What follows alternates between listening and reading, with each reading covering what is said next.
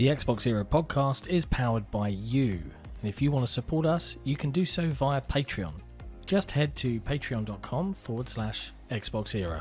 And as a thank you for your support, you get cool stuff, and we get to keep doing what we do.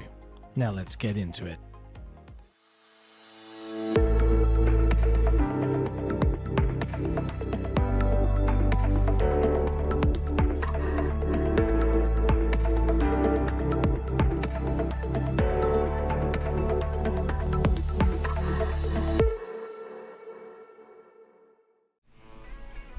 Hello friends, and welcome to a very special edition of the Xbox Era podcast, episode 94, aka the Xbox 4, with, as always, Special Nick. What's going on? And we also have the distinct pleasure to have Jez from Windows Central here today. Hello, friendos. And the man with the million himself, Rand Thor 19. How you doing, guys? I'm the special one, because I'm not on camera. Still couldn't get him on camera. We tried.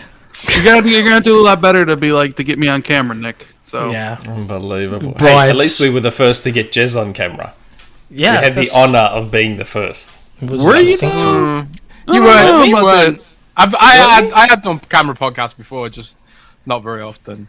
I suppose from a interesting. podcast point of view, it's quite nice to not have a camera, right? Because you can just chill out. You don't have to worry And about that's what you I look do. like. I'm reading Stormlight Archive Book 1 right now while you guys talk. So You're just buying in every now and then, yeah? It's a lot harder to pretend I'm not playing video games when there's a camera on. I have to say. Do you play games while you're podcasting, guys? Is this a reveal? I do. Jez does all the time. I usually do, yeah. Wow. For years, he's been playing. What was he playing? Overwatch. He was playing Overwatch all the time, every day. Xbox first party IP Overwatch. Oh, Yes. straight in there with the dramas. I was playing Dark Souls all podcast yesterday, right? Saw Wow. that. Fell I have to into admit- gravity. Yeah, I saw the gravity Yeah, clip on got Twitter. gravity. But you've been a Got recent gravity. convert for Dark Souls, Jez, right? You know, that's a kind of new Yeah, thing man. that you've discovered. I'm obsessed with it. I'm obsessed with it. I'm watching all the lore videos, watching all the Elden Ring stuff. I'm obsessed with it. I'm like a mega FromSoft fanboy now. Oh, wow. It happens to them, all of them, funnily enough, Yeah. it seems. Seems to, yeah. So you've been playing a lot of Dark Souls. Rand, what have you been playing? Anything of interest? Anything good lately? A little bit of Dying Light. Yeah? Too. Anacrusis, which was horrible. Kind of just. I'll be playing mostly Dying Light 2 this weekend and next week, so me and Jess can talk about it on the podcast. And then I'm looking forward to playing Sifu. Yeah. But really, I don't know. There really hasn't been much to play that I've been interested in recently, so not that much. Are you looking forward to Elden Ring like Jez is probably now? I don't know, man. Like, I love Sekiro, right? I adore Sekiro. And I quite enjoyed Bloodborne, but I don't like Dark Souls. And I know that maybe it'd be odd to say, but like, how do you like Bloodborne, but you don't like Dark Souls, and you adore Sekiro? I'm like, yeah, Sekiro was a lot of fun. Sekiro was action packed. It was great. Even though like I struggled at times, I loved that game. It was my game of the year 2019, but I really don't like the slow plotting nature of Dark Souls at all. Well, Rand, I got good news for you, man. What? Because you can kind of play Elden Ring like Sekiro. You know, because I've asked people that, and I get has- different answers. So I don't believe you. You're just trying to get me to play it. No, it's not totally like Sekiro, but it has like elements. It has stealth. You can jump. The jump has iframes, so you can like tailor your playstyle to be more fast. You don't have to like play defensively like Dark Souls. So I think you enjoy it. This is what From fanboys do, though, right? They say, "Oh, yeah, but this one's different. It'll get you in." So take it with a grain of salt, Rand. Right? Is that? Yeah, I don't know. We'll see. Maybe I'll get Elden Ring. Maybe someone from the community wants to give it to me to play it. Maybe I'll buy it for myself. Maybe I'll get a review copy. I don't know. I don't know how I feel. We'll see. What about you, Nick? You've been playing anything apart from the usual suspects? Oh yeah, I've still been playing a bit of Death's Door. And I was surprised. The Uncharted Lost Legacy collection thing, the upgrade was only $15, which kind of surprised me. So I'm like, bugger it.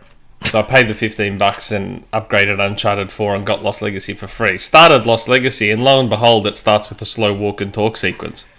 So I was just like, I'm out. I just turned it off. I just turned it straight off and jumped out and went back into Rocket League. That Xbox did the wrong thing, and they should have charged $10 to $15 for their upgrades, because you have Nick paying for it. Yeah. How many people would pay for Forza Horizon 4 upgraders, Sea of Thieves? Microsoft, you're missing out on a lot of money. To be fair, I paid the $15 more for Lost Legacy because I already owned Uncharted. Justify 4. it to yourself any way you can, Nick. If it was just an upgrade for Uncharted 4, I wouldn't have paid the $15. But I thought, I'm getting Lost Legacy, so I'll give it a go. And I'll boot up Uncharted 4 and get the free platinum as well. Upload my save file. Well, there you go. Yep. As long as you're happy, That's it. you know, it's your money, it's your choice. I've not actually had much time to play anything. I've been too busy, but I have got back into Halo Infinite. I feel like I've finally got my controls dialed in, because I play with a bunch of Onyx players, and they're constantly berating me for not being at their level where I used to be, just because you're not playing enough. I was like, I've got a wife and 2 kids, I can't play enough. So tweaked some controls, and I had a good night of Infinite last night, so I kind of feel back on it. So I'm enjoying playing that a bit more. But other than that, I haven't had a chance to have a look at anything. It's sad. Attrition's pretty good. I like attrition a lot. Yeah, that's one of the main game types that we played last night. We started getting to the tactics of it.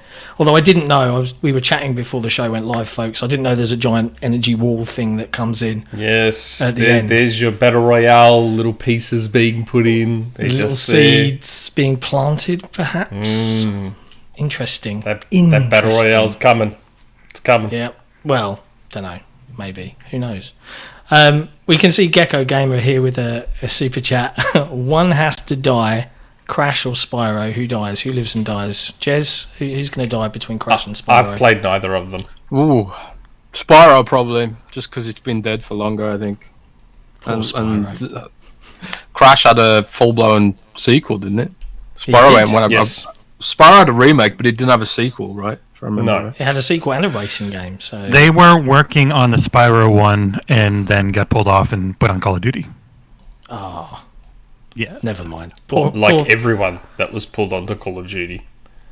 Yep. We did also have a super chat. So we got a super chat pretty much as the show went up and got scheduled 3 days ago. But of course, it's since dropped off. Luckily, I took a screenshot when it happened. Because I got a message from Achievement saying, so are you guys going to read my super chat, or did I just throw my money away? So I said, look, I took a screenshot of your super chat, but apparently he put in 2. I didn't see the second one. The first one just says, this is more like Xbox Mafia. That's his super chat. Oh, okay. Yeah. I'm fine with referring to us, the 4 of us. Yep. The I second one, I don't know. Yeah, I would kill Crash. Spyro was cuter. Yeah, Crash can do one. What about you, Rand? Yeah. Who would I kill? Yeah, if you could murder a video game character between Crash and Spyro. Just between Crash and Spyro? Yeah. You know, choices. I mean, Crash has had a long life, many games. He doesn't need any more. Spyro needs it more. So I'd kill Crash. There you go. I'm surprised he didn't just say Banjo. Well, if Banjo was on the list, I'd say Banjo. Banjo's already in the ground, isn't he? Yes. Cool thing. Conker's in the ground with him, too. No. Banjo's not in the ground. So many IPs come back. But before we do that, speaking of IPs, Blizzard revealed kind of a new one this week. And I'm sure you guys spoke about it yesterday on your Xbox 2 scheduled Jez broadcast. would be very excited about that. Yeah. Yes. Well, I wouldn't have been until this acquisition, because Blizzard can't do shit right at the moment. But hopefully, with Microsoft running it, things will be different. But yeah, I like survival games. I like Blizzard games. Survival plus Blizzard is hopefully going to be a pretty cool thing. They're obviously seeing the success of games like Ark and Conan and Valheim more recently, and they probably just thought, you know what, we could do a better game than Valheim with a bigger budget. Because they're very popular. Yeah, they are very popular. And Just I know- how do you playing Dark Souls right now while doing the podcast? I don't get it. I'm playing Call of Duty right now. Oh, you're playing which Call of Duty Call are of you Duty. playing? Xbox first party Vanguard. IP Call of Duty. You're playing Yeah, Vanguard. Yeah, I'm playing Vanguard. I hate myself. I'm trying to get back into Call of Duty because we want to cover it more on Windows Central. Now it's going to Microsoft, but yeah, that's how I'm getting back into it. I'm really bad at it. I'm really, really bad at it. Like, I'm better at it than Halo. My God, I'm super bad at Halo, but Really? at least I can actually get some kills. Yeah, I just can't play Halo. I'm just not careful enough. Yeah, I prefer games where you can be a bit more reckless. Yeah, I'm so reckless when I play shooters.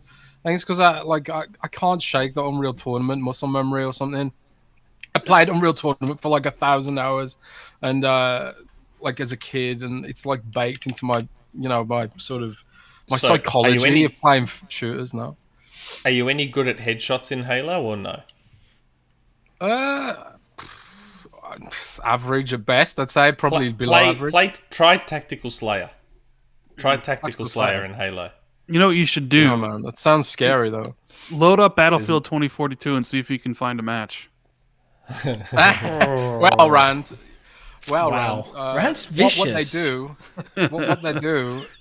Well, what they do is in Battlefield, like if there's not enough players, they just throw ton of bots in the game, so you will be able to find a match. It just won't be with humans. Oh God. I was playing Battlefield. This actually happened to me. I was playing Battlefield and I was having a really good match. I was like, oh my God, I've got like 12 kills in a row here, and then I realized all the enemies were bots. It was an empty server. And I was like, oh, that's why I'm doing so well. I'm playing against bloody bots. How demoralizing. Yeah. So the game's dead. I mean, at least Call of Duty, you can find a game, right? You just Battlefield is so dead and it's so depressing because Battlefield's my franchise, not Call of Duty. I don't understand how that game made it out. Like, I mean, I get there's a level of studio oversight that says, no, the marketing's here, everything's here, it's got to launch. But it's similar to, how did the original Halo Infinite demo go out? It's not ready. Like, it's not ready. Like, they must have known that this wasn't up to scratch, and yet it's still... I don't know, man. You're not wrong. I don't know. How those higher ups view things and how we view things are very different. But now Very, look very what's happened, right? And this is even with Battlefield not having a campaign. This is just bread and butter multiplayer Battlefield. Multiplayer. And it got that 1 month delay. It just, it boggles the mind. I don't understand. Like, why rush these things out? Because now, it's a similar thing that bugs me with Halo, right? Is that as much as the campaign was pretty universally liked, I think there's a lot of people now in hindsight going, but where is this, and this? Where's my giant scarab set piece? It happened in 2007. Why hasn't it happened in 2021? Where's all that? But overall, it launched, it worked, the multiplayer was sublime. But, it's facing the same uphill problem. I had a conversation on Twitter about it earlier this week where it's like, it needs more content. And I let the devs do their thing. I completely agree with that.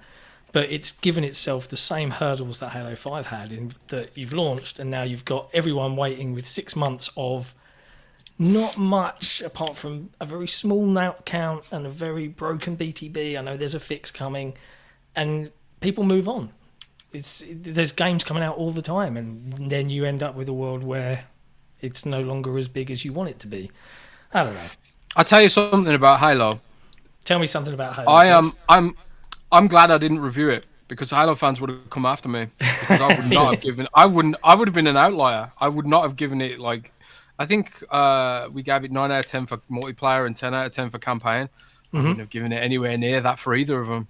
Frankly, I would have probably given the campaign a 7. I can see why you would give a campaign a 7. I tell you something about Halo. I can hear right? the criticisms. I've seen and go, yeah. I mean, I'm seeing it now in Pokemon. Pokemon almost always gets positive reviews, and the reason is nostalgia. And I have no nostalgia for Halo, so I could see it for what it is. It's not great. It's average, and they should have given all that money to Gears of War, a superior franchise. Oh, yeah, I'm not with you on that particular Yeah. trend. We're gonna have to Jez, differ sorry. on that one.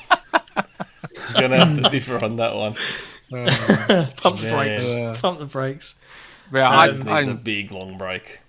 I do genuinely think, like, I'm being sarcastic about Giz, but I do genuinely think the scores do not reflect the reality of Halo Infinite, personally. But oh well. I think people just so I can desperately understand. wanted a good Halo game, they just sort of accepted what it for what it was or whatever. But I can I see feel that. like if it wasn't Halo, it wouldn't have gotten the scores that it did. I can Yeah. see Man, I'm that. so good at Call of Duty. I'm doing really I mean, well. I don't know. We live in a time where Halo 5 is like the same score basically. So, yeah.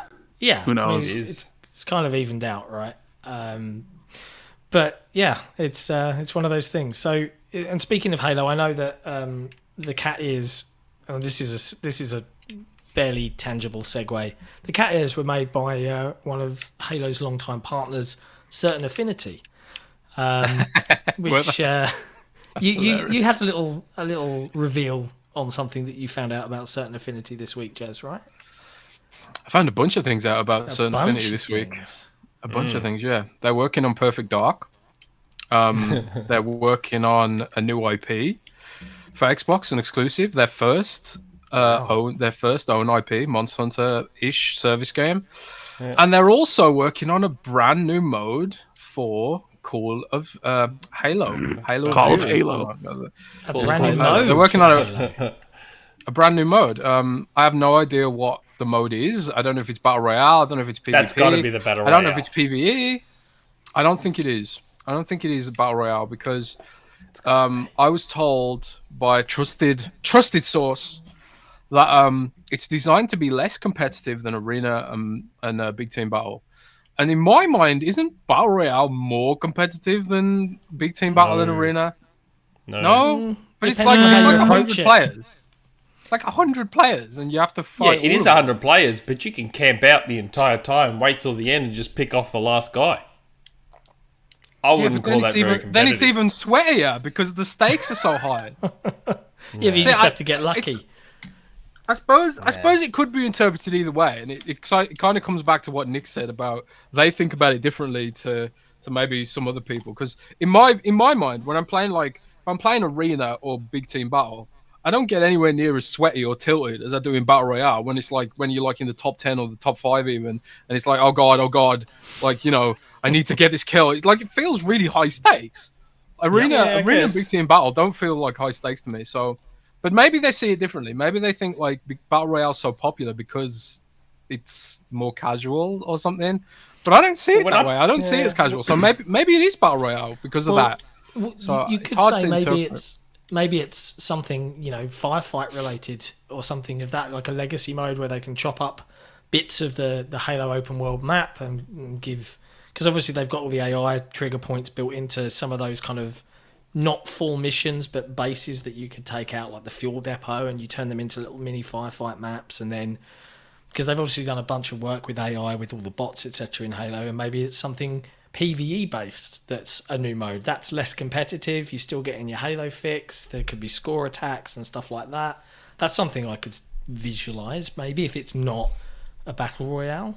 But I don't Yeah, I know. was When thinking I play like- Fortnite, it's a pretty chill time when I play Fortnite. I don't get stressed out. I don't get all sweaty when I'm playing Fortnite. If I'm playing like Tactical Slayer in Halo or even attrition gets full Man, on. I Attrition get gets- proper sweaty in all Well- Halo game types apart from BTB, which I just hate. Well, I suppose I've never really played Fortnite because I'm not a child. So, I've only Sorry, played, Nick, it's a little I've only- shady for you. I've only played PUBG really for Battle Royale, Warzone, and Apex. So like, I don't know. Like, is Fortnite just feels more casual or something? Like, if that's the case, then maybe they could be doing like a casual take on Battle Royale, maybe with with AI mobs as well roaming around, sort of like Warzone meets Battle Royale. I can see something like that. But it does sound like it's a unique thing. It sounds like it's like a new. If it is Battle Royale, it sounds like it's a new take on Battle Royale. Maybe with PvE elements, but it also hooks into Forge, from what I understand. So, like, players will be able to make maps for it. So, Could it Well, then be maybe that it's they're not going to Battle let Royale people then. make? Yeah, but Yeah. what if they're going to let people make their own battle royale maps? That would be pretty unique, right? And Microsoft surely has Very. the capability to do that. So I think that'd be an interesting way to do it. Is be like, yeah, we're making battle royale, and by the way, you can make your own giant open world maps. And also, then it gets the community to do all the heavy lifting, and they can build the maps while Microsoft sits and makes all the money off it, right? Yeah. Metaverse, baby. Well, I'm not allowed to talk about Forge, so I'm not going to. But Why not? Gecko Gamer, why not? Yeah, what's wrong with why can't you talk about Forge? I'm under an NDA for it, man. I'm in the credits for Halo Infinite. I've been working on Forge for 2 years with 343. So Oh, really? zero comments from I me. didn't know on- you were a dev. I'm not. It's more like they have it like a Forge Council thing. So I'm a bit of a Forge nerd. So really? they flew me out there just before the pandemic hit in 2020, and I got to Right. see the game and play with some stuff. And I can't talk about a lot of it until later on this year, presumably. But I don't yeah, know 'cause shit about Forge. Well, I love I just know Forge. that it's is it like Gary's mod where you can It's- just build stuff? It originally started as here's the dev map, and you can put some stuff around. You can change the weapons, and you can change the spawns, and put some boxes in, block off entrances, exits. But then people figured out how to glitch it in Halo 3 and actually use some of the static objects to create geometry by merging them together. And then right. the community just went crazy with it. And then with Reach, they actually added in the ability to make geometry. And then with Halo 5 in particular, they brought in terrain pieces and decorative stuff and scripting and welding and stuff like that. And then you'll have Halo Infinite's Forge, which you'll have to wait and see at some point later on this year. Interesting. Yeah. Well, it's it does seem that whatever this mode is, it does use Forge. Well, actually, I was told player created content, which made me think of Forge. And it would make sense. Like if Forge is going to be this big feature, that it would hook into every game mode, including whatever this new game mode from Certain Affinity is. So yeah, created economies have done very well for Microsoft. Obviously, they've got Minecraft creator economy, and that makes a huge amount of money. There are companies that make their entire business making maps for Minecraft, and I think they probably want to do that for Halo as well. Maybe you know more, but you can't say because you're NDA. But it is most intriguing, even though I'm not a Halo fan. Oh, what about Gears of War Forge? That'd be cool. Did you wake up? Did you wake up to a lot of pings, Jez, after the Certain Affinity thing? No, not really. Nobody Oh likes me. man! So it was just me that copped it then, because there was a Reddit thread. There was a Reddit thread where someone mentioned because Jeff Grubb talked about it. Yeah, And then Jeff he Grubb said was that- the one who posted Yes. it originally. But the Reddit thread mentioned yourself and me, and so I woke up to a whole bunch of pings, and I'm like, All right. "What's all this about?" So I messaged Jeff Grubb. I'm like, "Why are people asking me about Certain Affinity?" He just name And- drops you Alright. for fun. No, he didn't. He didn't name drop me. It was only the Reddit thread that assumed it was either myself or Jez. So we were both mentioned. No. He did. He did name drop you. He said maybe Jez or Nick will drop some more information about it soon. Oh, so I think- he did I think- name me. Yeah. Yeah, he did. I think what happened Totally is screwed you. Yeah, what happened is, I think this information recently came out in certain circles, and I tweeted the code name as a joke. I tweeted Buena Suerte, which Yeah. is it means good luck, and Suerte is the code name for the Monster Hunter like the Certain Affinity is making. And I think Jeff saw that and thought, "Oh God, Jez is going to leak it." So then he just leaked Gonna himself. scoop him. Yeah, I wasn't planning on doing it, but because I didn't have that many details about it. I actually didn't know it was a Monster Hunter like. I just sort of thought it was going to be some kind of RPG, action RPG or something. But it seems that he had more details than me on it, so he just went ahead and posted it. And I think he said that he had it on his list to post anyway, so he knew about it before me, I think. But either way, it's out there now, and a bunch of other stuff about Certain Affinities out there, like this Halo game mode, and also the fact that they're contributing to Perfect Dark. I think Microsoft should just buy Certain Affinity at this point. It's starting to become apparent how important Certain Affinity is to Microsoft. Yeah, they've been very closely knit as a support studio right now. Is it Max Hoberman's leading Max it? Hoberman. Yeah, He worked on Halo. Yeah. Yes. Yeah. He I was can at see Bungie. some. He was at Bungie, yeah. I can see some super chats on the subject of what this Halo game mode could be. We've got Gecko Gamer, and I'm going to skip one of yours, Gecko. We'll come back to the other one. He's asked zombie or flood mode. That could be, a flood mode, like it's a horde flood. That Like could be infection or whatever. I'll be down with that. Infection. Oh, that's not- infection is coming. Is that not in the game yet? It's not in the Not yet. game yet, and Okay, that is coming. yeah, Is that that could be known that's interesting. coming, or did it? Well, Yeah, I it think was it was data mined a while back as one of the things in there. yeah. Okay, well I know that's coming too then. So I wasn't sure if infection was a thing or not because like I yet. said, I don't It has been in care about previous Halo, so we would have expected it at some point. Yeah, because Okay. this Well, Halo's it a is gonna living be game. They don't give you all the modes at once. They dish you out all the modes over the course of years, right? So it. Yeah. can't get a fully fledged working Halo game day one anymore these days. Even though it cost $500 million to make. Wasn't that number never confirmed though? Like that was It was never budgeting confirmed, but- included, and all that sort of thing. or Yeah, marketing I don't budget. know. I don't know. But yeah. I don't know for sure, but that's the rumor. But that might be the entire budget of 343 or something. It might Marketing include and Master everything. Chief Collection and the TV show. It might just include everything. I don't know, but that was the rumor. You know what would be nice to see from 343? What? A roadmap for 2022. Oh, don't. Yeah, it would Right? be. It would be I mean, nice. I'm just saying.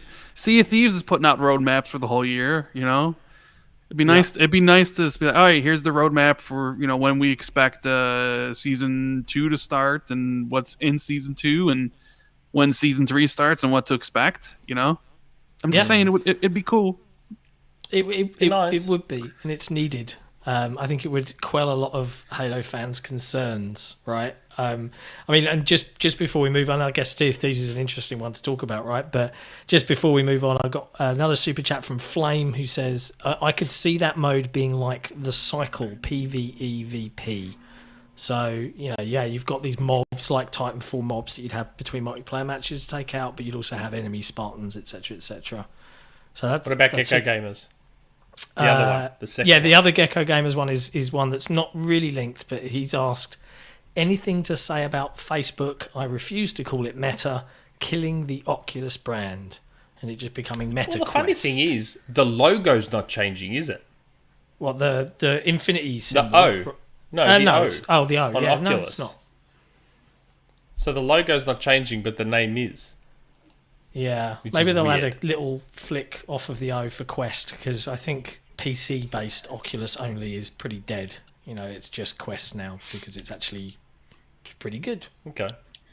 I wonder if that means that my Quest 2 becomes like a limited edition console. Yeah, Old name, old logo, the whole lot. who knows? I've still got Maybe my I should sell original it. Quest in the corner there. You can see it just off camera. I mean, I love it, and the fact that it does work with PC Link is great. But I still need to grab Lone Echo too because Hold on. We've my family's got a Meta Quest. My parents have one actually because they wanted to use it for exercise, but it's really great at gathering dust. It's a really great device for attracting dust and sort of gathering it all up into one place.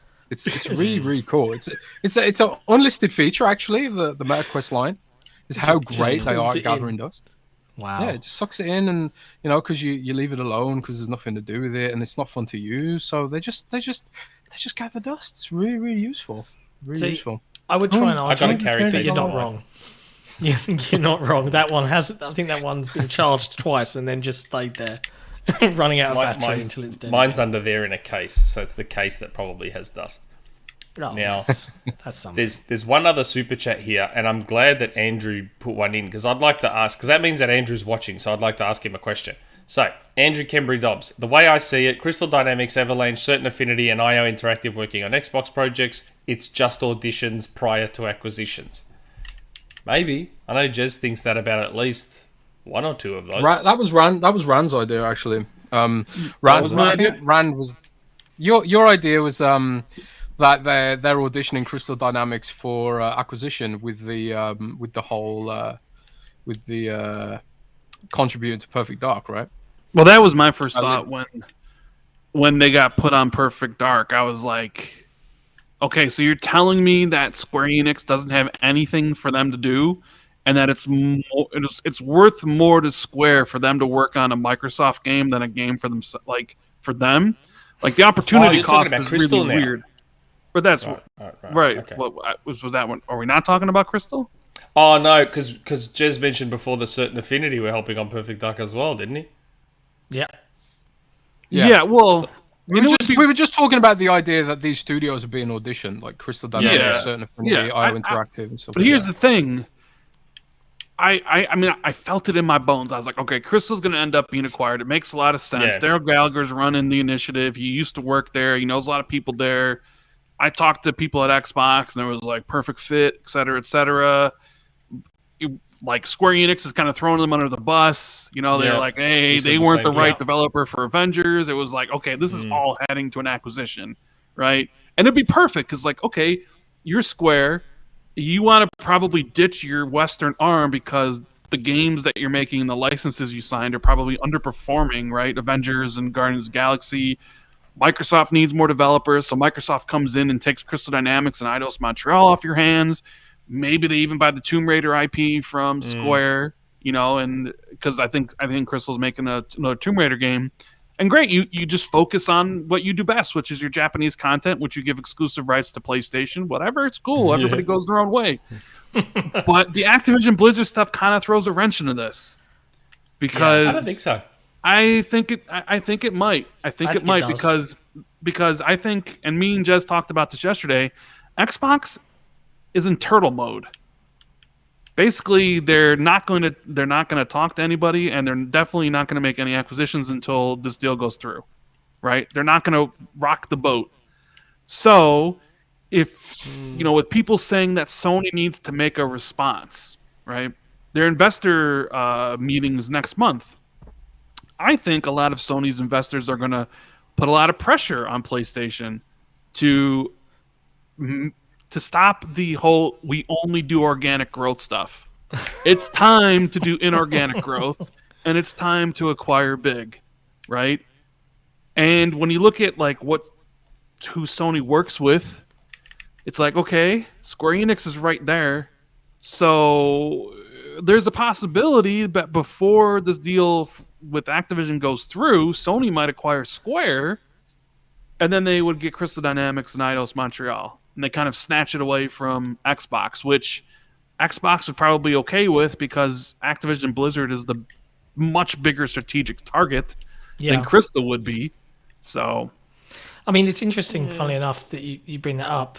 Like, we've got a super chat here from Drawn TJ who said, have you guys seen the rumor on Twitter? And it was a fake rumor. We did talk about it before the show, saying Sony bought Capcom for 25.6 billion, random figure. 25.6. It's a bit much, isn't it? It wouldn't even cost anywhere close to that. No, that's closer to Take-Two money. Like, what? I mean, they've got valuable IP. I don't know, man. I think in this, I mean, I don't believe that rumor's true, whatever, but I think in this climate where everyone's like looking to sell and everyone's looking to buy, I think companies like Capcom can charge like a ridiculous premium because they're probably in higher demand. You know, Yeah. I think I can see Microsoft paying 20 billion for Capcom personally.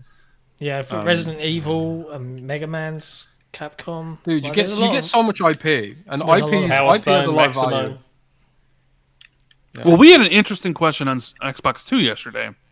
That was like, if you're Microsoft and you're looking at your next strategic acquisition, and it was between these three publishers, which would you choose? I saw I throw this question to you, John, and you, Nick. If you could choose between Sega, Capcom, and Square, and your Xbox, Sega. which one fills more holes for you? Not like what Nick wants, right? Or not what John wants, but what Xbox wants out of those three. Oh, still which Sega. You think Still still Sega. Sega? Okay. You think Sega, John? Who do you think? What were the choices? Sega, Capcom, Sega, Square? Capcom, and Square. If you're Xbox. Still Sega. If I'm Xbox, I would say Square. If I'm Really? Xbox. See, me and Jez both said Capcom. Interesting. I mean, Capcom's definitely But got why, more though? valuable IP. Because we both said that it would have been Sega before Activision Blizzard. Oh, But okay. because they would give you a lot of PC stuff, but you got Blizzard now. You don't necessarily need a lot more PC stuff. Yeah, that That's makes true. sense. Yeah, I guess so. So Capcom gives you a lot of core franchises. You can corner the fighting game Mm-hmm. market. You get Monster Hunter, big co-op stuff, Resident Evil. I think they're the better purchase there, but Yeah. Yeah, no, that actually, now that I think about it from that perspective, yeah, probably that. Maybe my head was still in pre-Activision. And also, you love Sega, so that's And fair. but I love Capcom too. See, Capcom was massive on the Dreamcast. Capcom was like right behind Sega in terms of their output on the Dreamcast.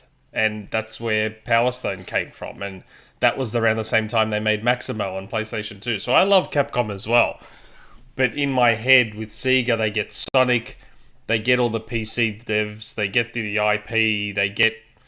So, and I mean, technically, they could still get into fighting as well. They'd have Virtua Fighter. But yeah, and they don't Atlas. so you don't need Sonic because you have Crash and Spyro now. Yeah, I know. You got your mascots. Yeah, So I guess. Did you guys see all the ridiculous drama that Aaron Greenberg changing his Twitter profile picture got him into? how could you not see it? How did people get so upset about that? I just know. And One of there them- were in the people chat right now. legitimately justifying it. Like, they were like, no, you know, he knows, like, he understands that that's a Sony franchise. I'm like, Sony never disrespect. owned Crash. They never owned it. Like, ever, at any stage did they own Crash. And Crash was exclusive to PlayStation for like 6 years. That's not even as long as Sunset Overdrive's been exclusive to Xbox. Yeah. Like, Yeah. it's... There's My one in the God, chat right that's now nostalgia. that, who dropped a little message from Nate, the Xbot, with the PlayStation user profile symbol. He says, Xbox Shills podcast. I don't know if he's advertising for one. I'm not sure. But yeah, I realised we went on a big tangent. One of the things we were talking about before we went off on this journey was Sea of Thieves and their roadmap, right? And I don't know about you guys. I'm a big fan of Sea of Thieves, as Nick knows, and dislikes because he doesn't get the game at all. I don't know, Rand and Jez, what your opinions are or thoughts are on the game. I've loved it. I did not like, and I had a nice conversation with Miles a few months back when Pirate's Life came out. It didn't do anything for me. It was buggy. It made me a bit sad, and I kind of fell off the Sea of Thieves train. But their announcement and their sort of plans ended up booting it back up last night, and seeing all the cool new little things they've added. I'm quite excited to see what they're doing from this story perspective. Were you guys ever big Sea of Thieves fans? Are you surprised that it's, you know, from its 67 Metacritic, whatever it got when it launched? Are you surprised to see how big it's grown now? I'm not a fan of Sea of Well, I'm not. I mean, that's kind of harsh. Sea of Thieves isn't for me, right? Fair. It is very. What's the word I want to look for here? It's awesome to see the growth, though, because you're right. It launched in a really bad state. There was like nothing to do, and it is one of those kind of success stories of Xbox One gen. You could probably make the argument that it is the biggest game IP? from the Xbox One generation, right? Yep. For I would agree. Xbox. Drop my earbuds now. I can't hear anything. Hold on one sec. Yeah, 25 million players. It just really kind of highlights the fact that there's no other game like it on the market, right? It's super unique. So I'm not that surprised that it found its audience and the audience is that big, because there isn't any other, like, where other game can you play to get that experience? That doesn't exist. Somebody be like, well, my shooter, you know, I can play Battlefield, play COD. There's plenty of ways to get that experience. But there's only like one place to get that kind of just cruising around the water and sailing and there's only one place to get it. So unfortunately, it's not for me. It didn't click with me or any of my friends I played with. You know, John won't play with me to teach me the Sea of Thieves ways. Rand, I would happily take you out on the waves and give you a tour. I think the best way to get into Sea of Thieves is actually to just go in blind and play the campaign and discover the hijinks for yourself, rather than read about it or try and get to grips with it before you play. You need to fix out plays. Hey? They need The to combat plays. sucks. It does play suck. awful. I won't play it. If it still feels like that, I won't play it. It's better now at there are 60 so FPS. many Superchats. I know. I wonder. Even better at 120. I do wonder what Rare would have done if Sea of Thieves, if they weren't able to build Sea of Thieves up to the way it's gotten, right? Like if Sea of Thieves never took off, Yeah. like what would Rare have done? Because like they kind of get like, I'm not saying they get a pass, but then that game must be bringing in lots of money. People Yes. must be subscribing to Game Pass in a way where Microsoft's like, take your time on Everwild, right? Yeah. But imagine a scenario where Sea of Thieves just died. It's like, would they have rushed out Everwild? Would they be working on other things instead of this constant content of Sea of Thieves? It does make you kind of wonder, right? Maybe they would have been pressured into a Banjo remake then. Quick, we need some cash. Remake Banjo. Maybe they would I have think been they pressured knew into they it. had something with Sea of Thieves, because even when Sea of Thieves was in beta and stuff, it was blowing up on Twitch because Yeah. they knew they had something. They just had to sort of extract it through like extra updates and and stuff like that. So yeah, what the game Sea of needed. Thieves ain't for me either. But it's been You know what the really, game- it's been really cool to see it grow. What the game really needed was like launch like Grounded, in an Yeah. early access Early thing, access. and you build it with the community instead of like launching full price day one, Game Pass, and people like expecting the world and there being like nothing, right? Where like Grounded's like, yeah, we're just building this as we go. And I was talking to my buddy Cold Eastwood, friend of the Xbox 2, friend of your channel, XboxEra. He plays it every night with his kids. He freaking loves it. It's one of his does. favorite Yeah. games of the gen.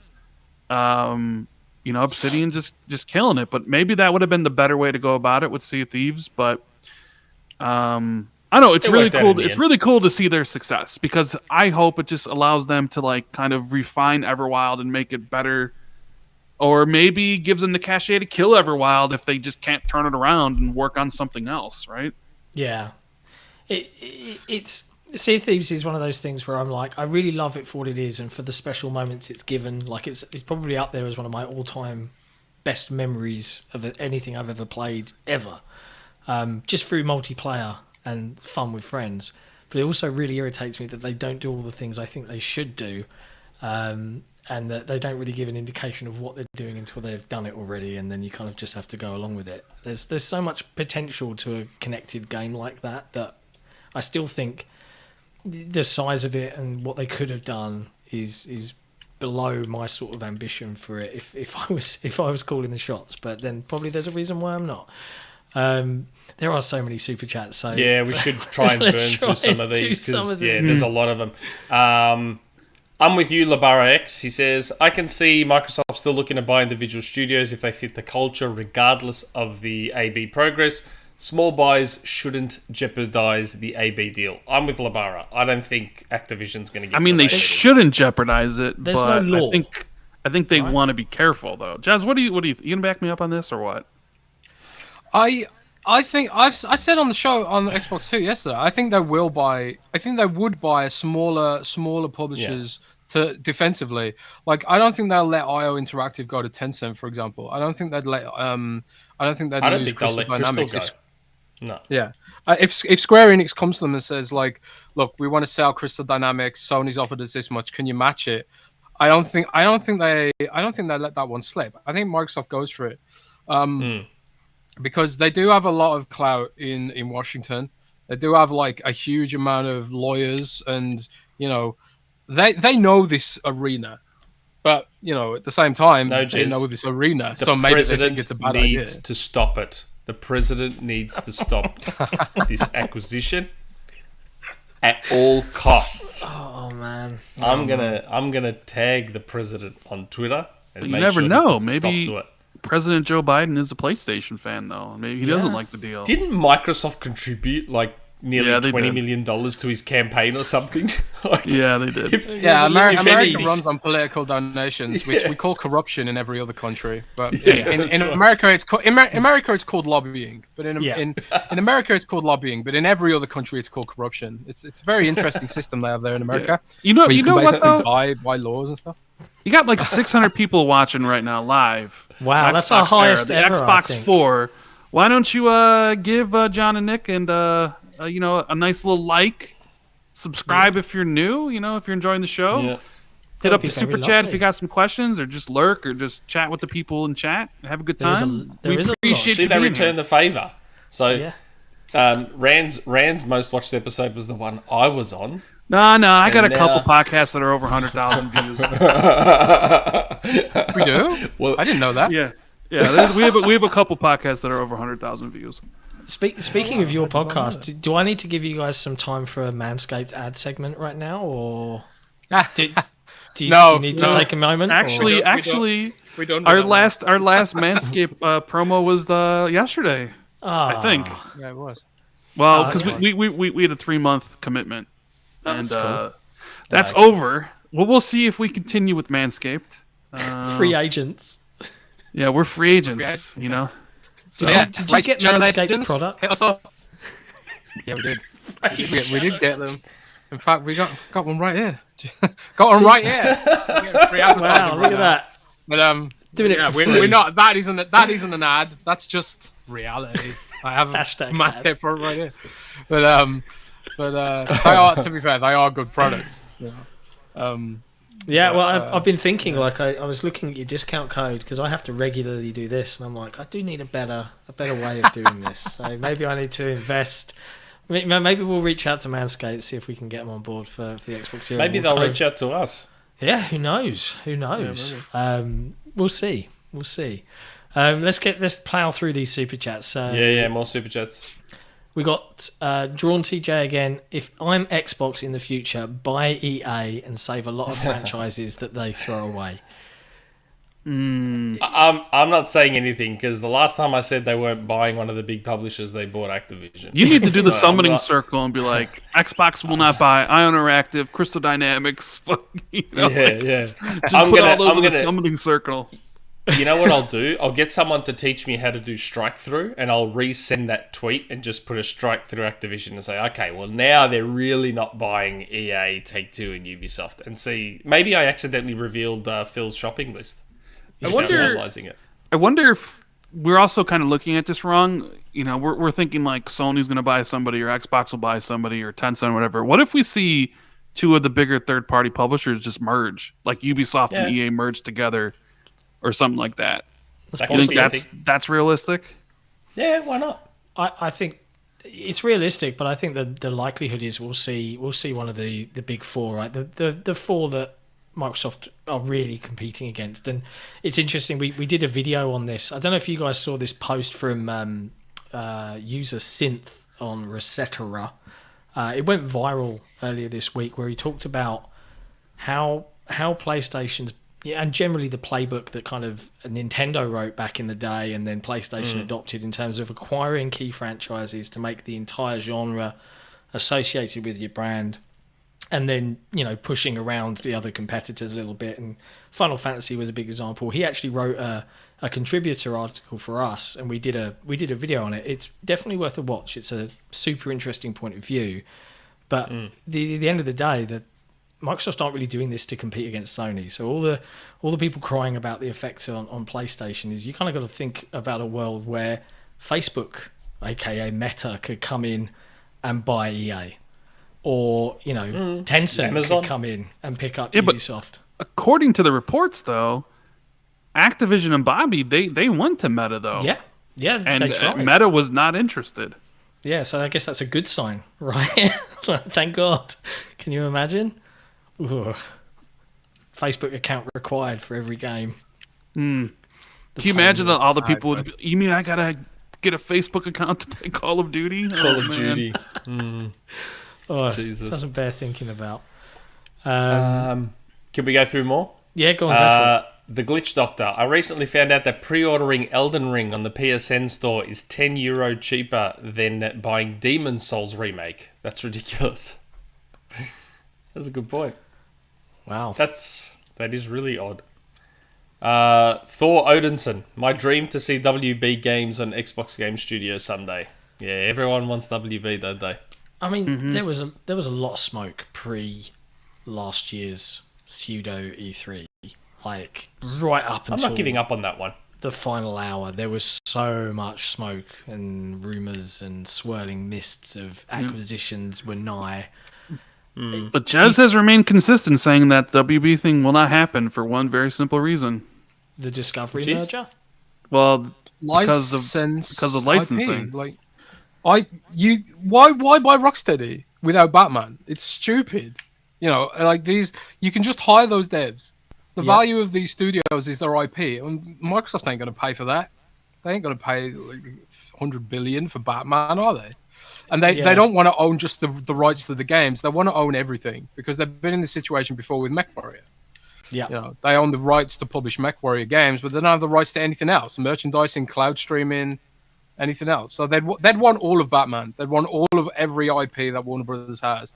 And that ain't happening because it's too much money and there's no guarantee you'll actually be able to make anything out of that. Microsoft doesn't want to be unless movies and comic book Microsoft business. went for the whole thing. They don't want to be in the movie business, I don't think. They tried and failed. I mean- Let's not go back there again.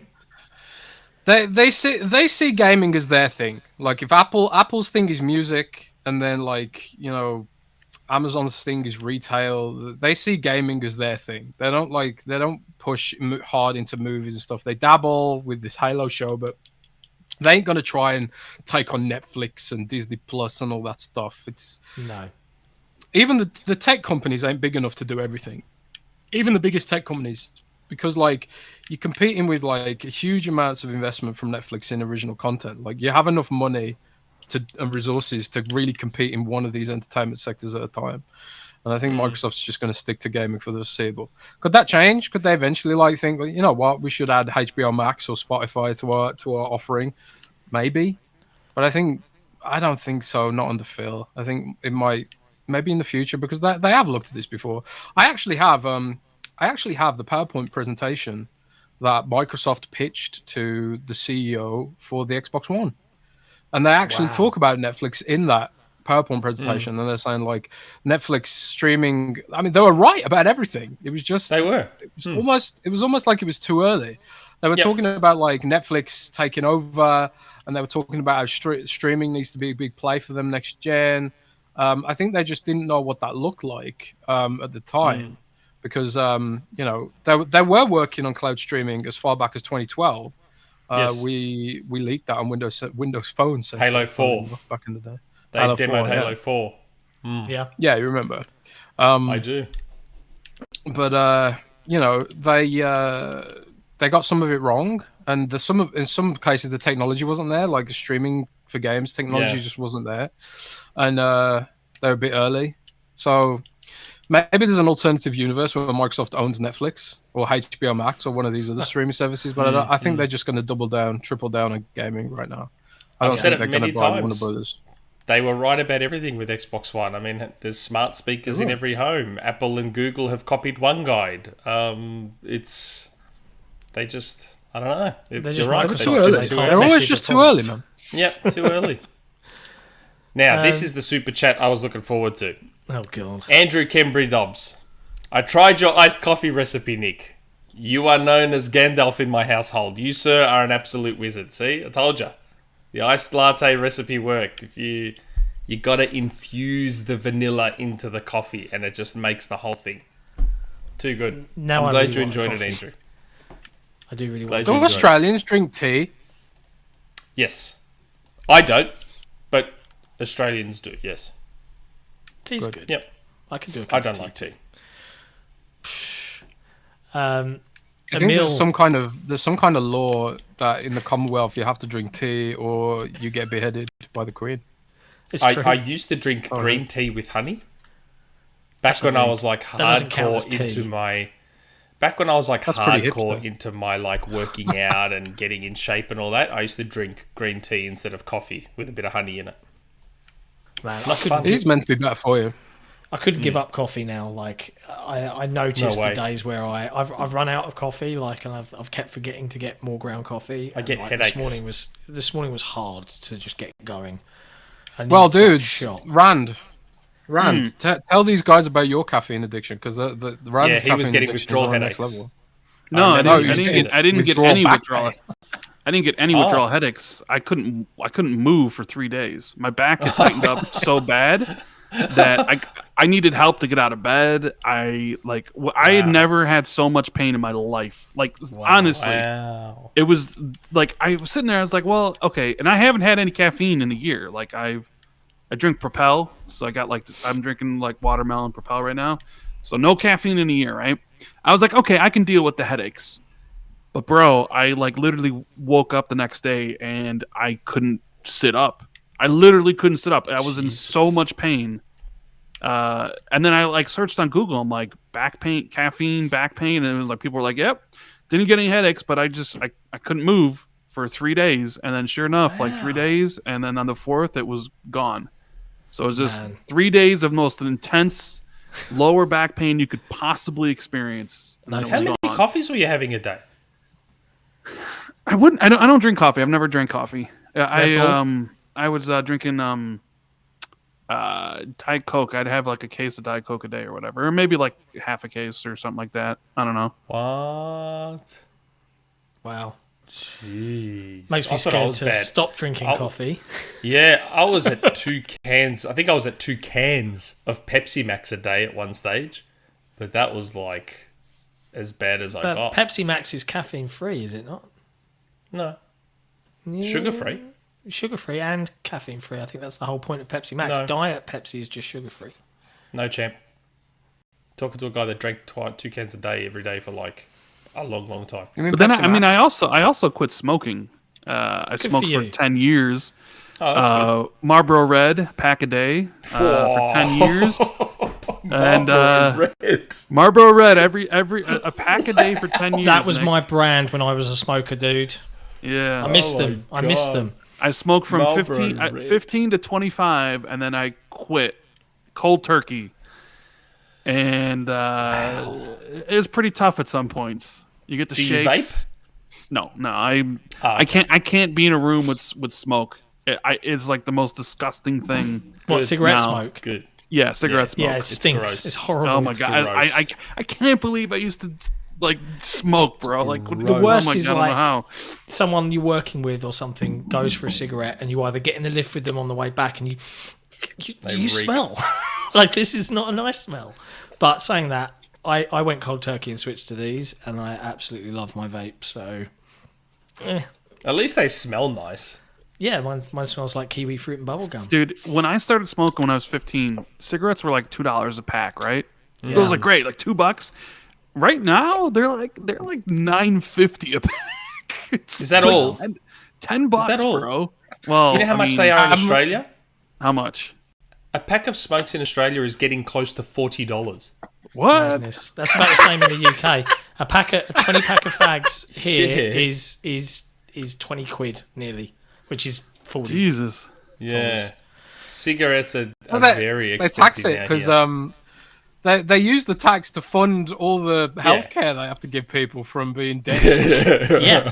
That's right. It blows my mind. That's If right. alcohol and tobacco were discovered right now today, neither of them would be legal No, at all. It's they'd just die that in the their arse. society has grown with Yeah. them, like accounting, I guess. But yeah, God, Dude, I if was the someone guy tried that to used to take like- alcohol from me, I'd pick up a gun. I'd go to war. I'd go to They're war if someone banned tried too. to take my whiskey away from me. everything. See, I don't drink. I don't drink. Never been a drinker. Yeah, me Same. too. I don't drink either. There you go. 3 non-drinkers on this Xbox 4 edition podcast.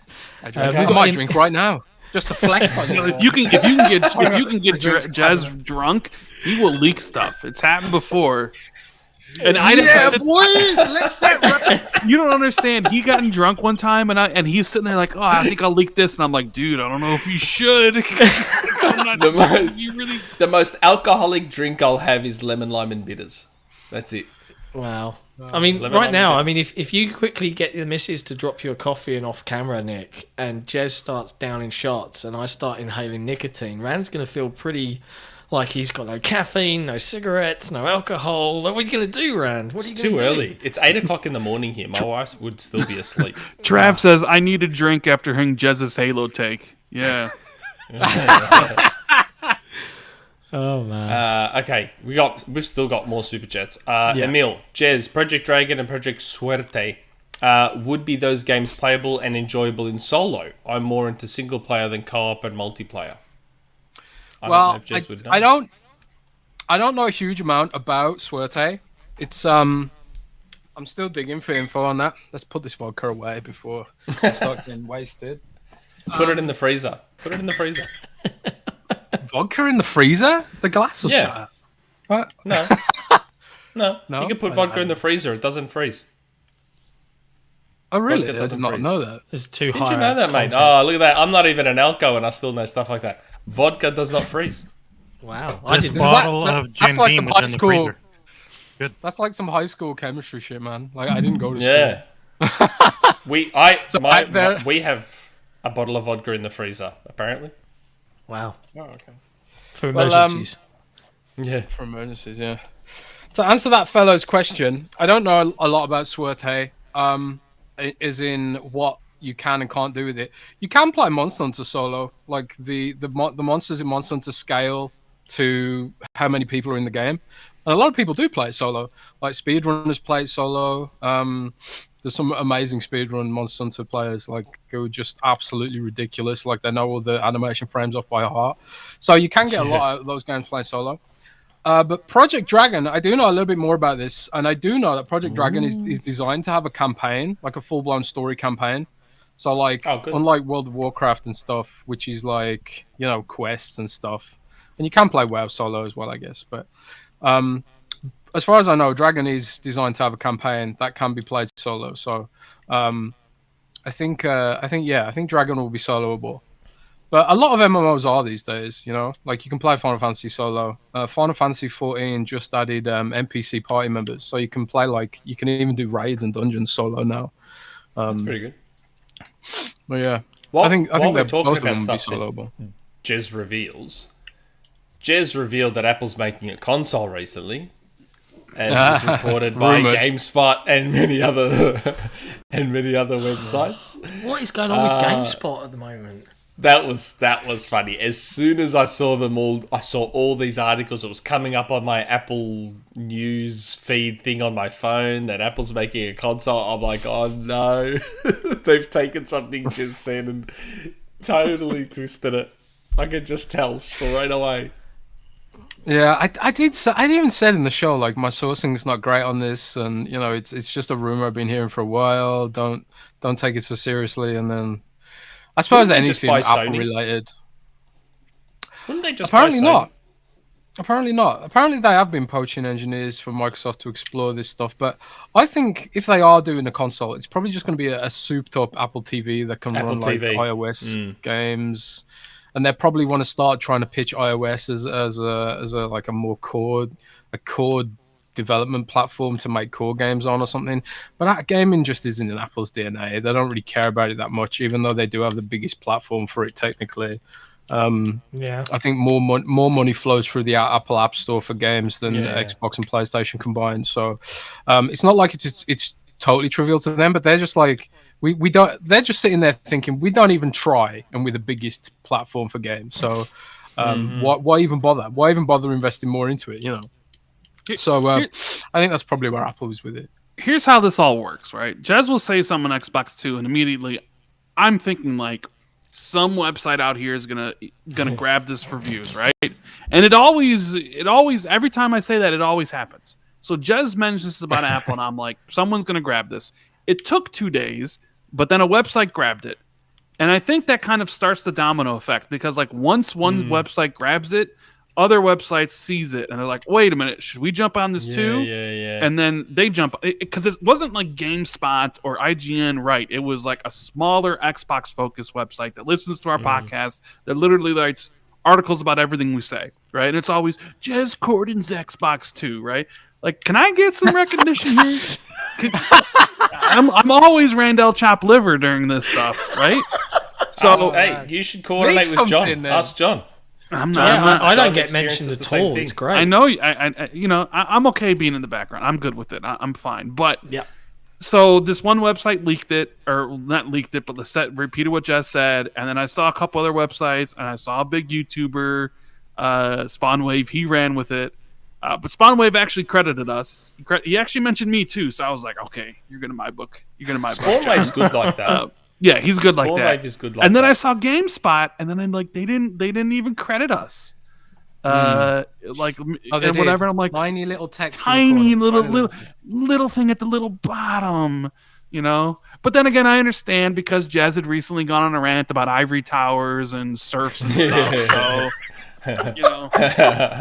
How was that night for you, Jez? Was that a fun? Hilarious. It was hilarious. I was having a great time. Oh Man. I want to shout out Jeff Grubb because Jeff Grubb went to bat for me. He's like, he was like, I know where Jez is coming from. Like everyone who knows me, they knew where I was coming from, and they knew I wasn't trying to be mean about it. But so many people were just like, I'm going to use this for social points with websites that I want to get hired for and show how cool I am and how I'm part of the cool kids. Just stop talking, please. Stop talking. I don't care. Round 2, let's go. Please stop. I don't care, man. I really don't care. Oh dear God! It's all fun and games to me. It's all fun and games to me. It's all fun and games. Like everyone who knew me, they knew what I was talking about. Yeah, they knew who I was going after, and they knew. And the people who knew I was going after them, they didn't even reply. They just blocked me because they felt guilty because they knew they were guilty of this stuff. So you know. Yeah, I think game. We all knew who you were, and we won't get into it, right? It's not worth the drama. Let's be honest. I'm an outlier. Really. I still can't shake this feeling. I still can't shake this feeling that Apple is going to buy Sony at some stage. Sony as a whole. It's a good fit. I can't shake that feeling. I don't know why. It does fit. They fit so perfectly into everything Apple wants. Premium gaming brand. Yeah. And TVs. Apple wanted to make TVs. Sony makes TVs. Apple wanted to get into cars. Sony's getting into cars. They've got Sony Music. They've got Sony Pictures. They've got PlayStation. They've got life insurance. Hey, Apple's already trying to become an unregulated bank. Why not get into life insurance as well? Like, buying Sony just fits. Become a bank? Apple takes like a 3% cut of every... Is it 3% or 0.03% or something? They take this tiny little cut of every little tap of your phone to pay for something. That's why, like in Australia, the big banks in Australia fought hard against Apple Pay coming here. Fought very, very hard. And that's why Apple Pay took such a long time to come to Australia. Because the banks didn't want Apple just raking in all this cash.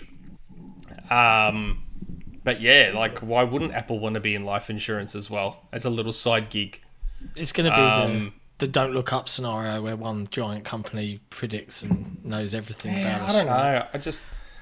And obviously, like, buying Sony would solve Apple's entry into gaming because PlayStation's already established and a market leader. So, and you've got the two quote-unquote premium brands combined. I don't know. I can't shake this feeling that Apple will eventually buy Sony. Well, I don't know. Maybe iPhones will actually have good cameras then if they did that. And they've got the camera lenses. That's right. They do the camera lenses. So I don't know. It fits too perfectly for me. For Apple to not at least be looking at it. It just fits too perfectly. And actually, this ties into a Superchat too, doesn't it? Yeah, I was going to say. Hide them, G? Yeah. Question. Is it illegal for Microsoft to buy a Japanese studio? I mean, they own Tango, so is it out of the ordinary if they buy Konami, Bandai, SE, and etc.? Your take. Man, this is a myth that keeps getting perpetuated. It is not illegal for Microsoft. That is a myth. It's not true at all. Microsoft can buy a Japanese game studio just fine. It's not super easy. Like it's not going to go as smoothly as buying an American studio, let's say. But the way people talk about it, it's like, nah, it's impossible. It can't happen. There's laws against it. Yeah, there isn't a law against it. That's a myth. No, there are not.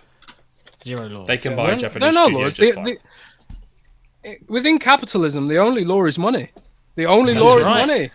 And Japan is a beautiful capitalist nation, full of beautiful capitalism. And all that beautiful money will be able to beautifully acquire a beautiful Japanese studio if so takes Microsoft's fancy.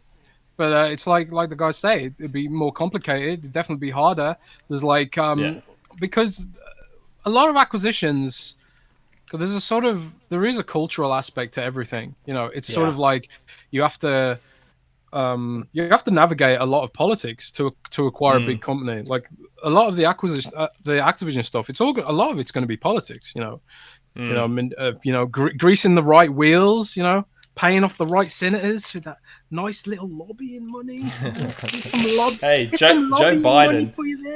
If anything, he's going to speed up the process. Microsoft contributed to his campaign, didn't they? So Microsoft contributes to all their campaigns. Microsoft contributes to both Democratic and Republican senators. Although I think they did say recently they would stop contributing to senators who are anti-vax or mental. Or mental. Yeah, they don't contribute to senators who are like pushing lies and stuff like that. But they do contribute to Republican senators and they do contribute to Democratic senators because that's how America works. It's like that's how America works. Give some money, just slip it. And isn't the current head of the Department of Justice or the person that oversees acquisition and mergers a long-time ex-Microsoft employee for like 14 years? And now he might have to recuse himself from his role for this particular acquisition and merger because, he kind of is buddy and pally with everyone in Microsoft. Yeah. So, wow, interesting. Microsoft just have to give slip some money. Slip a tenner just to get the acquisition deal. It's the cheesy handshake where you've got it cupped. With the money. It's a check for $12 million or something. Australians say tenner. Yeah, like for $10, a tenner. Slip a tenner. And a fiver. Do you say quid? No, that's your thing.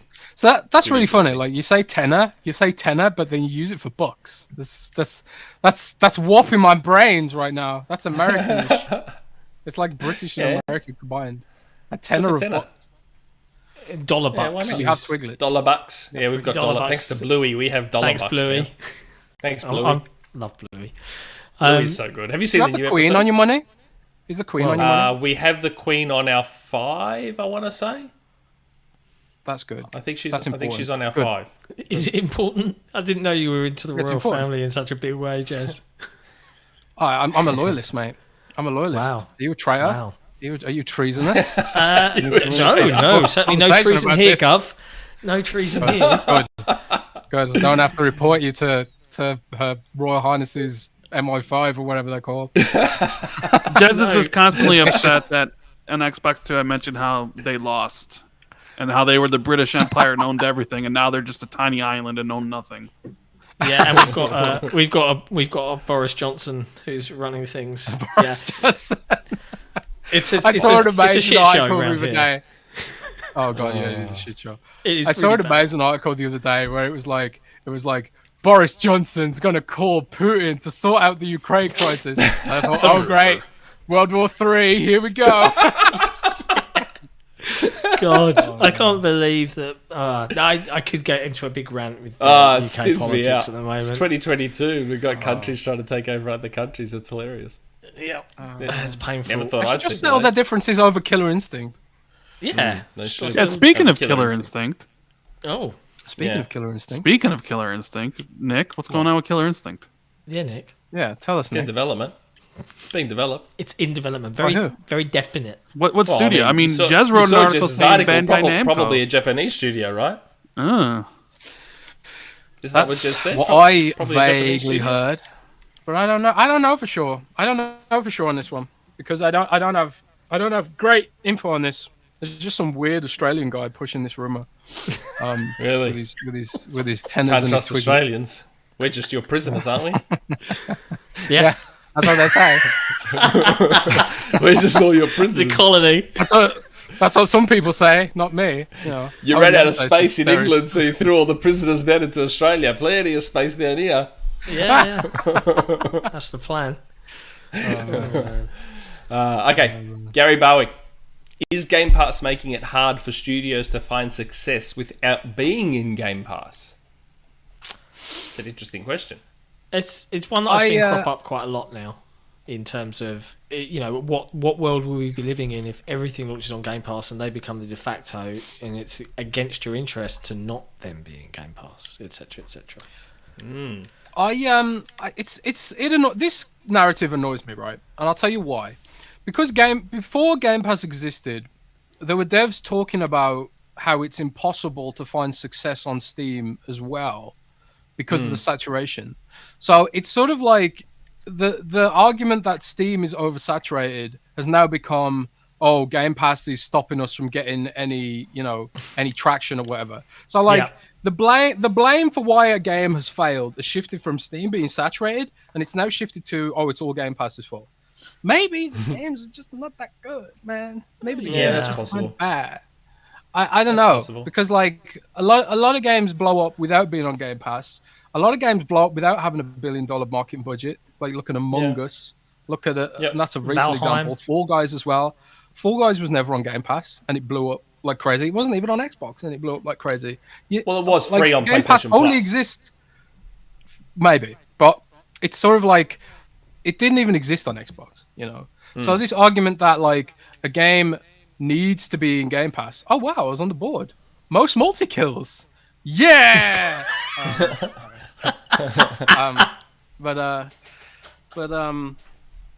What was I now? Oh yeah, we were talking about consolidation and Game Pass. No. So Game I Pass, don't know. We're talking about saturation, not consolidation. Yeah, so I don't know. I don't buy this argument that Game Pass, we're going to get into a situation where a game needs to be on Game Pass to be successful. I think what a lot of people do is, and a lot of this narrative, it comes from fears that are born of Spotify and are born of Netflix to some degree, I think. Because like Spotify has become this sort of horrible monster which is often blamed for killing the music industry. Because the way Spotify works is, right, Spotify works on a profit pool system for artists, right, which is really weird. Like on YouTube you get paid a flat rate for advertising, right? But on Spotify, they do this profit pool thing where it's like, okay, all the profits are here, and then like depending on how many views your music got out of all the millions and millions of music that got listened to, you get a cut or something like that. And like unless you're an artist getting billions of plays, you just literally earn tens of dollars. You get like you can have a song with like millions of hits on Spotify and end up with tens of dollars because of how their share system works. It's really, really bad actually. So I think like a lot of the fear about streaming and subscription services comes from Spotify, who really aren't giving value to artists and stuff. But I think it's different in games. Because in games, you do have things like there's a retail play in games. Like the games are still being sold at retail. So Game Pass serves as an advertising vehicle in some situations. Also, Game Pass comes with a discount for retail. Also, the games cycle in and out of Game Pass. I know for a fact that when Octopath Traveler leaves Game Pass, I'm going to have to buy it. Because I've played it. I haven't got time to finish it while it's in Game Pass, and this keeps happening to me. I start playing a game in Game Pass. I'm like, yeah, I'm really enjoying this, and it's like, oh no, it's leaving Game Pass. Well, they've got a discount. I'm going to buy it. So Microsoft's quite clever in trying to onboard people into like the traditional retail system by like giving them incentives and like having a static pool of games. Like maybe there is a valid fear that one day Microsoft will just be like, every game has to be in Game Pass permanently or something. Hopefully we never get in that situation. And honestly, I don't think we will get in that situation because retail still plays such an important part of the whole console business. Like retail for accessories and retail for consoles themselves and the politics therein when it comes to distribution and stuff like that. So Microsoft sees all this stuff as supplementary, and hopefully it will stay supplementary.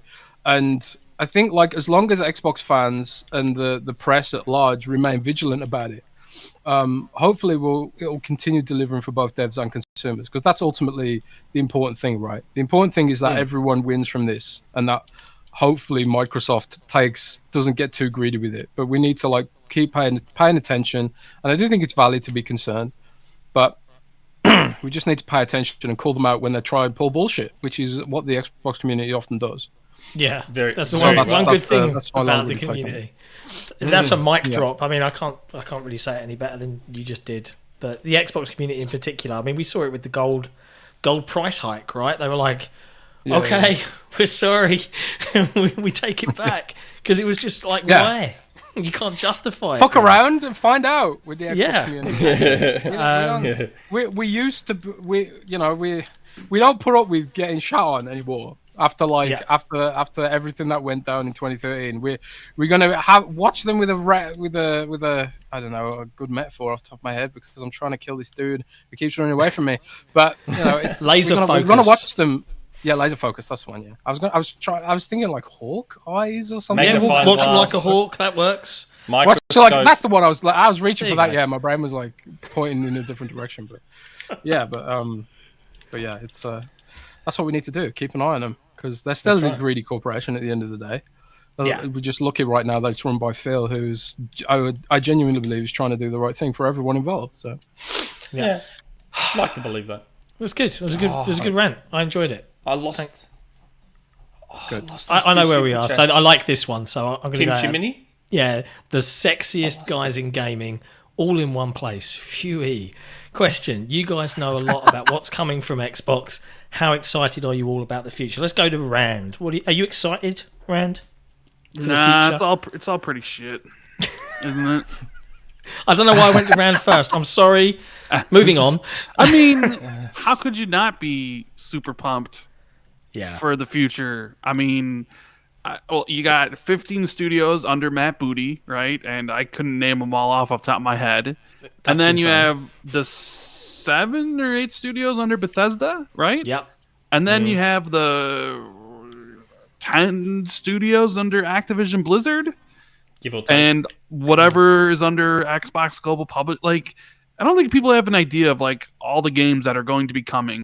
Like, sure, this year looks, as we've been saying since last year, like, yeah, 2022 is going to be a little dry, right? Yeah. They're still not there yet. But man, 2023 and 2024, there's going to be so freaking much that when you look back at like last gen, and we're going to be sitting there like, we just had Halo Wars 2 and Super Lucky's Tale. Those were the games for 1 year, right? So yeah, like, I've never been more excited for the future of Xbox. I mean, this is exactly what I wanted. Like, when I would talk to Phil, and like, he would ask me what needs to be done or whatever, I give him my feedback. I'm like, listen, you fixed the hardware, right? The Xbox One hardware was terrible, right? You fixed it with the Xbox One X, and now the Series X is, world's most powerful, and they even have the companion console for people that might want to get Call of Duty that got a PS5 originally, right? Yeah. And you have this amazing service with Game Pass. It's like you're killing it on all these fronts. There's some things you could do a little bit better. You need to kind of work on localization more, stuff like that, which we don't really deal with here in the U.S., but I know a lot of people that listen to the show and listen to my channel and watch our podcasts, we have a worldwide audience, and some people aren't as looked after as other people. But my thing to Phil was always like, I want to see the games. Like, you were head of first party. Like, I think it's kind of sad that we only have 5 studios, and 4 of those studios work on one franchise. Like, and look what he turned it into. It's like there's just going to be so freaking much. Like, it's night and day. So yeah, and I think everybody here probably feels exactly the same. Like, Jez, like, they just literally bought Blizzard, his like favorite. Well, used to be his favorite developer, right? So, come on. I have to admit, I wasn't actually. I didn't. Phil's a nice guy.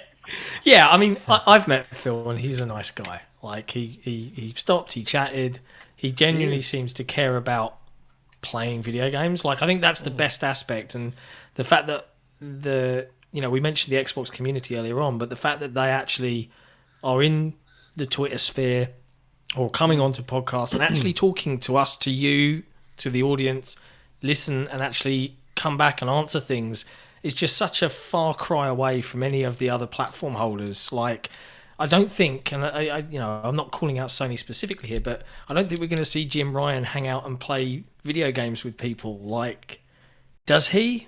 I don't know. Right? Does he even play video games? Exactly. He doesn't even know what a video game is. Me. So there is this wonderful kind of, and it sounds really awful to say. It sounds Xbotish to say that there's this kind of gamered aspect. But I think Phil is a large part responsible for that. But He's very supportive of us. Yeah, well, the interesting thing I wanted to touch on, Jez, and this kind of fits in your wheelhouse. I've noticed now that a lot of your wheelhouse, your wheelhouse, governor. I've noticed a lot of nearly a lot of gaming websites now are suddenly going, Xbox, Game Pass. Oh God, we're gonna have to find people that know about this. Because we haven't been covering it really in a genuine way for such a long time, thanks to the Xbox One gen. And suddenly there's these, hey, look, XboxEra popped up out of nowhere in 2019, and we wanted to do it. You've been doing Windows Central and covering Microsoft in general for a very long time through Windows Phone.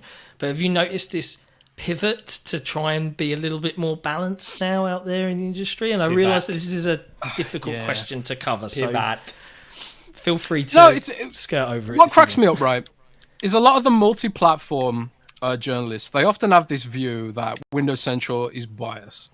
Mm-hmm. And, we are fans of the Microsoft ecosystem at Windows Central. So there is obviously going to be some elements of bias.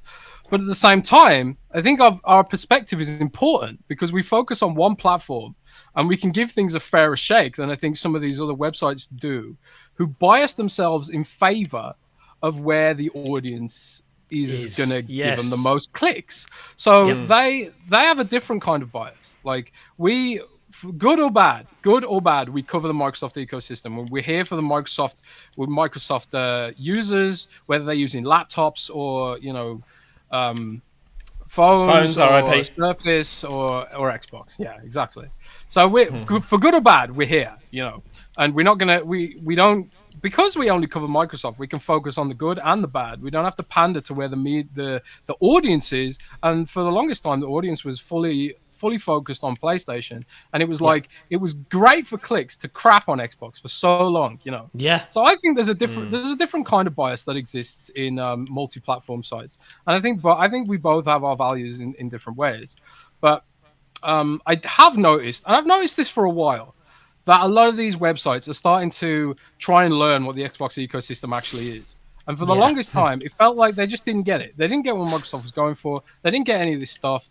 And they just they were tripping over themselves trying to explain it. But because nobody cared about what Xbox was doing, it didn't matter. They could clickbait and they could misrepresent what was going on because nobody cared.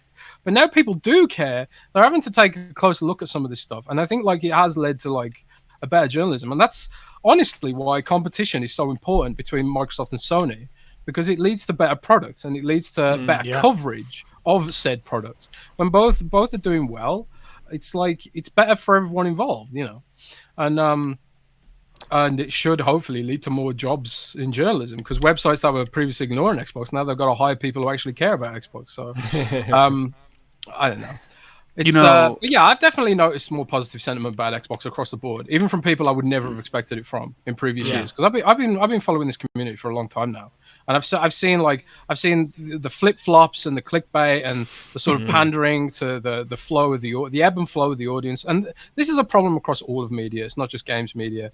It's like you see this all the time in political commentary too. It's like the people are annoyed about this, so we'll cover this, and it becomes this feedback loop where it's like we'll be mad about this now, and then we'll make people more mad about it too, and then people get even more mad because they read the media being mad about it, and then everyone's just super constantly mad.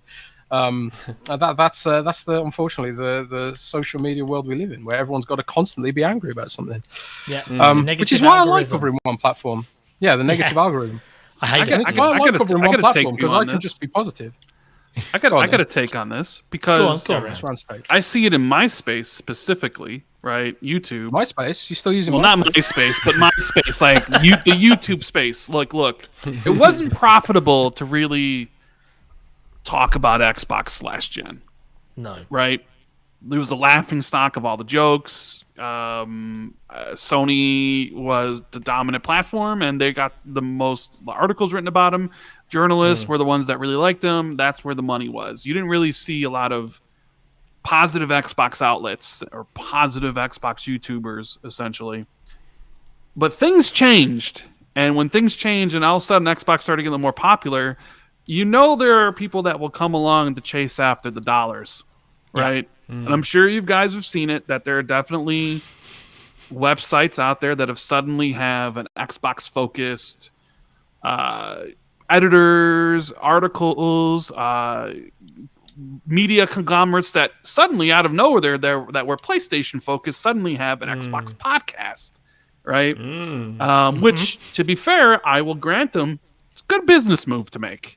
Yeah, because 100%. the Xbox that was the joke of all the brunt of all the jokes last gen is now going to be a legitimate force. So if you're not covering that for your audience and for potential new audiences, then you're not a good businessman. So those people are smart. And I've definitely seen a rise of YouTube channels that suddenly didn't exist not that long ago that are suddenly in the space talking about Xbox like they've been there all along. And it's because I think people, very smart people out there, can see where this is all heading, right? Especially with Xbox and everything they've done. And now even more so after Activision Blizzard. Xbox isn't going away. They're only going to get bigger and stronger. More people are going to dive into the ecosystem, which means you need to cover this. And the ones that cover it well will be rewarded, like XboxEra, right? You guys are doing well and reaping the rewards. It's like I always told you, even when you guys start off, it's grind, it takes time, but you got to be there, you got to put in the work. But eventually, everything will pay off down the road because Xbox is going to be this big thing, and people are want a place to talk about Xbox with community members or watch videos and stuff. Like, it's completely changed, and some people are resistant to that. Some people want it to be like last gen, where they really miss, like, well, Xbox sucks and Xbox has no games. Like, they miss that, like, whole of, like, you can just crap on Xbox all day long and everybody would agree with you. Some people legit built Twitter profiles based around it. They built YouTube channels based around it. And that stuff only gets you so far, and they're essentially dying. So it's great to see people that love Xbox come together to make, they've been around the space for a while. But just be wary of, the ones that are the Johnny-come-latelys, because they smell a paycheck. They smell that this is going to be popular in 3 years, so we need to be on the train now. You know what I'm saying? So it's kind of funny to see, isn't it? Particularly in the YouTube space. I mean, it's a real annoyance, because you work together on a really big, and Jez, you'll know this as well, right? And Rand, you'll definitely know this, but you work on a really big piece or a video and you put your heart and soul into it, and then if you don't put a clickbaity title, or if you're not either really angry about a thing or really super positive about a thing, if you just want to educate or inform, sorry, that's not what I'm interested in on YouTube. I want to get mad about something or be really agreement with you about something. It's never down the middle of just, actually, can you just teach me about a subject? Drives me nuts. It's probably my biggest bugbear with how YouTube works. And the clickbait thing is like, that's just YouTube in general, dude. How can they fix it? That's just YouTube in general. Like, I do it. We're our own worst enemy. And I call my titles dramatic, as Jez would tell me. Like, film it. You have dramatic titles, and it's just like, but I've seen it in my analytics. When I title a video kind of exactly what it is, it doesn't do as well as when I kind of embellish a little bit, shall I say, right? Yeah. So respect the hustle at the end that's of the just day. kind of how YouTube works. It's just it's unfortunate. It's just that's like our problem. We it don't is what it feed is. the algorithm enough. Yeah, we definitely don't. If anything, we fight against it. Yeah, that's probably our biggest issue. I put an all caps title in the other day, and some of the team were like, "This isn't." Well, I made the conscious choice to. With the podcast, I don't clickbait the podcast at all. It's very just basic. It has a basic thumbnail, which you shouldn't use, and it's just like it has like maybe 3 topics, like Xbox Activision, Xbox game leaks, or whatever. I don't clickbait that because I wanted people to like come to listen to the podcast because they enjoy what me and Jez have to say. I didn't want people to be fooled into clicking on it and or whatever. I just want to be like, okay, you enjoy the podcast. This is the thumbnail for it, so you know this is like the way it's titled, right? And with the videos, those are a lot more. The videos are a lot more competitive because there's a lot of different creators out there, and everybody stacks up against one another, and you got to get noticed. So you got to have a really good looking thumbnail, and you got to have a title that people want to click on. Yeah. But I didn't want to have to do that with the podcast. I just wanted the podcast to be like, it's just me and Jez. There's no clickbait. It's just a stupid thumbnail. Jez always says we need to do our thumbnails better, but like I deliberately made the choice that I just wanted a basic thumbnail because I wanted people to choose to watch Xbox 2 because they like listening to me and Jez, and I think that's worked. Yeah. I don't think we need like a crazy thumbnail, but I like the Activision one we did with the nice background in it, just so people know it's a new podcast at a glance. Sure. Can we do that? Sure. I mean, sure. If you want to do that, sure. Yeah. Give me the thumbnail before the show, and I'll upload Speaking of thumbnails, I will. I want to shout out Sean Labrie. Yeah. Yes, he's amazing. Who did the logo for Xbox 2? Yeah, he did the logo for Xbox 2. So I reached out to him. I said, "Do you reckon you can maybe squeeze us in there and do something for Xbox 4?" And yeah, he was happy to, which was really, really good. I obviously, now again, I've said this before, as a former graphic designer myself, my wife is still a graphic designer. It's a very common thing for graphic designers to get taken advantage of because people believe that logos get whipped up in like 43 seconds, which isn't deserving of any money. So I did pay Sean. It was a commission thing because I didn't want to take advantage of him. And I think he did a great job with our thumbnail. I love being a cartoon. I'm really happy. I pay Sean in nudes. I pay him in nudes. Wow. In nudes. How many did you have to send? Oh, only 30 or so. He did. That's not too bad. He did all the graphics from my my YouTube channel because I have a YouTube channel now as well. T plus violence. T and what was it? T and what? T and violence. The two things I love the most. Good combo. Good combo. Yeah. I'm just playing Souls Likes on there really, but I have an ulterior motive because I've got. I don't know if you can see all these headsets here. Wow. Yeah. They're all blurry, these but yes. they're all review units, and I've got to get rid of them, and I'm not allowed to sell them for journalistic ethical reasons. So my boss was like, "Give them away." So I was like, "Okay, well, I'll might as well get some value out of them." Give them away. Why not? Yeah. Sean Labrie did all of our artwork for Xbox 2, and he actually did the intro to my videos. That like 10-second intro. Which was super awesome. I remember. Yeah, it's a great. I remember talking to him on the phone. I'm like, I need an intro, and he's like, "What do you want?" I'm like, I don't know. I kind of want I've got a million gamer score. I was kind of like, how about like some thing that counts up to 1 million with some game art flipping behind it? And he basically took that and reiterated on it, and it came out, and I'm like, I love it. You know, I think maybe I need to go back to him and get the images updated a little bit with new games and stuff. But new games. Yeah. I suppose it's a good point for me to shout out our very definitely not paid very much at all graphic designer Predrag for all of the amazing work he does on the XboxEra site and YouTube What channel. about your amazing producer of this podcast? And thank you for the segue. I absolutely love it because Jesse's piped up a couple of times, and I normally intro him at the beginning, but I got so excited for the Xbox 4 finally happening that I forgot he existed for a brief moment, and that's a shocking travesty on my part. So big props to Jesse, who's pushing the buttons and pulling the levers in the background here, as always. And we made a mug for the Coffee with Cabeza Twitch show, which I've messed it up on our store. I will turn it on so that people can get it. But yeah, hi Jesse, hope you're well. I hope you're enjoying all the dulcet chit chat going on. Have you seen the new T-shirt for the Patreon? Yeah, it was a great T-shirt. What's going on? On a T-shirt. So now, what's the second super chat that I can't see? The one under that I've one scrolled down. I was about to say massive to you, tangent. like, it won't let me scroll back up to see some of the super chats I've missed. So I'm hoping you've got it. I've got almost B almost at Staples. 700 live right now. 675. It should be on YouTube, shouldn't it? Shouldn't we be able to find it in YouTube? No, it's terrible. They disappear all the time in the viewer activity thing.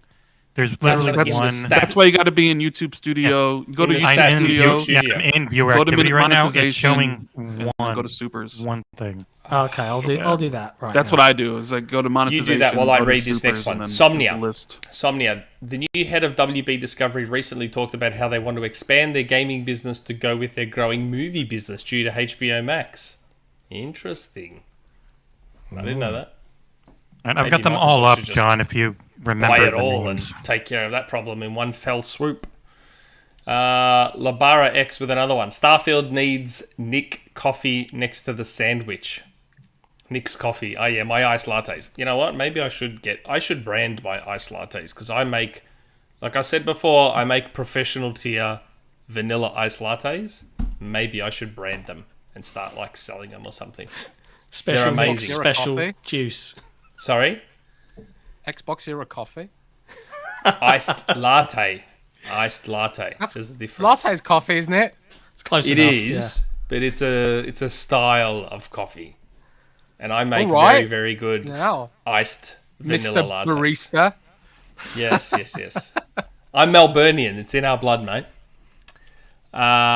Z Black Rider, Xbox hands-off management may entice Microsoft to review alternative media. Groove Music needs love. Groove Music.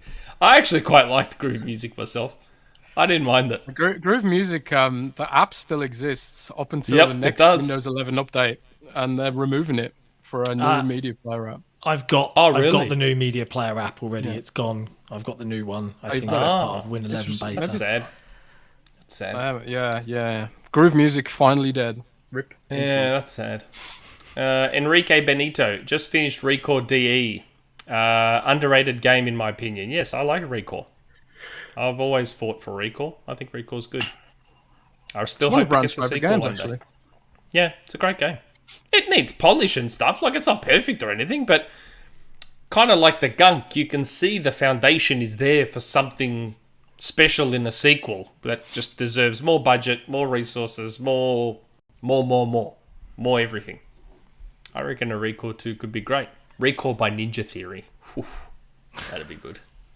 Why not? Why are you shaking your head, Jesse? It's just it was a weird. Of all the things I have, it was just funny to hear you immediately jump to Ninja Theory. I've always said Recore by Ninja Theory. I reckon Ninja Theory would make a great Recore game. Super cinematic, because everyone loves cinematic now. So just make it ultra cinematic and just stunning. I reckon it'd be good. B Staples. Xbox needs a direct state of play equivalent. The yearly E3 show doesn't work with all these studios/games.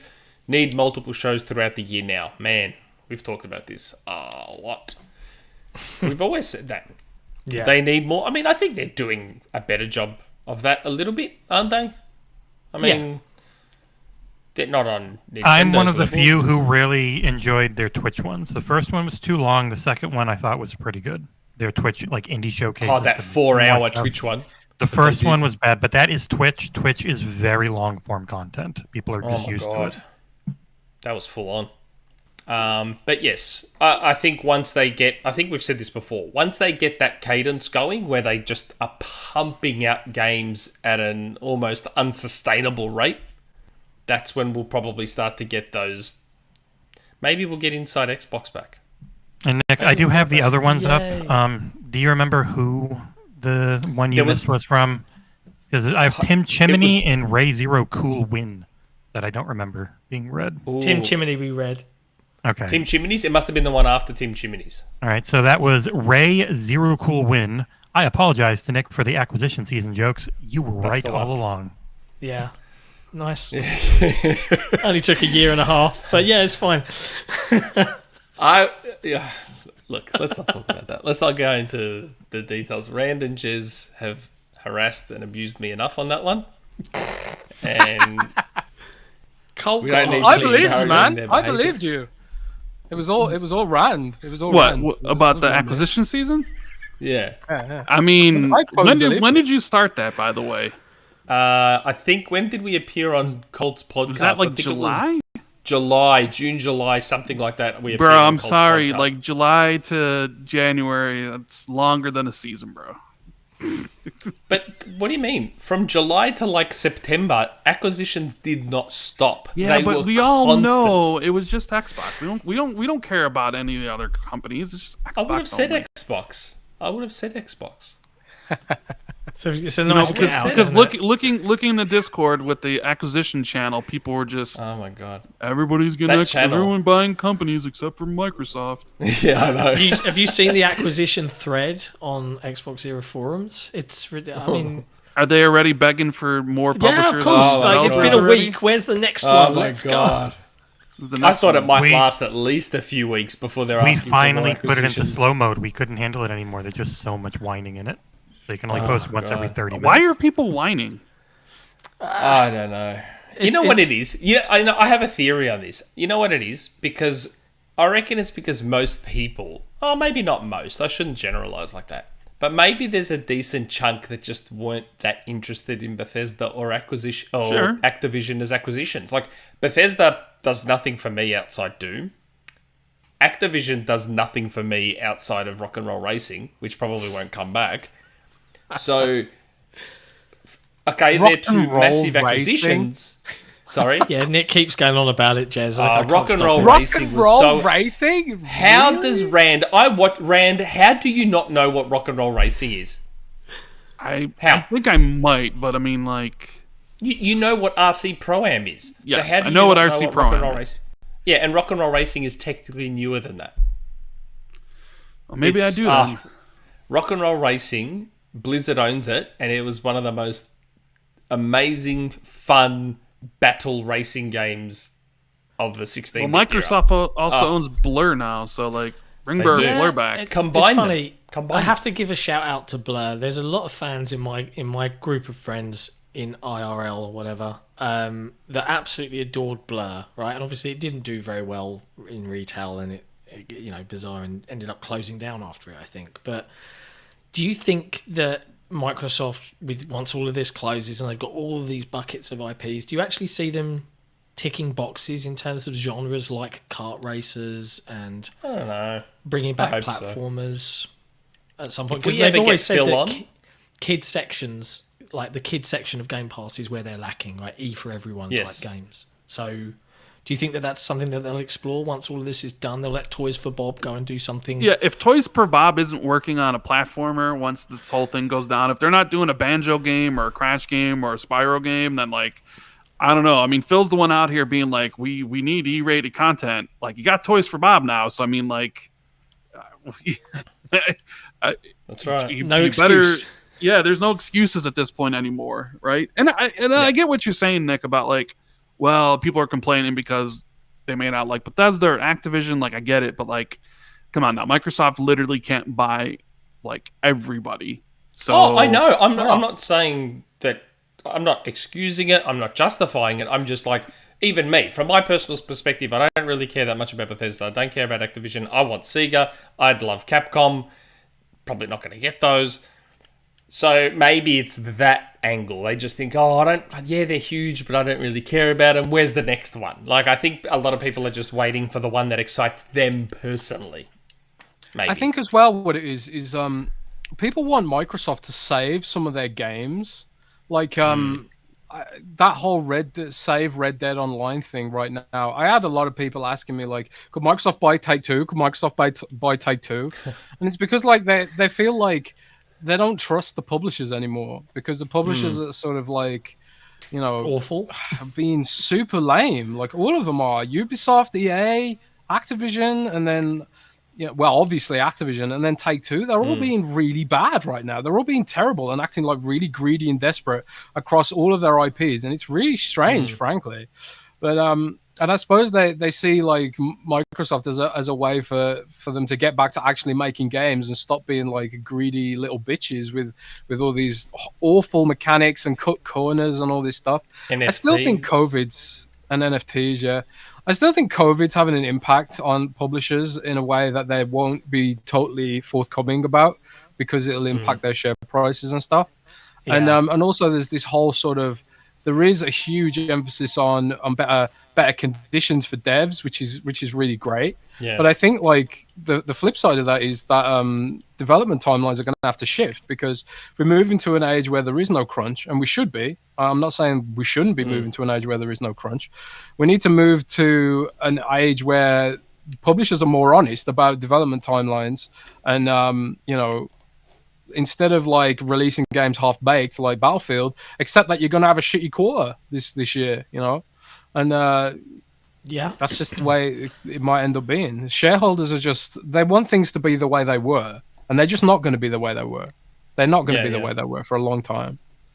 So, yeah, Jez with the good take. Fair enough.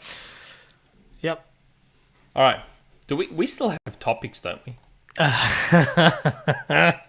Yeah, but go with the super chats, because a lot of them touch on some of the topics anyway, so it's all good. Do they? Man, the show's been going on for 2 hours, you know. I know. After a little And bit of this, my payment goes up. We get a little overtime action going on. We've here. got to move to community questions before they have to go. So we'll mention Manscaped. Manscaped, XP2, 20% off. Manscaped. Shave the beard. Look at Jez's beard. Jez's beard needs a trim. Get yourself the Manscaped. I'm growing it, man. I'm growing it. Okay. So how long I can grow it. Okay. Great, really long. Weave it into your pubes and play it like a harp. That's a Bill Bailey joke. Wow. I didn't write that one. No, is that too far? Is that too far? A little bit over the line. Just a little bit. Okay. No, it Cade just created forever. a vivid image. I was taken aback by momentarily. Cade Forever. So Walmart, yes, straight out of Arkansas, US Walmart, can buy the biggest Japanese supermarket, Seiyu, but Microsoft can't buy anything? Come on, people, lol. Yeah, that's a good point. Back to that thing about the Japanese law that stops American companies. That's not a thing. Please stop perpetuating that myth, everyone, just because you're worried Microsoft might buy a bunch of Japanese publishers.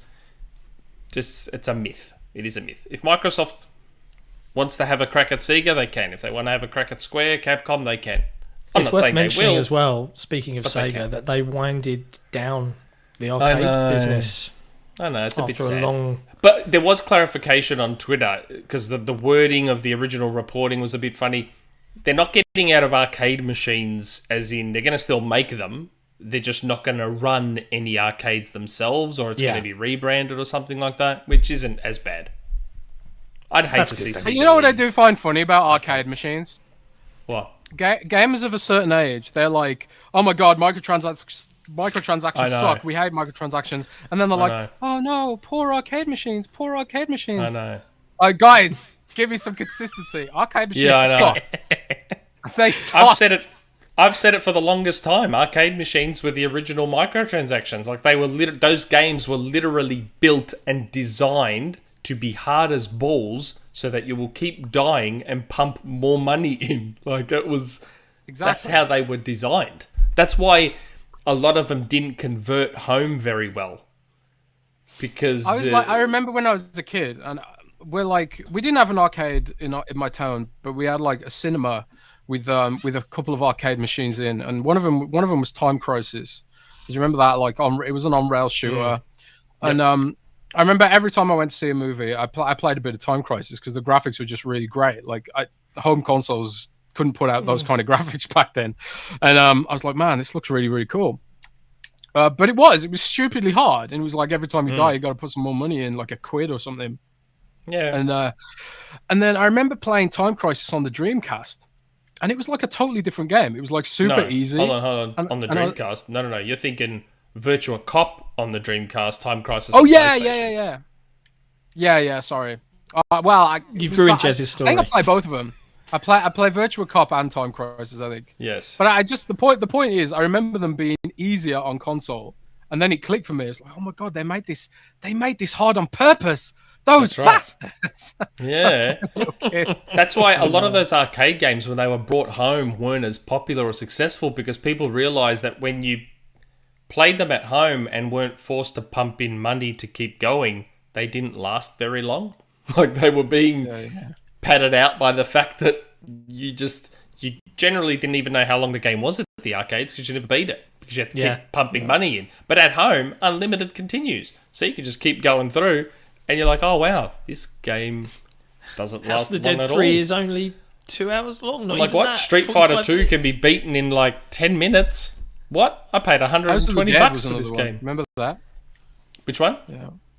House of the Dead. Oh, Yeah, House of the That Dead was is similar amazing. to- Virtual really good Cop, game. amazing. The Lost World was amazing. Jurassic Park. Oh god, that was one of the best. Like Typing of the Dead, the best one. Typing of the Dead. So many good ones. Time Crisis 4. I've got that on PlayStation 3. That's actually pretty good. Time Crisis 4. I don't mind that one. Light gun games need to come back. Well, they evolved into first-person shooters, didn't No. they? They did. They evolved into first-person shooters, so that's why you're not seeing as many. Well, of they don't anymore. technically work on new TV model. You know, No, you there's a can't send, actually there's do a that. send and light gun now, which you can get. That But does that work. sucks Yes. if you've got multiple people. Because I've seen people try to do it where you've got two people on one system trying to do it, and it just breaks all the time. Oh, That's Still why. being worked on. That's why they work on Wii because of the light bar. it's not good. Though. And Time Crisis 4, if I could be bothered to pull out the gun and the sensor thing, there's a USB set of sensors that plugs into the back of the PlayStation 3 and they just hang on either corner of your TV and that's what the gun calibrates to. And that's how they get the game to work on modern TVs. Those types of games But I are don't- just, they're VR. That's most VR games are essentially like gun shooters. Yeah, I agree. Yeah. I agree. All right, let's Um, try and get through these super chats so we can hit Yes, community yes. questions. Emil, another little question to Jez. Do you have any updates on Velvet or Vonnegut codename projects? Vonnegut? What's that last one? Velvet is just a plan right now. It might not even evolve into a game. It's like it was. I've been told it was so early, it was pointless to even leak. So Velvet Okay. might not even evolve into anything. But Vonnegut, I have actually no idea. Actually, let me check. Do I know anything about Vonnegut? Which project was this? Let's check the notes. Let's check the notes. While Jez is checking Vonnegut. that, achievement, $10. Wow, thanks, mate. Sorry about your other super chats. I did grab one of them. In April 2015, Sega Corporation was reorganized into Sega Group, one of three groups of Sega Sammy Holdings. Microsoft could buy Sega Holdings Co. Ltd. separate from Sega Sammy Holdings. Sega's the only one I want. Sega's the only one I care about, personally. Sega! Yeah, No. Jez, you're wrong. It's Sega. Sega in Australia. Sega. It is. It's Sega. It's Sega in Australia. He literally says Sega That's in how the we say it. game. I know. I know, I understand that, but growing up, even Sega themselves, Sega Australia, in their ads for the Master System, called it Sega. I don't believe Sega that. themselves in Australia said Sega. So that's how we all grew up. So we've only ever known it as Sega. And then Sonic came along and went Sega, and we're like, yeah, we're not going to say that. We're just going to keep saying Sega. We're not going to say Sega. Sorry. That's wild. Uh, In any case, I I, keep have no losing information on Superchats. Vonnegut. I think Okay. didn't Mr. Grubb say that Vonnegut was Shadowrun related? I Top don't of know. my I head. didn't see. Tease me. That sounds I never played right, Shadowrun. but he says so much I don't remember. Yeah, Yeah, sometimes I his think- podcast is on when I'm sleeping. yeah. I think Jeff Grubb said Vonnegut was Shadowrun related. All I know about Vonnegut is a code name. I don't know a damn thing about it other than the code name. So, and Velvet is way too far out. So we'll just have to wait and see about that. Okay. I think Velvet could be the project that Compulsion make after they're finished with Midnight, Project Midnight, which is the action adventure game where you fight Nice. bird people and harpies and shit. Nice. Looks very Could be good. cool. Faisal, welcome Jez and Rand. Have a shrimp-tastic show. We'll listen tonight. I hope You I know, haven't you missed can it. now tell us exactly what the shrimp meant, Nick. Oh god. We've talked about this. Jez already told this story when he was on our podcast. There is nothing to the shrimp. I can't believe then that's still a then thing. why that is has still he got a dragging on. shrimp? That's fake Why has news, he man. got a shrimp in That's his fake in his display right now? There's a shrimp Because in I his put that username. there. I put that there. Oh. I put that there last time he was on. But I why- left it. I left the shrimp there from last time and What sent does it it to mean? Jesse and said, use that But one. what What does are, it what are you mean? teasing? What are Yeah. you teasing? Yeah. I'm teasing how you get too drunk and find stuff funny that's not even that funny. That's the story behind the like shrimp. shrimp pictures. Jez told us, he said he laughed uncontrollably for half an hour because he was smashed and saw the shrimp emoji thing. And that's where it came from. Man. I was just sitting there trying to work out what it was at first. I was like, what is that? Is that like... I don't even know what it is. And then like I looked it up. And I was like, oh yeah. And then it's just hilarious. Oh man, we already know the answer to the next question. Gecko Gamer, question for Jez. Would you resurrect Windows Phone at the cost of Xbox? Yep. Yeah, see you later, Xbox. Bye, Xbox. That's tough. That's Bye, tough. Xbox. Part of me, honestly, part of me is motivated to do that just to annoy Rand. Yeah, man. I figured you would. Windows Phone. Are you saying you don't want to podcast with me anymore, Jez? Oh man. Oh, we could start the Windows Phone too. Yeah. Oh man. No. be If, a if there's a mobile Windows games. Phone podcast, that's you and I. If there's a Windows Phone podcast, I Just love. imagine Oh man. Hearthstone. Are there Hearthstone Apple is a phone Windows Phone podcasts exclusive. and Android podcasts out there? Oh, of course there is. Probably. Android Central runs a podcast. We've got Android Central. What do you podcast. talk about on Android Central? Hey guys, got I don't apps know. coming to whatever. Honestly, I feel bad for Android enthusiasts. It's not fun being an Android enthusiast. They have to like sit there and pretend that Chromebooks are good. It must be hard. Man. It must The Samsung, Must be very hard, Samsung S10 is getting the latest gingerbread update. Oh, it's pretty good. Is that what all the different... Don't they name them after candies? Kit Kat, gingerbread... Yeah, they do. They used to. They do, don't they? Don't they name so. their They often updates name after cookie. cakes and lollies? What's that? What's that? Is that a Subway chocolate cookie? No, my girlfriend made it. That looks nice. delicious. That's all right. Okay, Sir Monte Carlo. Hey guys, great show. What do you think is happening with Arc 2? We haven't seen that in a while. Arc 2, huh? Well, I don't know. I reckon we'll be seeing Arc 2 this year. Do we get to press a button? In what way, though, Nick? Why would we press a Seeing button? it or playing it's a it? super chat. I'm just curious. It's a You sounded super like you were gearing up to say something. No, he's asking about Arc 2. I'm just saying. Okay. Jez, what are you eating there? What is that? It's a cookie.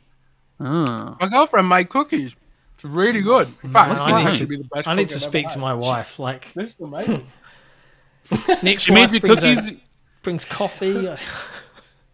Oh, my God. He's muted his mic because oh god. man. I'm Now just I'm saying hungry. Arc 2, like, wasn't Arc 2 announced as a 2022 game? I'm pretty sure it was. I'd have mean, to we- rewatch the trailer. We'd have to go watch that horrible trailer again from the VGAs And we've seen 2 years we've ago. heard and seen nothing on Arc 2 since. Maybe this should be So- a rumor mill. Why? Why? I don't know. I'm just saying. And yes, I don't it know. was announced as a 2022 release. Thank you. See? So do you think it actually releases this year, or do we see it again this year? Both. Oh, okay. Both. I reckon both. So Vin Diesel's coming to your Xbox this year. Yeah. All right. Vin's probably gone over there and pumped So some when's it money into- releasing? When's it releasing? When do you think Arc 2's hitting Xbox? Well, I mean, what are we now? We're in last couple of days of Jan. I don't know. Let's put it just before the fall. Let's put it, I don't know, September or something. I don't know. Interesting. It's exclusive, isn't it? It wouldn't be full. It'd be timed, right? Oh yeah. I thought they announced it as a full exclusive, didn't they? Did they? I don't know. That could I be remember big. Aaron Greenberg At least tweeting the about start, it or the something. only platforms big. talked about at all have been Xbox and PC. So it's probably a year or something like that. Console launch exclusive, according to Xbox Wire. So Okay, Oh, so there it's you go. timed. Yeah. So it's timed. So it's like probably 2 months exclusive. Yeah. 2 or Yeah. 3 months. well, at least at Something least like that. other platforms don't have to like not know. Like for example, the game is ever coming or not coming, or they have an idea. Yeah, at least there's a little bit of clarity, somewhat, since now everyone knows the term console launch exclusive means timed exclusive. Thanks Tomb Raider 2015 Xbox exclusive. Yeah, world premiere. World premiere. Xbox Game Pass exclusive next gen world premiere. Yeah, I don't know. I I didn't got a realise you feeling did the maybe voice, Jez. Arc Arc 2 might end up looking better than a lot of people think, I reckon. You reckon? Don't Hopefully kid they yourself. learned. Arc 2, Hopefully they the learned devs of from the Arc are first one. terrible. There's a funny anecdote about Ark that I don't know if I can share because it was. I'll have to check. If I can share it, I'll share it next show. And yeah, I'll check. There's a funny anecdote about that I can't. Is the anecdote how they've got the worst engine in the entire universe? No, that's just true story. Do they use their own engine for I Ark? think so. Yeah. I don't think it's Unreal. No, isn't it Unreal or something? I don't know, but it's the least optimized game I've ever played in my life. It's Yes, it was just horrible to terrible. play. Because remember when you still saw the terrible. trailer and you were like, "This looks Wow. awesome," and then you loaded it up Yeah. and it was like 4 frames per second. Yeah, It was yeah. bad. There's a very funny thing with Arc where right before they did their Series X version, the old version ran perfectly. It was Yeah. 1x enhanced, it was 4K 60, and then they upgraded it for next gen, and it completely tanked and runs like shit again. Lowball sounds your about right. expectations, baby. Okay, Georgie. Man, Jez- if we were a Manscaped podcast, that talking about low balls would have been a great segue to an ad right there. Would have been. I feel like it's a missed opportunity. All right. Georgie's getting upset at Jez and Rand. Don't like it when Rand Jez say Rare should cancel Everwild. Comes off to me, they know it'll get canned. Xbox shouldn't cancel any games this gen. Yeah, don't I cancel never said Everwild. they should cancel Everwild. Was that Rand? looks I don't too think pretty. even Rand said that. Who said looks too who said they nice. should cancel Everwild? It wasn't me. I mean, I said, like, I didn't say they should. I just said, like, maybe they're in a might. position where they could. Although the game's already been announced, and I don't know if you want to go. That'd be too much like Scalebound, Yeah. right? So, I guess they just take amount of time to do it. But I mean, it's been rebooted. There's probably some issues with the game, enough to where, like, Well, You Grub need to go spoke back to about the it on drawing our board. Cancel it. Grub I spoke hope they about it don't on our cancel it because it looks Grubsmas very interesting. Yeah. special-tacular. That it probably wasn't in the best shape. I don't know why they don't just look at what they've got and go, okay, openish, shared world. Make it a Pokemon cool game. animals. Yeah. I don't think they Make even it- know Make what the it game is. a Pokemon game. That's all they have to do. Make it an adult's Pokemon I remember game. hearing when they showed it off for the first time, they had no clue what the game was even going to be when they showed it the first time.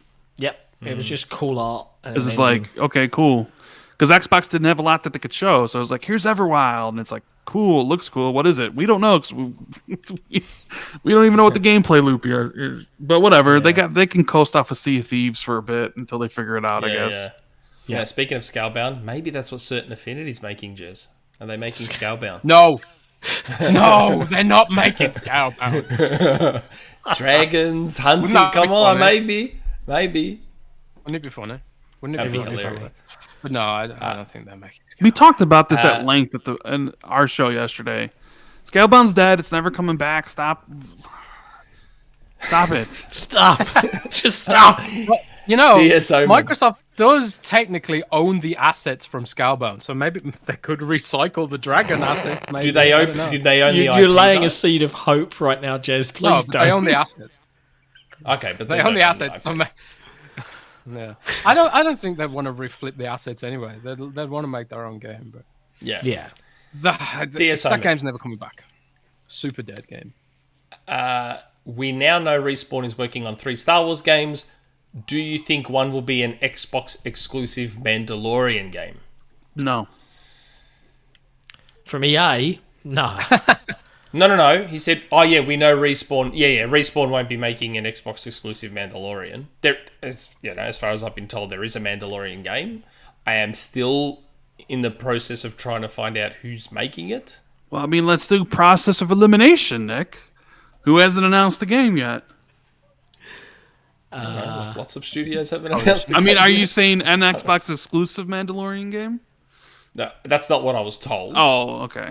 So just a Mandalorian game in general. The Mandalorian thing, because I keep getting questions about it on Twitter and stuff. The Mandalorian thing was a mistake. I thought that Arbiter Funko Pop was a Mandalorian Funko Pop. Because what happened was, it was almost a year ago to the day.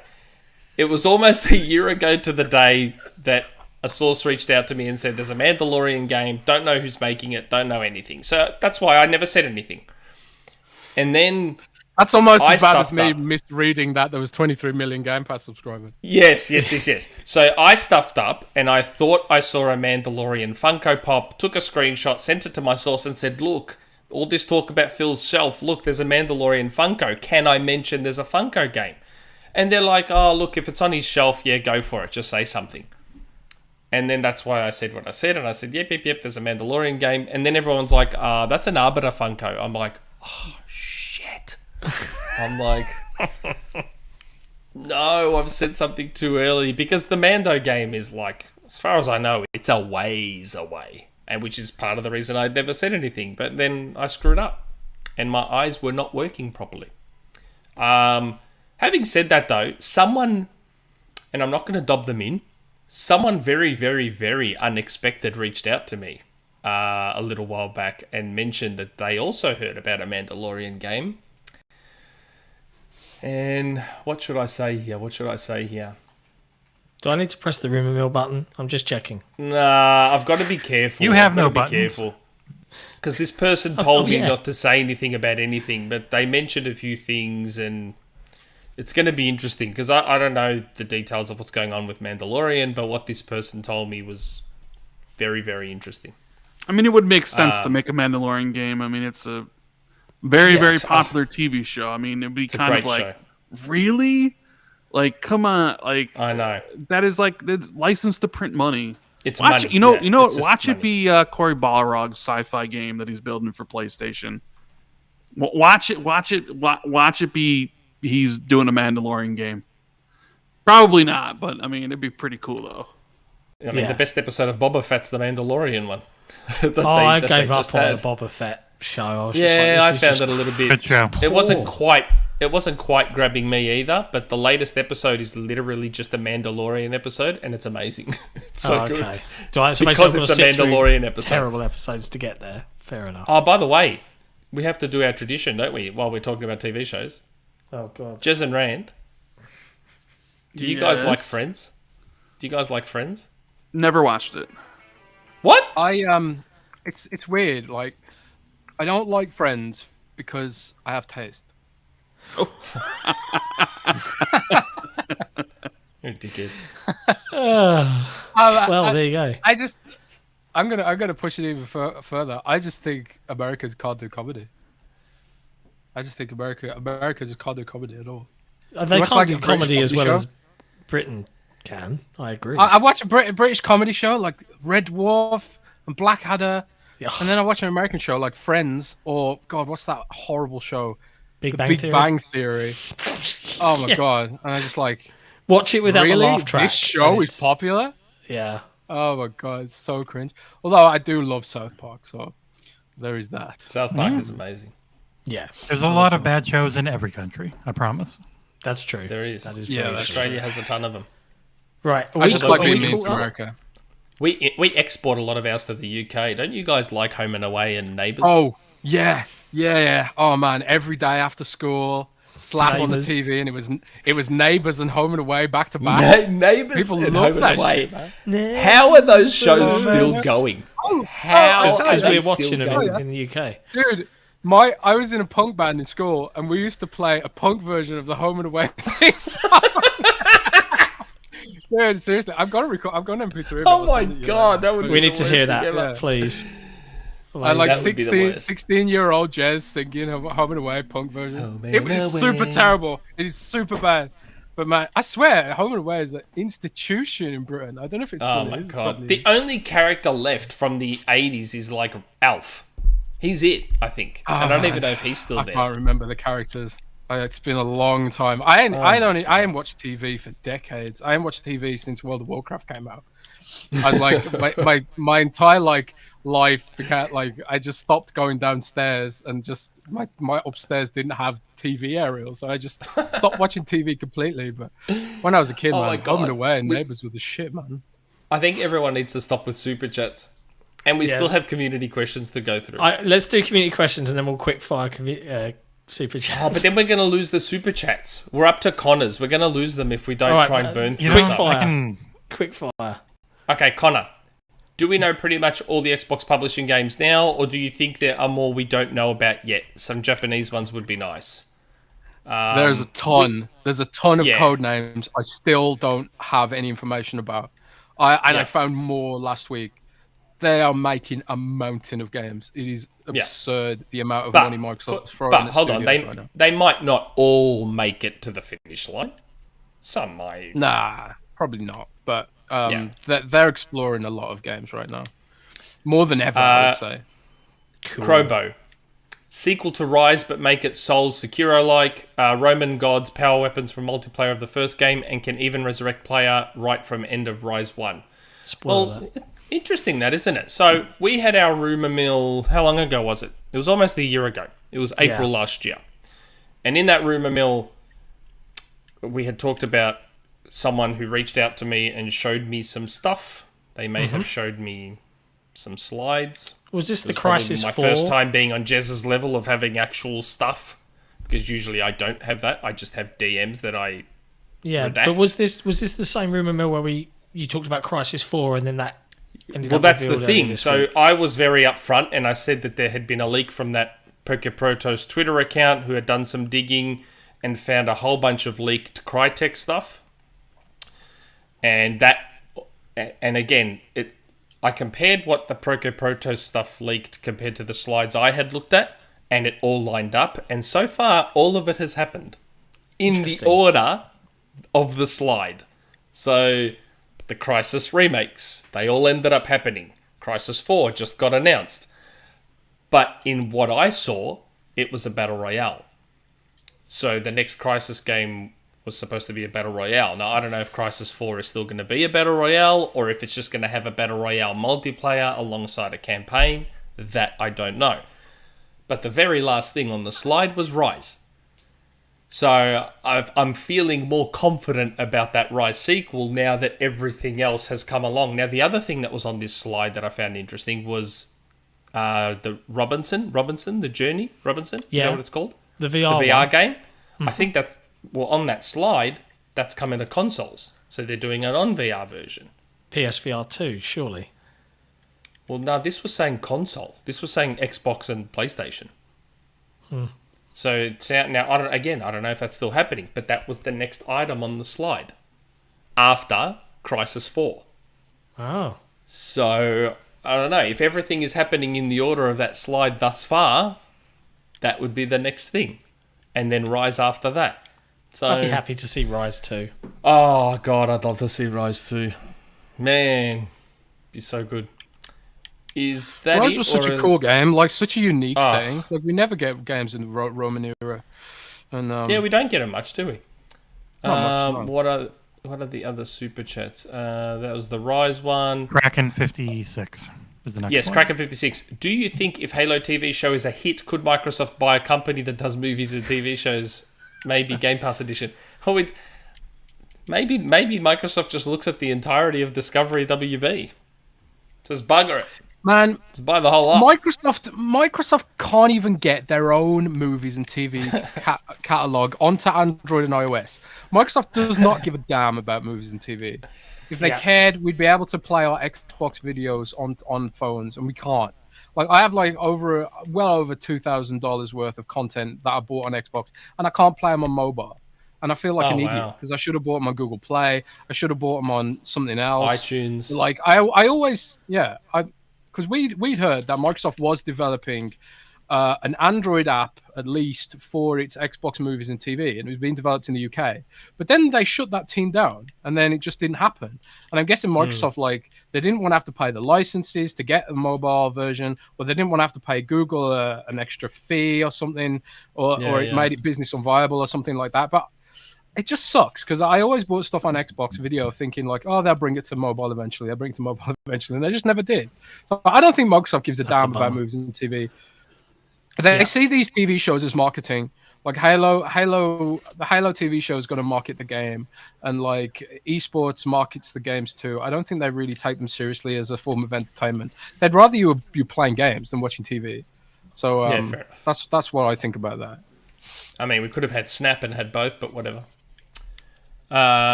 Georgie, possibility Xbox funds Scarlet Nexus sequel, Jez? I think it depends on how well it did in Game Pass, because Scarlet Nexus hit Game Pass, right? I Yes. believe. I don't know if Yeah, it did. there was actually an wasn't it launched? interview. There was an interview this week where didn't he launch. said it did excellent in Game Pass for them. It really helped. So that for me raises the idea of getting a sequel, because Scarlet Nexus had touch controls, and it was bespoke touch controls. I believe it was the second or third game that had actually like a UI touch controls rather than just the default iconography. Like Minecraft Dungeons, it had its own UI and stuff, and special buttons that could pull off some of the combos that you wouldn't be able to do on a regular touch experience. So they had to like add like special buttons that could do like combos in a single press rather than having to press multiple buttons and stuff like that. So they did a great job on. I feel really bad because Scarlet Nexus is one of those games that's riding high in my backlog, and it's like, I need to get around to this. I need to play this, and then I got into Dark Souls, and then I got Dying Light 2 review code, and man, it just Scarlet Nexus just kept sliding down. Yeah, But what I did play at Scarlet Nexus was distractions. But what I did play at Scarlet Nexus was absolutely amazing. Like you can combo in telekinesis and like throw objects around at enemies and it stuns them, and you can come up with these really great creative combos that really flow really well. I think it body slams Tales of Arise. Like Tales of Arise got all the press and it got all the accolades and stuff, but Scarlet Nexus combat system absolutely wipes the floor with Tales of Arise. And I think the story is more interesting as well, personally. So I would hope that Microsoft would look at Scarlet Nexus and think like this could be our sort of anime exclusive or whatever. Similarly to how Nintendo funds Bayonetta and stuff like that. I surely hope so. I might push for that because I think that's a really good point. Scarlet Nexus is a great game and everyone should play it. It's funny. I just got excited because we were up to the last super chat and then 2 more appeared. But we should be able to burn through all 3. Painful Discourse. Red Dwarf is the GOAT. I've never seen Red Dwarf. So, what? You never seen Red Dwarf? Whoa. Stop the podcast. Change your I've never life. seen Red Dwarf. Change your life. You need to go and watch Red Dwarf. I've seen clips and I've seen like... Oh, good. What's Red Dwarf? Oh my god. It's a comedy. It's, I'm not surprised Rand doesn't know because, America. American, but... We had it here I'm not on big- PBS. I'm not big on it was the really British. big on PBS too. I'm not big on the British shows. Like, I think as a kid I used to watch Benny Hill, and like that was Benny about Hill is it. that's not a good example of a British show. I'm just saying, as a kid, Benny Yeah, Hill yeah. was just about all I watched from the UK. I was never big on the UK shows. Red Dwarf Fawlty Towers, none of those. It is a sci-fi sitcom about the last man in Earth being a complete curry-eating slob, and his adventures with his dead best friend that he absolutely hates. And it's perfect British TV, and it's just there's some absolutely classic episodes. Stop the super chats, please. There's too many. You should watch Red Dwarf. It's really good. Like it's a Star Wars / Star Trek spoof basically. Yeah. And it's set like millions of years in the future. This guy like gets frozen in stasis, and he wakes up and like all of humanity's dead, and he's like the last person alive, and his only companions are a hologram and a robot and a cat that evolved into like a humanoid creature. It's just hilarious. It's absolutely incredible. Yeah, it's so good. Lord Nita has a super chat for Jez. You can use the app Movie Anywhere, Jez, to use your movies. Doesn't work in the UK. Oh. America only. Can you VPN on your phone? Nick, are you not used to this many super chats? No. I'm Come not. on, Rand. We're you big, we small. We're small time. Yeah. We're just... pretend we're bigger is that than we why? are. Is that why you wanted me and Jez on? Yeah. Bring us some. I wanted you on because I consider you two friends. I'm kidding. Don't treat me like a suit. I'm not a suit. Don't talk to me like I'm some suit that's just looking for business opportunity. John was That's treating me. not I got fair. an email from John that's like, click here to put this thing, whatever the hell. I'm like, what is this shit? Don't, mate. Look at that. Look at me and Jeff. Jeff got in on the ground floor, and look at Jeff and I now. Look at our relationship. We have the biggest event in the games mess now. The XboxEra Grubsmith Spectacular every year at Christmas. Rand, is there any room on your podcast for a kind of a 3-person thing? I already told them that. I already asked about that. Oh, okay. Remember, Rand said, if we ever do a guest, I'll be the first one on. They've done Well, you tons were. of I mean, I guests. think you were, along with Cognito. We did. That was that Cole. big one where you had like 8 of us Yeah. or whatever it was. Remember? Yes. That was your most viewed episode for a while. Like I said, I got a couple podcasts over 100,000 views. You know what I'm saying? You know. Okay, Drawn TJ. Jez, you're wrong. You can watch your TV episodes and movies you bought from Xbox on your phone by downloading Movies Anywhere app. It works great. He's saying the same thing. It doesn't work because I'm British. No, I actually tried to get that to work with a VPN. It doesn't even work with a VPN. Oh, I think it started syncing the movies. It synced like 2 movies, and then it was like you can't use this with a VPN. So I got Movies Anywhere, and I've got like hundreds of movies on Xbox, and I think the only movie that synced was Blade Runner 2040. No, wait, that's Battlefield. What's it called? No, 2047? Blade Runner 2049 is the new one. Yeah. Well, I was getting mixed up with Battlefield for a second there. But hang on a second. Close enough. That's Battlefield. I'm glad Trev remembers. Trev's talking about when I was on Rand's podcast on Xbox 2. He goes, and Nick wouldn't leave. Remember how I was the everybody last else person left. after all the guests? And I just hung around like a bad smell. I remember was that. great. It's funny. But yeah, you remember though, because that was the episode when it was like right before E3, and we were like, and there was the rumors like Xbox might acquire Avalanche and IO Interactive IO, and Crytek and NetherRealm NetherRealm. and all this stuff. Yeah. And we were like, and then because people were like, dude, Jeff Grubb just said like NetherRealm is going and Rocksteady, and we were like, Yeah. what? Oh, yeah, and Rocksteady as well. Yes, that's right. And everybody was super hyped, and then they announced no Nothing acquisitions happened. the next day, and we were like, huh, Yeah. okay, Nothing interesting. happened. Last super chat, thank God. Installation 7. What do each of you think Everwild will end up looking like? What type of game, release window, and whether it's single player or co-op? Well, I mean, we kind of talked about that. I don't know. Single player, co-op, it'll probably look like the trailer. Who knows what the gameplay loop is, and it'll release maybe in 2025. 2026. Oh, wow. I still think it should just be adult Pokemon. Just make it adult like that Pokemon. Like, the opportunity's there. Like, you go out, you fight, you catch other creatures, bring them back to your village, train them, whatever. Just make it a Pokemon game. Just be done with it. Whatever. I agree. I don't know. Okay. Super. I've community almost got questions. dogs, lads. I've almost got dogs. Oh no, I choked! Oh, by the way, there is one more news item that I would like to cover. Okay, go And on. I feel then. like we should. Go on then. So it turns out Halo wasn't hugely unsuccessful, was it? 20 million. Despite all its issues. 20 million players, cracked number 2 on the NPD, only behind... Nick, you ask Jez. Jez thinks it's not very good. No, but that's the game Yeah. itself. I That's the think game itself. I think it should be pushing 100 million right now. I think the game's a failure, and they should just cancel it. They should just cancel it. Cut their losses. Move on to Gears of War. Move on to Gears of War. right now Gears of there's War. a user called Javi in our forums that's twitching. I know that. He's not a Gears fan. Just to hear you say that, there's gonna be fires in the forums tomorrow.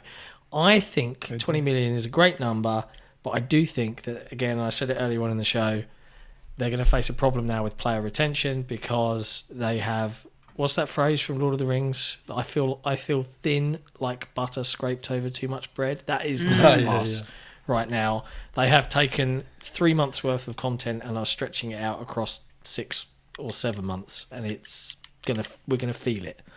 I think in a vacuum, the number's really good, right? Like 20 million for Halo is pretty good, considering it's really light on content, and it doesn't include the most popular game mode out there. Like, I really do think not having Battle Royale is a barrier for them to hit higher player count numbers. I And think some they'll people do it. might be like, Halo doesn't need Battle Royale. And I would agree with you if like you were just being like, I just want a Halo game, that's it. But like, Microsoft made the game free to play for a reason, because they wanted to appeal to as many people as possible. They want the barriers to entry to be low. It's just a fact that Battle Royale is the de facto game mode of right now. You look at the most played games, Warzone, Apex, and Fortnite. They're all Battle Royale. They're all insanely popular. Yeah, if PUBG. If you don't have a Battle Royale mode in this day and age, like, you're not going anywhere. And the fact that Halo hit 20 million based off the fact that it was just Arena and Big Team Battle, and Big Team Battle didn't even work for like a month. yeah. That's pretty good. But then you put it in comparison to Forza Horizon, which almost had the exact same number, but Forza Horizon is not free to play. It's just like, okay, what does it say? What does it say more about? Does it say more about Halo or more about Forza? I think it says more about both. I think it says more about Forza, about how popular that franchise has become. Yeah, maybe over the course of time. But I think Halo needs free to play. I think Halo needs Battle Royale. It needs a roadmap. If it's ever going to like blow past some of these player count numbers, like Apex Legends and Warzone did like 50 million in a month. Halo was never going to be able to do that because it doesn't have Battle Royale. But if you add that at some point, there's a possibility that people might. Well, I don't. It's not on PlayStation, sure, but I honestly do think not having a BR mode is limiting the player count numbers. Yeah. So I do think it's a good number in a vacuum. It could be better, but I mean, it's a pretty. Their big two holiday games basically both reached 20 million in like 2-3 months. I mean, that's pretty incredible. Do you think there could be some overlap? Some overlap in Game Pass that's affecting it as well? Yeah, possibly. Because it's a very similar number, right? Game Pass. I said to John ages ago that I think Battle Royale will come. I think Battle Royale is probably part of their roadmap. I just, like Rand said, probably should have been there from the start. The Halo's had the foundation for Battle Royale forever. They probably just didn't know it. Like, it's always been there, and they just haven't utilised it. Hopefully they will now. I wonder, and this is a really cynical take, right? And it's a bit armchair game dev of me, because I know they had to build a new engine and the pandemic and everything else. But when I look at let's take multiplayer in a vacuum, 7 maps, 3 BTV maps, 6 years. It doesn't quite make sense to me. So, like, are there maps just sitting in a folder waiting to be dropped and drip fed? Because they kind of need them now. But then, does it screw up the rest of their plans if they? I mean, it's not exactly 6 years. Everyone says 6 I know, years. It's not I like know. they started developing Infinite the second Halo 5 came out. I know. I know. They were supporting Halo 5 for a while. They had to launch Forge. They had to and then they were building the engine. Like, didn't development like start in 2018? That's what I'm saying. Like, to me, it's probably closer to 4 years in terms of active development on Halo Infinite. I think it's even less than that. I think it's maybe even less. Yeah, development for like 3. I just want more. I know it's selfish and greedy, and I know that game dev is hard, but I just want more. But John, more it's maps. free. I want more stuff. It's free though. See, I don't care about the stuff. You know get what I you want? pay for. Yeah, You know what I want? You do. I'm fine with the maps and everything right now. You know what I want? I want them to fix the tick rate. Yeah. I want them to give us the stupid server selection. I'm tired. Yeah. I was in a party yesterday with 3 Aussies and an American, and we kept getting put on American servers. Why? Like, seriously, let me pick servers closer to Australia, please. Because this game, if there's one thing Halo does horribly, it's deal with lag. It does such a bad job dealing with lag. Nobody lives in Australia, man. Whatever. There's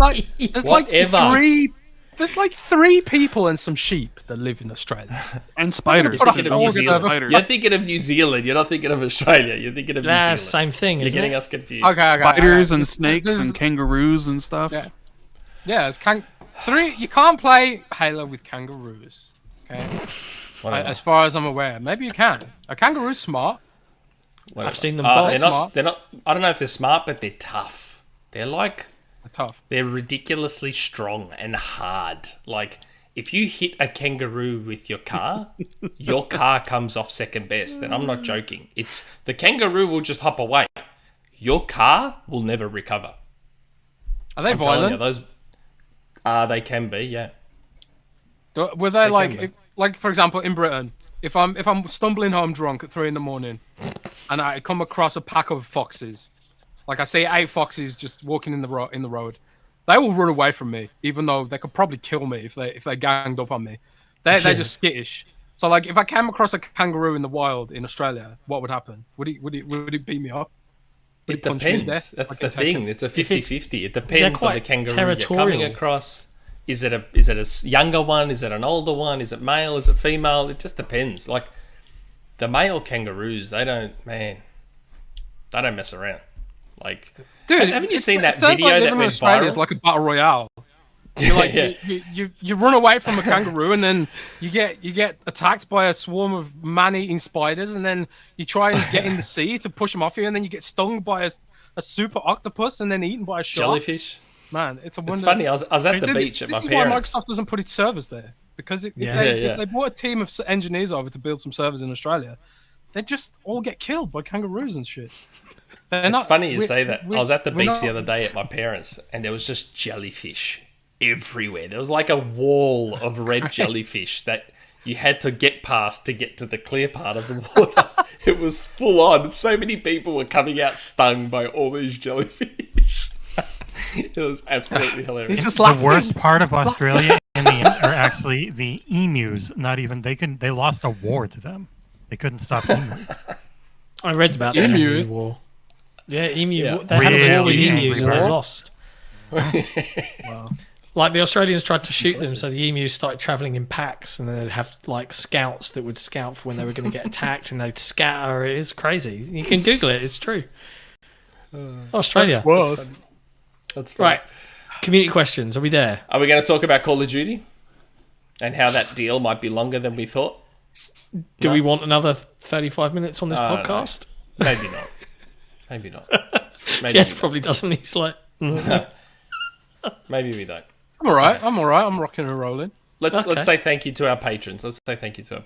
Okay. Hey, patrons. Thank you. That's probably not enough. Patreon, if you like what XboxEra does, please head to patreon.com/XboxEra. You can support us directly. You get cool stuff. We showed off some of the new merch. There's a very fancy Patreon exclusive What's Going On catchphrase t-shirt available. It's pretty cool. On this quarter's merch. And yeah, but thank you. You enable us to do all of this cool stuff, like persuading Jez and Rand to come on and treat us like we're a legitimate And if you can spare less than a coffee a month. Yeah. And turn off ads on the forum as well. And you get a free game. Good. You get a free game if you I always join the forget Patreon. about the free game. You do. You get a free game. Omega Rally Championship. NRXic was very nice and said, here you go. Have a bunch of codes to give to all the patrons. I'm like, thanks, buddy. And so every time I have to keep checking the Patreon, like every few days, every week, and like sending out the codes to people. We've almost got through the first 150 codes. Almost. Yeah. Community questions. And this is the perk of being on the Patreon. You get to ask us questions directly without super chatting, which is always just fun. This one last super chat though from Gecko Gamer. Nick, adult Pokemon are just furries. That's not nice. Don't say stuff like that. Okay. Rand's a furry, closet furry. Is he? That's why he's not on camera. That's right, yeah. It probably is why he's not on camera. Rand's wearing his giant fursuit. Because he already lies to us about not being able to afford a camera or not having a camera or whatever, which we all know is bullshit. Rand can 100% afford a camera. Of course, and Jez has got like 57 cameras that he can give him. Yeah, there's a camera shelf on the other side from the headphone shelf full of different webcams Jez has been asked to test over the years. For real. I honestly thought Rand and I were good enough friends where he'd be like, cool man, I'll jump on camera for you. No worries, buddy. I mean, even if I wanted to right now, Nick, I can't. There's no camera here. I don't have one. I refuse to believe that. I'm dead serious. He's calling you a liar, accept Rand. He's literally just said, Rand, Thor 19, liar. That's what you just said. Is postage from the UK to the US expensive? Yeah, it can be. It's about 30 20, 30 quid, depending on Yeah, how okay. much I want the item to get there. That's okay. Not Send terrible. Rand a decent camera. Send him a decent camera, please. I could do that. I could do Yeah. that. But I don't want to Send him force a my camera. buddy Rand to go on camera. Yeah, he's Maybe he enjoying just the doesn't- chill world Maybe he right just now. doesn't want to go on camera. Yeah, that's Enjoy he's the chill world. just my buddy, you know. Whatever. Okay. All right, community questions. Community questions. Big Low 25.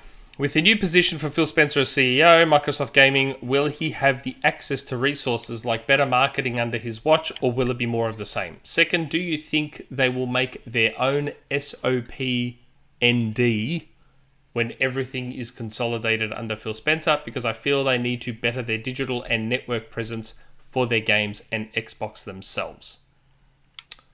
I'm guessing the marketing doesn't really change, would be my guess. My guess would be Bethesda would do their marketing with partnership with Xbox, and Activision Blizzard would do their marketing in partnership with Xbox. It wouldn't. They wouldn't have one department run the whole shebang. It's hard to say because some of this stuff at Xbox is political. Like there are people at Xbox who've been at Microsoft since like the early days, and have got a lot of clout. So like the style of marketing might need like replacement of like I'm not even talking about like Aaron Greenberg or anything like that. I'm talking about like higher up and stuff. So like the style of marketing has changed though in recent years. Like we've seen them. Microsoft used to be terrible at social. They used to be absolutely terrible at social, but They're the best. they got team. yeah, they've hired there's an agency that specializes in social media, and also like they've got some internal people like like Josh Stein, for example, and Graham Boyd doing social. But I do believe they have an agency that specializes in humanizing brands and stuff like that, So that's a whole thing too. But I think Microsoft doesn't spend as much as some of the other publishers on marketing. Like if you compare like Cyberpunk's marketing cycle to even something like Halo, like Cyberpunk was on a whole nother level. They spent so much money on Cyberpunk marketing that they managed to somewhat cut through the hate about the game to some degree, and they still ended up selling tens of millions of copies. How many copies did it sell? Like 18 million in the end or something? Yeah, ended so up like getting there quite a few. Yeah, so despite all the hate the game got, they marketed the hell out of it so hard that they still cut through some of that virality of negativity that surrounded the game. So I think Microsoft just doesn't spend as much because they think like with the platform holder we don't have to, stuff like that. Like it sort of piggybacks on the Xbox brand to some degree. So there's definitely a different way they approach it. So I don't know if things will change, but I suppose. But they used to market big back in the OG and early 360 days. Like Halo and Gears used to get massive marketing budgets. I can't even remember those days. It's the difference now between the generations we're living in. Like back then, it was TV. Now it's all that's right. Socially driven, Instagram and TikTok and yada yada yada. That's where your demographic is for the most part. Yeah. Maybe we're all just really old, and when we think about marketing, we do think about things like TV. But like, I ain't even on TikTok. Like again, like Fortnite, TikTok's for kids. I don't. If I feel like if I download TikTok, I'll end up on a list or something. So, or if I download Fortnite, So, but that's where the audience is now. Like TikTok overtook Google for traffic, which is absurd. Like, so more people are on TikTok than are on Google, which is just crazy. That's songs the kind of launch on TikTok now. Yep. Like, yeah. Crazy. Songs literally launch on TikTok. It's unbelievable. I was actually quite happy the Game Pass Twitter account got involved in my meme the other day. I thought that was pretty cool. I missed that one. Trim.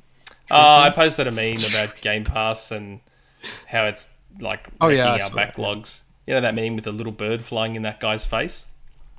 And the Game Pass Twitter account replied. That was nice. I thought that was cool. Yeah, they often do. But Sometimes I'll be lying in bed and I'll just like edit a meme together on my phone and then post it, and then they almost always reply. They're very, very cool. Yeah, but you're famous though. That's different. You're like, you get followed by all those big accounts. So they just reply to you. I'm not famous like you, so that's why I was. No, I'm happy talking to about have- the Windows Central account, the brand account. You know, Yeah, brands but even talk your to other personal brands. one, even your personal one, you get all like, Yeah, sometimes. yeah, whatever. Yeah, but dude, I've been doing know this you for do. 8 years now. I've been doing this for 8 years. I've been doing this. Wow. So, you know, yeah. Yeah. In 8 years' time, you'll be able to say the same thing. You guys have grown faster than I did. Like when I started, everyone hated Xbox. So I was going hard against the grain when I started this shit. I was like, I actually started this because I was like, well, I still like Xbox, even if everyone else does it. You know?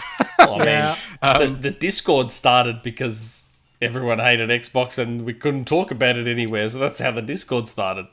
That Discord that It was left again. Boogie. Yeah, YouTuber Boogie 2988 or whatever his name is. Yes. Like I saw that whole thing where he was like he went hard on Xbox for clicks, and then like Major Nelson came and sucked up to him, and he was like, "Oh, here's an Xbox, you know, we are listening, blah blah blah." And I just thought that whole situation was just such bullshit. And I was like, Yeah. "Who are these guys who are just basically lying and misconstruing the truth with like the most basic understanding of what Microsoft's trying to do here?" And these guys are These guys are the ones getting attention on Microsoft right now, and these guys are the ones setting narratives. And I was like, I want to fight against this. And I was I was learning HTML for work, so like I just made a blog, and I was like, yeah, I'm gonna blog about Xbox and directly contradict all these YouTubers. And now I'm here.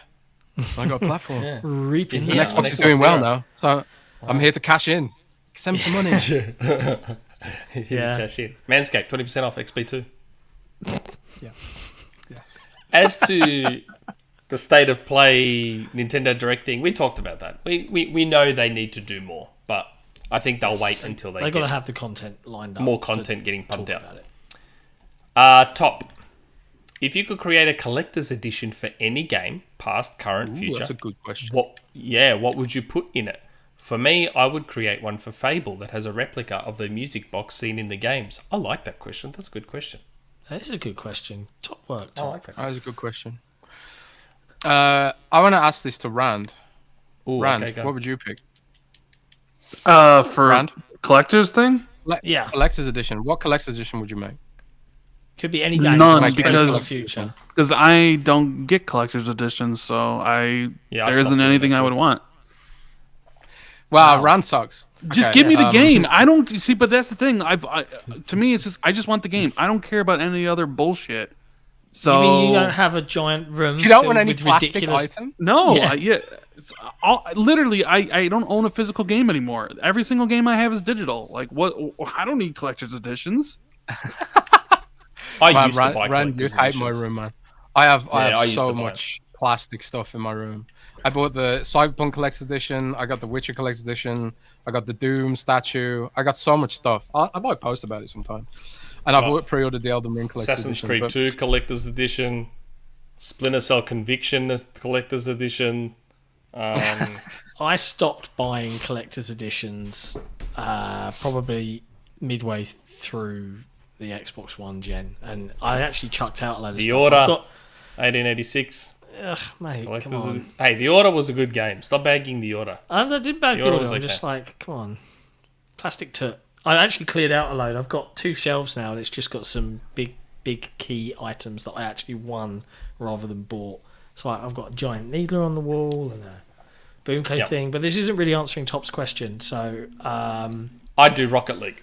I do a Rocket League Collector's Edition where I get the Matchbox. I get one of the Matchbox car Hot Wheel cars. We got one Yeah. for my son for his birthday because he loves Rocket League now too. So apple doesn't fall far from the tree.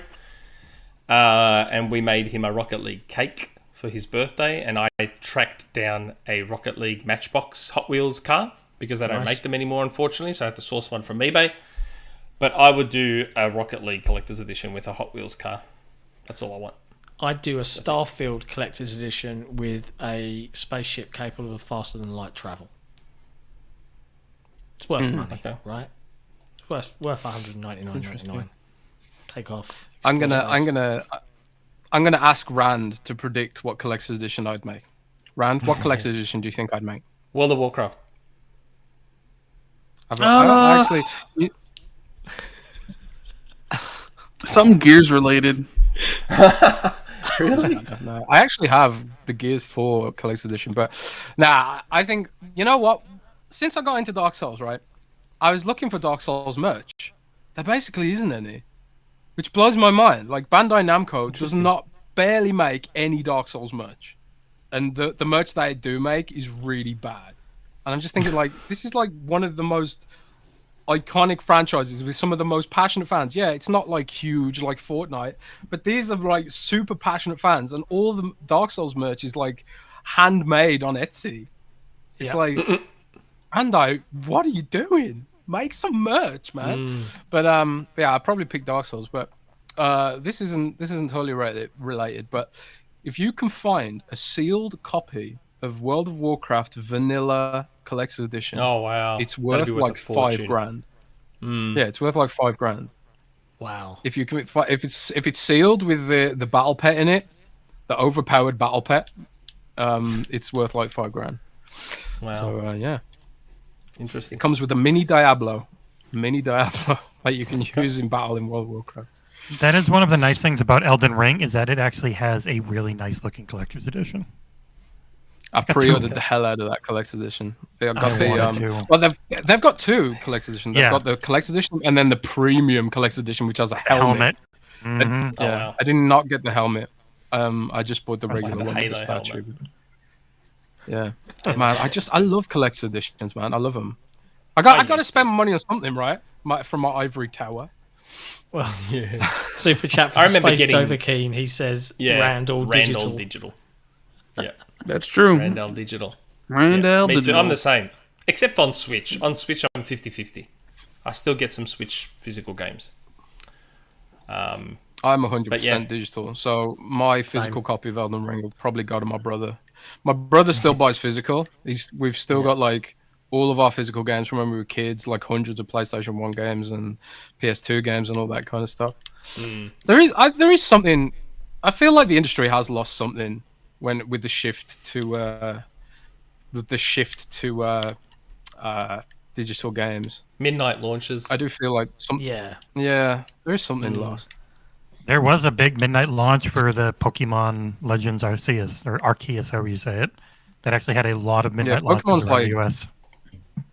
Yeah, Pokemon's like one of the only franchises that can still do that, I think. probably. Okay, Dirty Flint.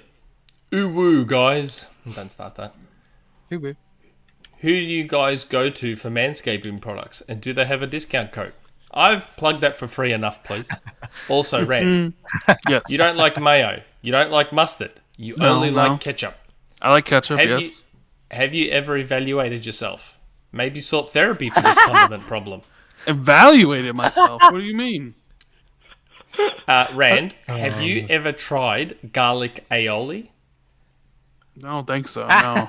Do yourself a favor, and just go and buy some garlic aioli, dip chips in it, dip whatever you like. Mate, garlic aioli is where it's at. Can I get the best. Can I get the podcast opinion on really good smoky barbecue sauce? Because that's my preferred sauce. That's of nice choice. too. Barbecue sauce is fine. Okay, cool. I'm glad. But like Garlic mustard, aioli, mate. mayo, get that crap out of here. Yeah, Nah, I hate I've come around on mustard. Like, I never used to bother with mustard, but then one time someone said to me, have yourself a souvlaki with mustard. In Greece, they put mustard in the souvlaki. So I'm like, really? Mustard in a souvlaki? I tried it, and oh boy, I'm coming around to mustard. mashed potato, That's pretty good. whole grain mustard, and finely chopped spring onions. Sounds nice. Really nice. Trust me. The funny thing is, I've been having mustard my whole life in a cheeseburger, and I never realised it. Well, your At Macca's diet. Macca's. Macca's diet. Yeah, I've been having mustard my whole life in a cheeseburger without even realising, like a moron.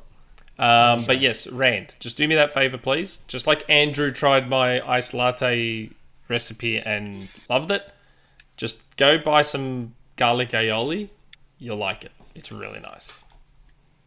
Really, really nice. I want to send Rand some Marmite. Don't do that. I don't think do you'd that. like it. Vegemite. I don't Don't think do you'd that. like Dude, it. send me what you sent me last year for Christmas. All the little chocolate What did stuff. I send? That was good. Oh yeah, the British chocolate. Yeah, I can do that. That was yummy. I'm actually I can send you German chocolate now. German chocolate's actually even better.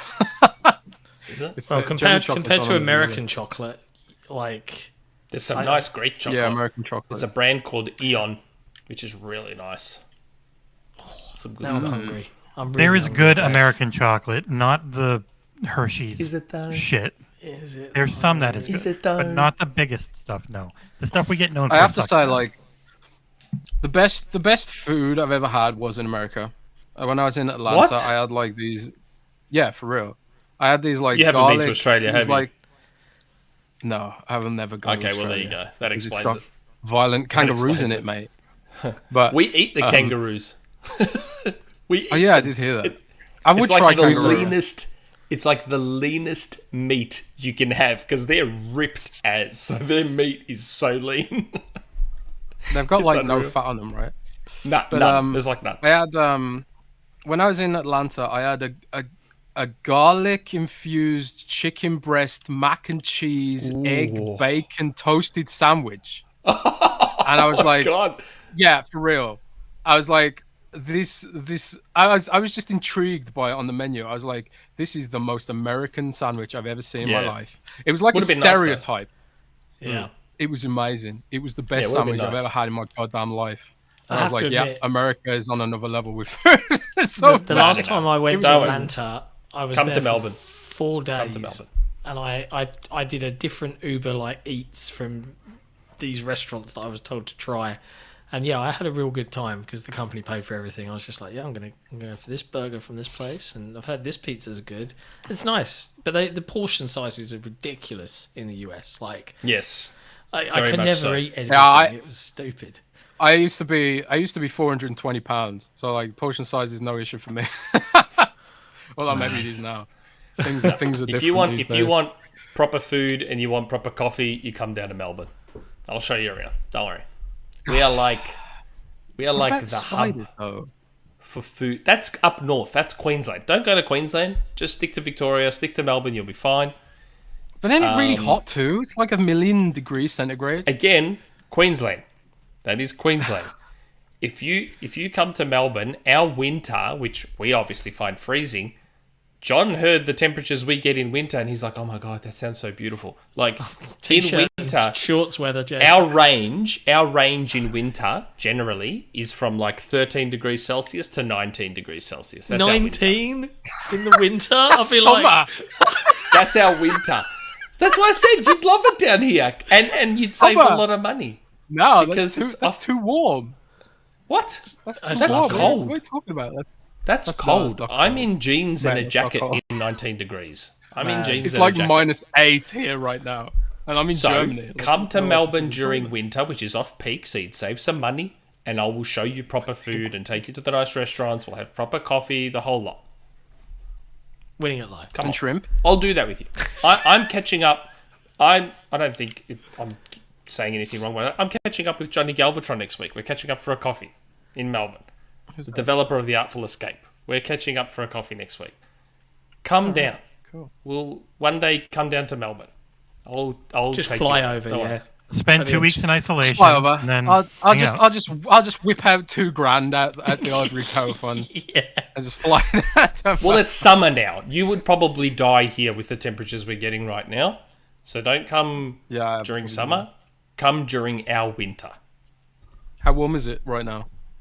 Today, it's supposed to be 29 today. That's one of the coldest days in January so far. We've been 29. 29 is We've been- about as hot as it gets in the UK. we've been over 30 just about every day in January, and it's been amazing. It's been so good. I love it. The hotter I'm the jealous. I'm jealous. better. The hotter the better. It's so good.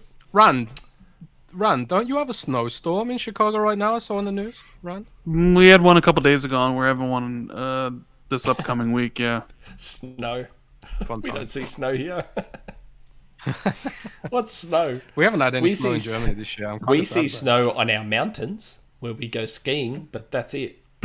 But sometimes even during winter, they struggle to get snow. Wow. It's pretty funny. I love it. I love the heat. Weather talk. Weather talk. Okay. Why do Ventus. people from the Commonwealth love talking about the weather? I don't know. I speak to people from Canada or Australia or like even India, and everyone's like, The weather, what's the weather doing? How about that weather, eh? How about Okay. that weather, yeah. Morventhus, as usual, pick one or both. Number one, how are you enjoying the four of y'all in one podcast now that you've talked for a tad? It's been good. It's a jolly good time. I mean, we go Haven't off we on a done lot this of before? tangents.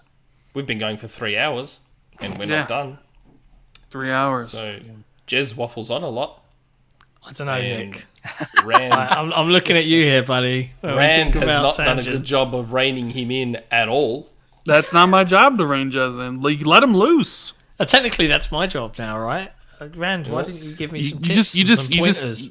set Jez. You'd be like, "Hey, Jez, we want to talk about Ubisoft and NFTs," and he'll just go. No, we don't. We're not talking about it. Imagine if Jez started drinking. Then we'd be in trouble. He'd be getting sloshed. We're having a break. He'd be getting absolutely let him, maggoted. And just Yeah, going off. I drank a lot over Christmas. I'm giving my liver a break for a little while. let it regen, and then we'll get back to some alcohol next month maybe. No, it's been I do good. this. I have like Rand- I go hard and then I have breaks. Yeah, It's the best Yeah. way to be. that's how I do it. No, it's been good talking all four of us. Rand's been dodging me for a long time. That's So not it's good to true finally- whatsoever.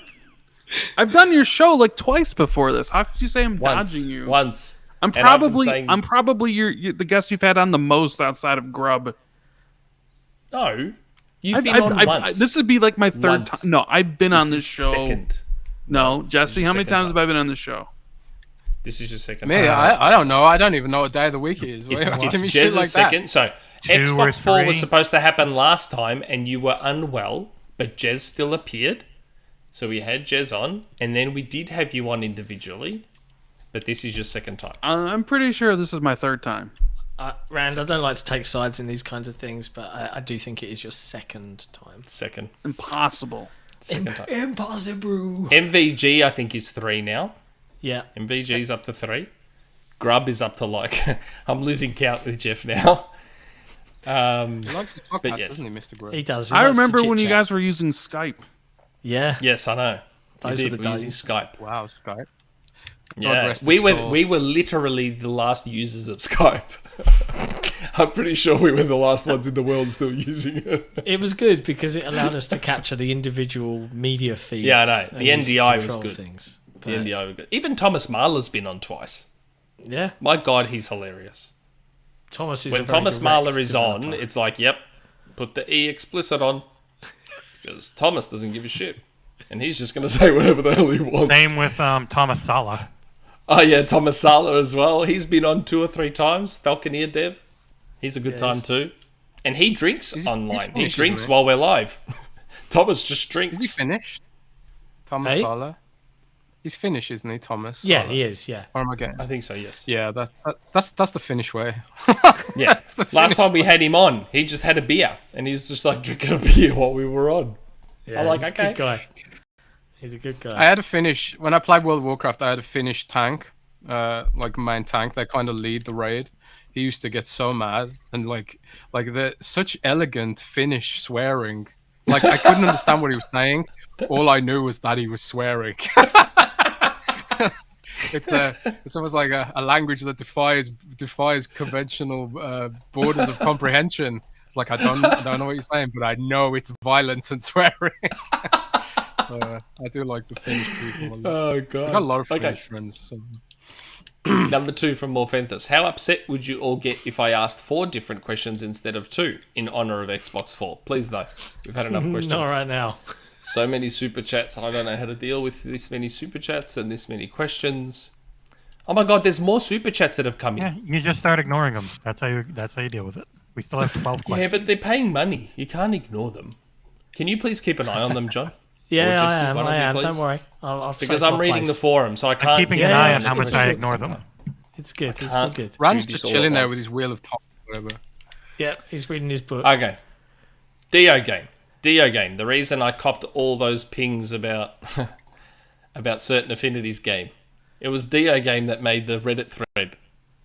And I was like, man, It's like, Jeff, why are people asking me about Yeah, Jeff said you can ask him about it. He didn't actually say a person's name. Jez Jeff told me, he goes, I was referring to Jez, not you.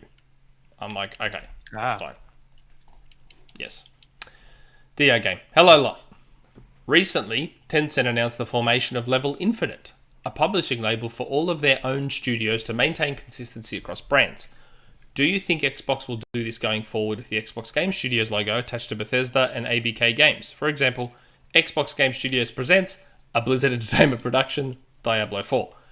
Or do you think they will want to keep the brands separate as to not interfere with the existing brand images, i.e. Disney does not put their logo on Marvel or Star Wars, Disney Plus logo accepted? I think that's an interesting question.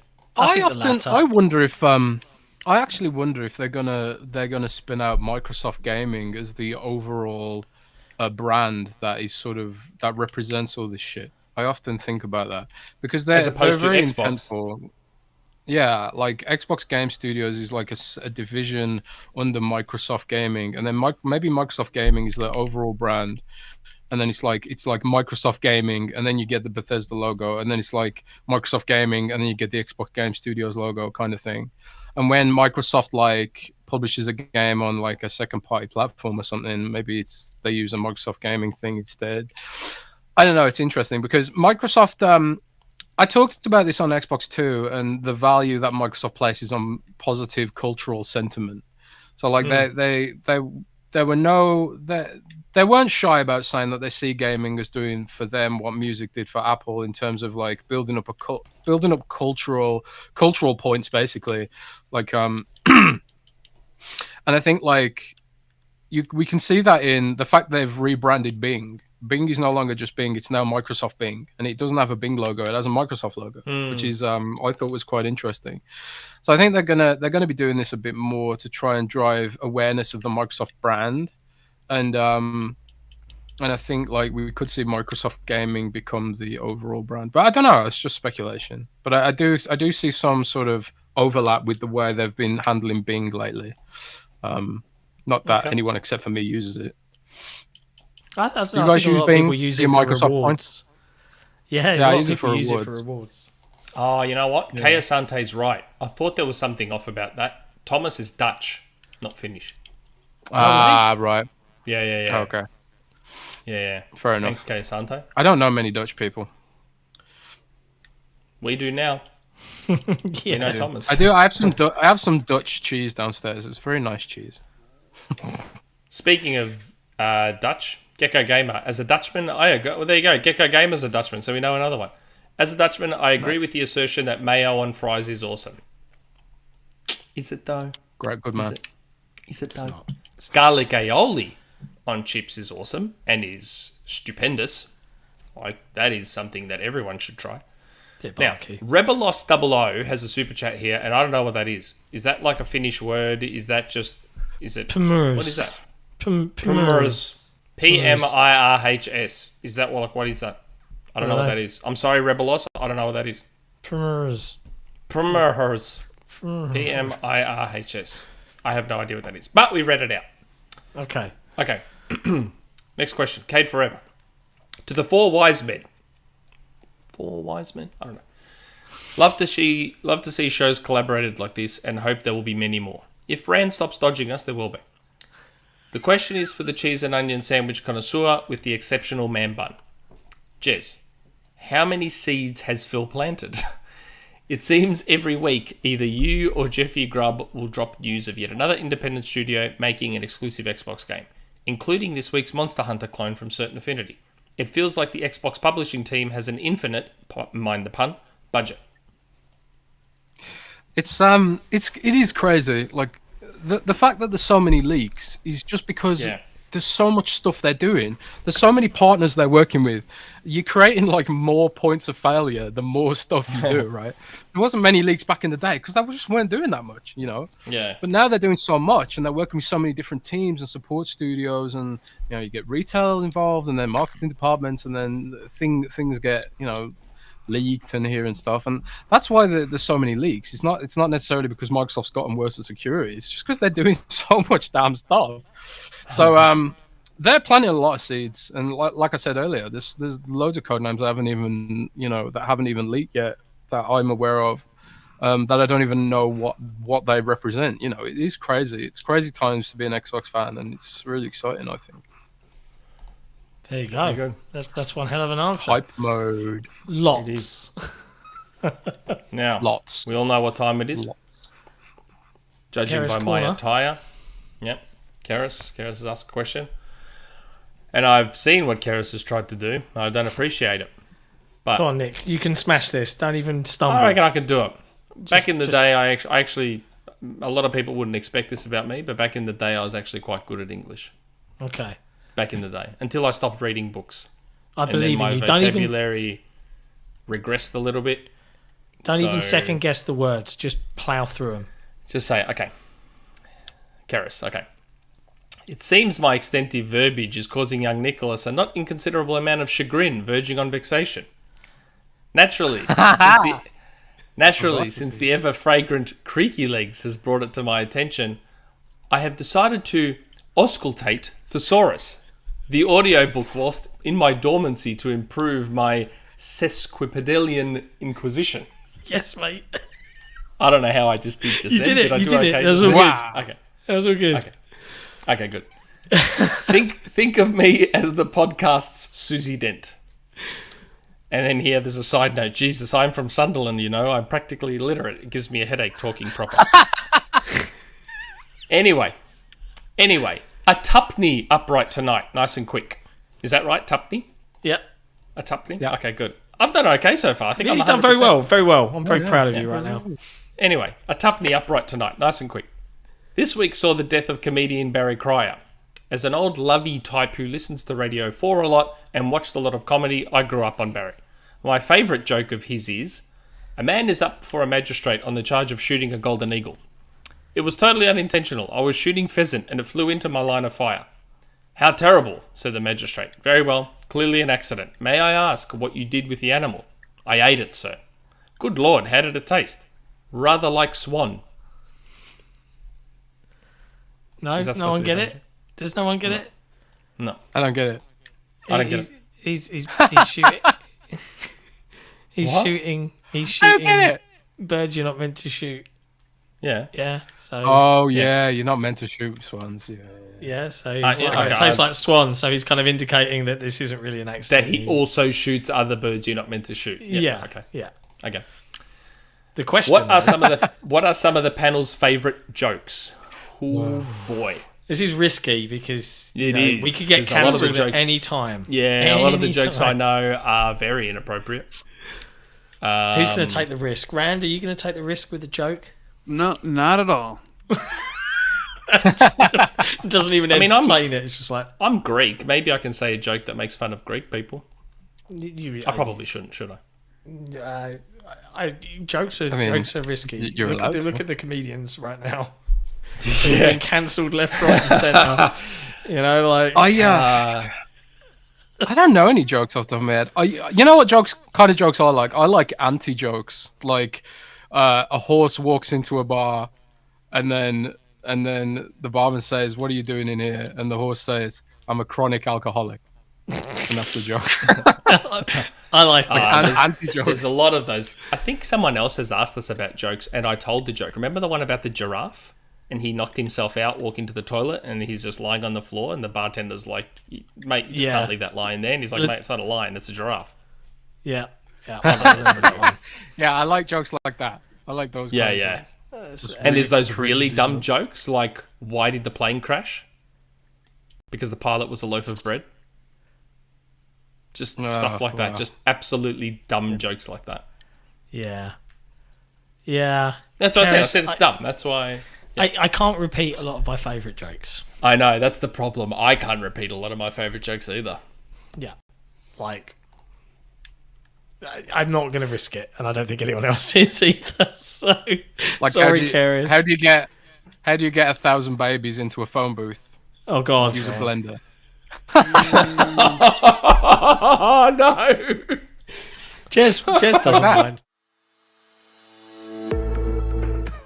Yeah, I got an ivory tower to protect me from the haters. Oh god. Yeah. Oh, jeez. My problem is the jokes that immediately come to mind are like all the bad ones that I remember. That's my problem.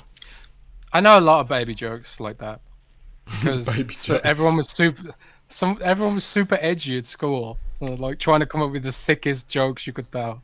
Yeah. It's just that generation. isn't it? Some dad jokes are really funny though. Like I know dad jokes are supposed to be cringe and all that sort of stuff, man. but there are, know, and maybe it's because I Justin am a Roby? dad now and I'm old. Like, You are old. yeah, Damn. yeah. Man, Did just you tell know- me didn't you old know are. how It's old like, I was, man, Jez? these guys are old. I feel like I you did were not know. surprised by how you didn't know. No, I thought you were younger. You look younger. To be fair, you look He's younger. the than oldest. Brandon, He's the oldest here. I'm the oldest person here. I'm 41. That's crazy. but What's yeah. your secret? What's your secret? I'm Greek. Kangaroo. Unbelievably lazy. That's Doesn't do any work. it's good. It's mostly good genetics, but it's also the fact that I don't. I know people might find this a joke, but I don't go out in the sun much. That helps. Doesn't age you. Yeah. Yeah, I've heard that like the sunlight like ages your skin and stuff, which is why like I often get ID'd when I try and buy alcohol, and they're like, "Are you really over 21?" Because I look like a child. My record for being asked for ID. I was asked for ID as a 31-year-old. That was the oldest I was. That was 10 years ago. So I was asked for ID. So this person, 2 people in one night, asked me for ID. So these people thought I was 17 at 31 years old. That's crazy. That was a good I night. haven't So been this asked is for why ID. this is why I keep a beard. If I shave the beard, I do look like a 12-year-old. So you will never ever see me without a beard. Ever. I'm similar. Unless like If I shave don't the know, beard my and hair I falls grow out my the hair street. long, like you know how I had my hair long for the last few months? If I keep my hair long and I shave the beard, I do look a bit younger again. So, but yeah, that was a good night. I hugged both those security guards that asked me for my ID. I hugged haven't both been of them. ID'd since I was 16.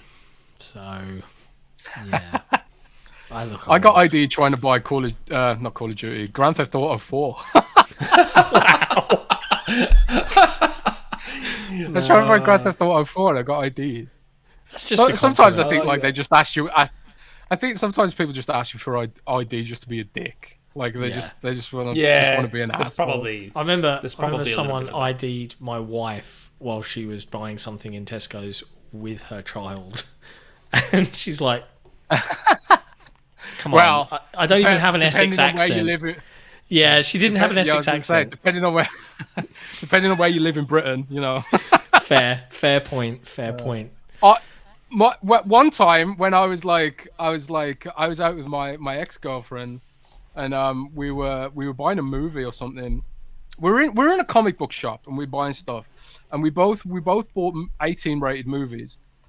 I didn't get ID'd, but she did get ID'd, and I was sitting there thinking, man, what do these people think I am? I get out with a child. Oh man, that was. Oh my god. Rebelos was spelling shrimp backwards. Flames put in a super chat. It's shrimp spelled backwards. Ooh woo. Stop with the ooh woo. And then Rebelos, shrimp primaritus. It's not Dutch. Well, I didn't know. I had no idea what was going on. It's shrimp spelled backwards. Oh, know. shrimp. I have no idea. Always coming for you. Hey, I thought of a joke, and it's not inappropriate. Okay, What do you call a guy with a shovel in his head? Doug. Doug. What do you call a guy without a shovel in his head? Douglas. I can hear someone laughing in the background. Come on now. Oh, that's pretty good. Doug I've and got Douglas. a ridiculously long joke about the man with the indestructible head, but it would actually Oh take god, about, no. Don't. it'd take about 15 It's minutes weird. to tell. We're at 3.5 hours. Yeah, We're I know, starting I'm to not doing approach it. Iron Lords. We're entering into Iron Lords territory now. We are. I'm afraid of the, I I'm actually afraid for the know calendar. Its days are shrimp numbered. Sorry, go on, Jez. I actually know a shrimp joke that's really, really long, like that, like no. 30 minutes long. I might put it on Twitter or something. Yeah, put it on Twitter. As a Twitter thread. The people Nah, that know the it'd have to secret. be. It'd just have to be a JPEG with text in it. It's that long. Like, if I made it or a thread, twit it'd be like longer. 20 Or a posts. twit longer. Yeah. Yeah. My wife said I should do lunges to stay in shape. That would be a big step forward. I thought that was a good joke. God. You like that one? Yeah. What do a tick and the Eiffel Tower have in common? They're both parasites. Get it? They're both parasites. Come on, boys. Come on. Come on, please stop. Wow. Come on, mate. Wow. That's a great joke. That's got many levels. Come on. Don't be like that. Rand, why are you so quiet? I can't see you and it's creeping me out. Rand's He's not even Gone. there. He fell asleep. He's fallen Rand's not even asleep. there. He's Eating lunch. He's muted himself. He's completely tuned out of the... Because I can see the muted logo on his little thing on StreamYard here. So he's clearly gone and either gone to sleep He's on the phone. or gone on the phone, gone to visit someone, gone to Macca's. I don't know. He's gone to do something. Okay, next. Podrick Payne. Okay. Isn't this somebody's brother? Yes. Yeah. Yeah. Okay. Recent new patron. Is it? Yep. How recent? Because I just sent a code to someone the other day and it wasn't Yesterday. Trav. He doesn't need it. He's already got it from me. Has he? Okay. Got a question for the international panel. As 2 feet of snow dumps on my head today in New England, what's the most snow you've ever seen? Nick, put your hand down. I'm guessing Rand has had it the worst for that sort of thing. Also, regarding the Activision thing, have any of you heard anything regarding Overwatch 2's progress? Asking for a friend who happens to be this show's producer's wife. I have seen snow. Like, we have ski resorts here and stuff. I've been to Mount Buller. I've been to Falls Creek. So I've been skiing. We just don't see a lot of snow here. Like, I like... maybe it's a Hollywood thing, like growing up watching American movies and the romanticism of snowing at Christmas and all that. Obviously, Christmas is during summer for us. So there's that romanticism of snow, seeing snow outside your window and all that sort of stuff. But I love the heat, so it doesn't bother me too much. We rarely get snow here, so... Oh, really? Yeah. It's not really a thing. It's very rare. Okay. And if it does settle, it's like once every few years, and it's only for a couple of days, and it drives the country mad, and then it stops. So, So Where do you I'd live? say Down south?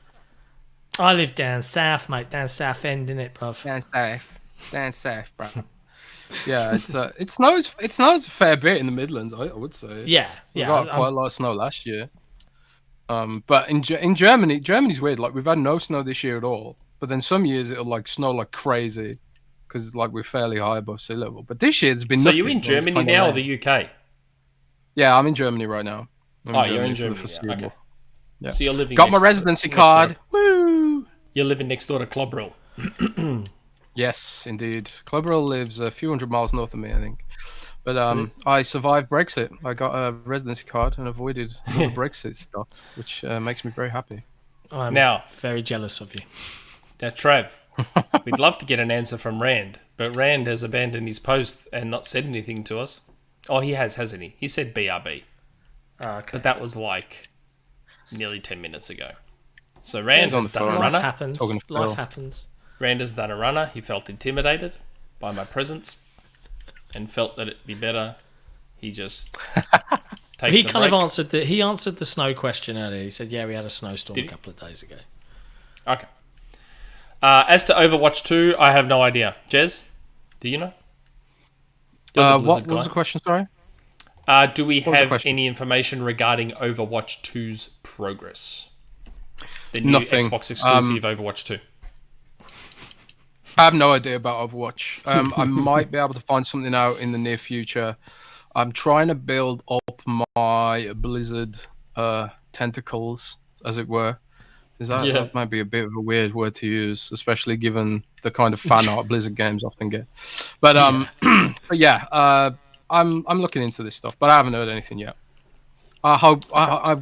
Overwatch is my favorite shooter. I think it might actually be my favorite shooter of all time. Might replace Unreal Really? Tournament. I played that game so much I love it. I love Overwatch so much. I played it so much and I had so much fun with my friends in that game. So like to see the way that it's sort of been handled recently, and the game's basically in maintenance mode. They're barely putting out any skins anymore. Although they did say, because like people were criticizing them for the Chinese New Year event, saying that it was lame because there was only 2 new skins, and usually they had like a whole bunch of skins. They have said that in 2022 they're going to add more skins than ever throughout the year, but it's kind of one of them believe it when I see it kind of things, So It's I no guess we'll have to wait and Titanfall, see but how that goes. Yeah, at least it's in a better state than Titanfall. My God, Titanfall 1 was the greatest Titanfall is- multiplayer shooter of all time. Oh, you mean like the game? I thought you were talking about the state of the support. 'Cause, Oh, like, no, Titanfall the servers are state- screwed up, man. Yeah. But like Titanfall 1 for me is still the best multiplayer shooter ever. The first Titanfall. I did love Titanfall 1, but I Amazing. I don't know. Titanfall 2 kind of soured it for me, kind of. It did. Because like everyone went to play Titanfall 2, and then everyone dropped off Titanfall 2, and now everyone It just wasn't as good as Titanfall 1. As a The franchise. multiplayer just wasn't as good. Yeah, Just same. wasn't. Like at all. Yeah, And if they're not going Yeah. to do Titanfall 3, because they're doing all this Star Wars stuff, just give us Titanfall Definitive Edition. Titanfall 2's campaign merged with Titanfall 1's multiplayer. That's all you got to do. That's it. That's all you got to do. Probably won't happen. I was really mad about how they changed Titan gameplay in Titanfall 2. Like the Titans Yeah. felt like wet noodles, and it was Paper like mache. I went from feeling like a super badass to being like really really weak. Yeah. Hated it. I don't know. And the battery thing, the stupid battery thing they did, and just and there was hardly any grunts around. Like the first Yeah. one, those grunts made it feel like a full-on Alive. battlefield. It was It's because God, I miss the Xbox One Is was it 'cause the only they switched console engine? that had a Did they power of the switch cloud. it's because they weren't using Azure. Oh, right. They no longer had access to Azure. Was They it still used it the same along with- engine? Did they move to Frostbite? No, No, it was no. it's still Source 2. No. And they Still were still Source on 2. Azure. They just used Azure along with Amazon and everything else, and it was a mess. Which is why it was I don't know why. limited. Yeah. Okay. Sadistic magician who posted in the wrong spot and took a screenshot and posted it in the right spot. Okay. Greetings and salutations, gentlemen. There's been a little bit of Sega news about the last couple of days. Hypothetically, if Microsoft bought Sega, what is the one game that each of you would like to see brought back, remade, remastered, etc.? For me, a big budget Panzer Dragoon Saga remake would be epic. Shinobi. Yeah, Probably Shinobi. I'm with you on Shinobi. I think that would be a really good shout. I mean, Virtua Fighter 6, but there's rumors of Virtua Fighter 6 potentially being a thing anyway, which is why I'm not including Virtua Fighter 6. So, if not Virtua Fighter 6, Shinobi C-Man. for me. Be silly, please. Don't be silly. Don't say things like that. Okay, fine. Typing of the Dead 2. I like typing. God. Jez, what's yours? Go on. I want to see Sonic be good. I know they're making new Sonic games, but I don't care because they're 3D and I know they're going to be bad. So Sonic I want to see Mania, yes. Sonic Mania come back. Yeah. There are Like, people I- out I- there like Jeff Gerstmann saying that Sonic Frontiers is supposedly looking very good. Who knows? I don't care. It's 3D, so it's not going to be good. It's going to be bad. Every 3D could Sonic be is okay. bad. No, Sonic it'll be bad. Generations isn't too bad. Sonic Generations is pretty good. I'm not bad. saying it's amazing, but it's pretty Bad. good. 3D. It's bad. It's bad if it's 3D. Make 2D He's right. Sonic great again. Yeah. I Nah, think 2D I don't know. slash Maybe it'll be good. 2.5D Sonic is ideal. Yeah, Sonic in 3D I think needs to be slowed down. Like, closer to Super Mario Odyssey than what it is at the moment. Like, Sonic Dark right Souls. now, Sonic in 3D Sonic now Dark is Souls. just Sick. push a Sign button to me go up. fast. Like, I look at the physics on Super Mario Odyssey, and to me, they feel closer to the physics of the Sonic 2D games. Just a little bit slippy and slidey, a little bit pinball-y. Like, to me, Super Mario Odyssey feels closer to what Sonic Team should be aiming for in a 3D Sonic. Maybe Frontiers will be that, but I don't know. That's what I think. I think they should be looking at Super Mario Odyssey for their physics example. Like, just take Odyssey and infuse a bit more pinball into it. That's what I reckon, anyway. That's just my opinion. I can't Other think than that, Altered Shinobi. Beast has a lot of potential. Yes. I know they tried to revive Golden it Axe. at some point. Golden Axe is your Yeah, Dark Golden Axe Souls. too. Golden Axe. Golden Axe, yeah. Golden Axe could be a Dark Souls, or Mm. you know, Altered Beast would be interesting. Make it super violent, turn it into a Yep. beast. You know, I think that has cool potential. Unlike Yes. the Sonic werewolf thing, that was that was weird. Yeah. But they've got a lot of IP that they've mishandled or ignored Very in much recent so. years, I guess. Hang On. Bring back Hang On. The world needs more motorbike games. Super Why Arrow. not? Yeah. Yeah. I mean, we got that beautiful remake. I mean, Streets of Rage 4 came back, and that was incredible. There was Wonder Boy 3, Dragon's Trap. Also amazing. Sega's got IP. That's the reason I want Microsoft to buy Sega. And then we can have a Dreamcast store on Xbox. How cool would that be? So the same way the Wii and the Wii U had console sections on their store, get a Dreamcast section and a Saturn section on the Xbox store. How good would that be? Be sick. Be so good. It'd be I'd buy very so many unlikely. games. I'd buy so many games on a Dreamcast store on Xbox. Be the best. Okay. Good old Collingwood. Hello, John, Nick, Rand, and Jezza. Rand's back. And Jesse. And Jesse, the steering wheel. Oh, Rand is back, is he? Yeah, yep, I'm here. Jeez. Just abandoned us. I thought the show's over by now. Jeez. Nick, we can't stop Nick, unfortunately, once he gets going. What is it that the Xbox Era podcast, Xbox 2, Colt Eastwood, and Mr. Batty Plays have in common? They all have hosts who have facially what? Hirsute. Hirsute? Means hairy. Means hairy. I've Particularly never actually hairy. heard that word, believe it or not. They all have hosts who are facially hirsute. Okay. That's a gamer That's thing. true. That's maximum Maybe. gamer energy. Yeah. Totes. What is it that the Xbox Era podcast is not like the others? The others are or have been sponsored by Manscaped. Should we tell them? Well, No, I won't tell them. we something might be happening in that space. We're no longer sponsored by Manscaped, though. Yeah. So they're No, they're it's now a not. free agent. Jez, Maybe we'll hook up. are we sponsored or are we? Jez, Oh, so that's why they. Is that why they I don't know. emailed us? Because the deal Won't with find out. I guess you'll find out next Jez and Rand episode. ended, so they emailed us the sloppy seconds. Yeah, maybe. Oh god! How about a VPN? So one can watch those special VPN. episodes of Friends that can only be watched in the North American region, or a pair of earbuds that the professionals use, and can even tune out your barking dog. What about online courses so you can build a website dedicated to the newly constructed study/Halo altar, or an online channel dedicated to documentaries from science, history, and arts and culture, including one on the 20 years dedicated to keeping with the Kardashians? In other words, what sponsors would best fit the nature of the Xbox Era podcast? It's a good Wow. question. It's funny good old Collingwood should ask that question, isn't it? Yeah. I mean, I've you've been got working on a choice. little something. Yeah, you've got a choice.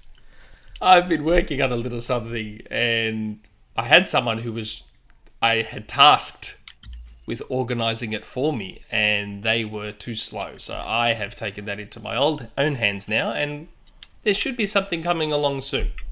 Yeah. Anyone that keeps an eye on my Twitter will have seen a certain product that I myself use and retweet about and talk about that I quite like. And I may have reached out to them and may have organised something. We'll find out. You sponsored by Switch? Viagra? Hey. That's it. That is exactly who I'm sponsored by. You're At my sponsored by age. Rogaine? Okay. Hey, I don't have a problem with hair. I do not have a problem. That's why I have to shave it to get rid of it sometimes, because it grows so fast, and yeah, it gets full on my hair. But yes, anyone who has kept an eye on my Twitter will probably have an idea. Nintendo. I've been. That's most Well, people. Oh god, can you imagine if we were sponsored by Nintendo? How funny would that be? It would be a ridiculous podcast. XboxEra brought to you by Nintendo. Yeah, I don't see it happening That would somehow. be hilarious. But honestly, good old Collingwood, there's something I've been working on. I may have taken a meeting or two as well. Hopefully that'll happen soon. Okay. Britt. Hello, wonderful gentlemen. Thank you for all that you do for gaming communities. Keep up the wonderful work. It is greatly appreciated. I like for that, questions like Thank that. Not even a question, just nice. Not even Just a a brief question. comment. Just a nice comment. Yep, Yeah. that's good. Creaky Fine. Legs. Creaky Legs. And thank God Creaky Legs doesn't have an essay. Did you know there are people, in fact most people, do not have an inner monologue? Really? I do. No voice in their head to think quietly or read? They process the words they see, but not the same way people with inner monologues simply read it in their own voice silently or in Morgan Freeman's voice. I cannot imagine how you even function without being able to exist in your own head. Do all of you have an inner monologue? I 100% do. Yes. Yes. Yes. Yes, and it won't shut the fuck up. Oh, man. My Trying to inner sleep, monologue... and it's like, oh, by the way, what if this happened, or what if this Microsoft thing Yeah, happened, yeah. or maybe you should write this article right now. I'm like, shut up, I want to sleep. My inner monologue sometimes becomes an outer monologue. It just boils over and can't be contained anymore. And just keeps on talking. But yes, No. it appears we all have an inner monologue. I'm so glad Creaky Legs didn't ask like a full-on essay. Did you see that meme he made on Twitter? Yes. I like his That was pretty memes. funny. That was pretty funny. He does good work. I like that. That was good. I was just like stressed out. Proven. Hello, Xbot4. I have a question that doesn't really pertain to you, but you may have knowledge of. Last year, Jeff Grubb wrote an article that had a list of games that were internally scheduled to release in 2023. Here is the list. And he's got a list here. Do you think this list is accurate as of today, or have things changed? If only half these games comes out in 2023, I think that's a pretty great year from Xbox. Now, that list says Avowed, Fable, Perfect Dark, Everwilds, Hellblade 2, Contraband, In Exile's next game, Compulsion's next game, the Coalition's next non-Gears project. That is the list. For 2023. what, games releasing in 2023? 2023. Yeah, I would say no. Not all of those. Some will, for sure, but not all of them. I Avowed, don't feel yes. like Fable will. Fable, no. Perfect Dark, yes. I'm going to say yes to Perfect Dark. Everwilds, no. Hellblade 2, yes. Contraband, yes. Yeah. I hear that Avalanche are doing well with milestones, so I'm going to say yes on Contraband. Well, you know what? In We'll Exile's- find out if these games are all actually coming out. We'll find out at not E3 this year, At not E3, yes, that's right. because they'll give like the year, the year on it, right? They'll be like, if they're coming in 2023, they're gonna have to talk about it this year. But Yeah. I don't know. I mean, maybe Jeff is right. Maybe the Xbox is gonna be like, fuck it, we got a game every month, boys. We got a game every month. Doesn't matter. We're putting out Avowed and Fable RPGs, whatever. We're not holding back. What we got for 2024, whatever. Who cares? We're just We're I winging don't know. it. We're It'd be winging good it. for Game Pass, right? Yeah. Yeah.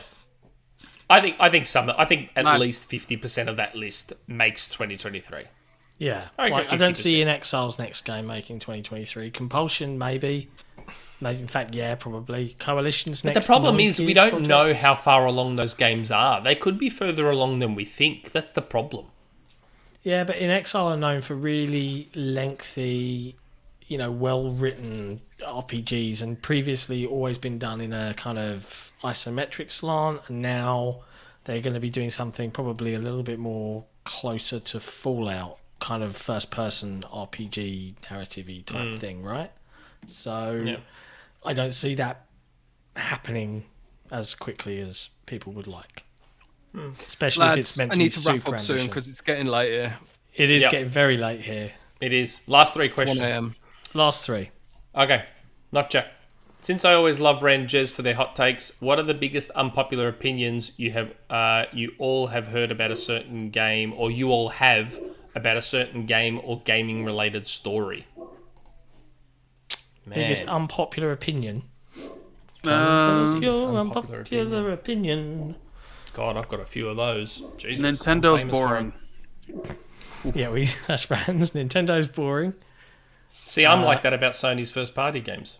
Here's one. boring. I refunded God of War 2018 on Steam yesterday because I found it a bit dull. That was my game, a 2018 game of the year, but whatever. Yeah, I know. I'm not judging you. Asking you to extend the same courtesy. Jez, got bad opinion you want to churn out? You gave it earlier many- about many Halo. Bad opinions. Yeah. Halo. I think Halo's Halo. the most overrated franchise of all time, probably. So Don't that's put it lightly. that's probably the take that most people would disagree with me. I don't know what it is that people like about it so much. I really don't. Someone educate me. It's like I don't know. I was 21 when I first played Halo, so it's not like it's a childhood nostalgia thing. I was 21 when I first played it. So yeah, I would say, Jez, know. what difficulty do you play Halo at? I played the first few on Legendary. Like me and my brother played there's your through 'em, problem. It was. there's your problem. Well, I played them on the normal difficulties as well, but it was like I'd solo on normal and then maybe go to Legendary or Heroic to play with my brother or friends and stuff. I played all of them except for Reach and ODST, and I play them, but I don't really enjoy them. Or if they announced tomorrow that Halo 3 was cancelled forever, I would feel no emotion. I would feel nothing. Maybe it's just not for you. Everyone has a game that isn't for I don't them. know. Yeah. That's fair enough. Oh, I don't know what it is. I don't know what. Also- I want to. It's almost like I want to like it because it has so much lore and stuff. And don't force so, yourself. such a passionate It's fan fine. base. But I can't. Yeah, I can't force myself to like it. you don't have to. It's weird. You could be a Almost big like fan a of the life TV show, and that would be it. Yeah. Yeah, maybe. Also, Crackdown 3 is the Scarface of video games. That's a take. That's a take. It's the other one. wait, What's the next what? Don't quiz him. If you want to go to bed, don't quiz him. Don't quiz him on this. You just got to let it Hey, go. you said that we I'm need to wrap it triggered up. now. You said that we need to wrap it up. So we'll move on. Rejoin the Discord and we'll talk about it then. I'm just trying to work out what the implications of that is because just those words in one sentence combined but made me triggered. Are you for real? Scarface was a movie. Like, a lot of you aren't old enough to be aware. Scarface, when it came out, was not very popular as a movie. It actually flopped Oh really? as a movie. I did Oh not yeah, know. and see, that's the thing about Scarface. Everyone looks back at Scarface now. It's like, oh my god, Scarface, what a classic. No, it was a massive flop, and everyone hated it when it came out. But it's one of those movies that over time people grew to appreciate. Crackdown 3 Scarface. Okay. I've got a feeling MD you might be wrong about that one. MDHX. Hey guys, nice to see all four of you alive and kicking. Anyway, since I have no question to ask and cannot spare this special occasion, I will ask this. What do you expect for the Game Pass lineup in February? Elden Be Ring. quiet. Nick, I have you to know, be Nick? quiet. I have to be quiet. You know? I don't know. But it's not going to be Dying Light 2 because they came out and said, there will not be a subscription service. Look, I may have been told something that I fear is a leak hunt, which is why I'm not saying anything. It's And I not don't going to wanna be get my Elden source Ring, Nick. in trouble. I don't want. not No, gonna I'm be saying I don't want to Elden get my Ring. source in trouble because there's a decent chance that what I was told is a leak hunt. So I'm not going to say anything. But if the games that I was told are true and it's not a leak hunt, Well, okay, then, let me ask boy. you this: would it be a good boy. month if the leaks were true? Yep. Would it be a better month than January was? Yep. I mean, But we'll have to see. wait and. What else is coming out besides Dying Light? We'll see. Elden Ring, right? It's That's probably it. a leak hunt. It's probably a leak hunt, which is why I'm not saying that jack. I mean, how close to Outriders coming out was Outriders announced for Game Pass? Uh, 2 Pretty weeks, close. wasn't it? It was 2 to pretty 3, close. like 2 to 3 weeks, I think. Okay. So we ain't got long to find out, right? So It was pretty let's see close. what happens. If you say leak Okay. hunt really fast, it sounds almost rude. It does too. Oh, yeah. I apologise if it came out that way. I didn't intend for that to happen. A leak hunt. You A leak cunt. hunt. It is a leak hunt. Okay, I'm sorry. Okay. Last question. Last question. Kraken 56. Hello, fearsome foursome. First, I want to say I have followed Rand since the start of the Xbox One era. Commiserations. When he did podcasts, and Jez is great too. Xbox has gone from 5 studios to over 30 in 5 years. I remember in 2017 when it was not looking good, listening to Jez and Rand talk about game creation and kind of felt almost hopeless as a fan. But here we are with such a bright future. My question is, which studio will make the best of added resources and better structure with less pressure from investors? Ninja Theory. There is so many to choose from, but if I had to pick, I would say Playground. I imagine Fable as Xbox's Horizon Zero Dawn in terms of production value, maybe with a bigger open world. I think this will be a hit for sure with all the talent they are hiring. You can say more than one because I think most of them will make big leaps after joining the new Xbox. Thank you so much and love you guys. Love your guys' content. Listen every week. Thanks very much. I got one for you. Ninja Theory. So they'll make good stuff with less pressure from investors, essentially, right? Yeah. More resources. I mean, isn't the answer just ridiculously obvious when you look at it? It's Activision Blizzard. Now, yeah, that is the biggest, best answer, I suppose.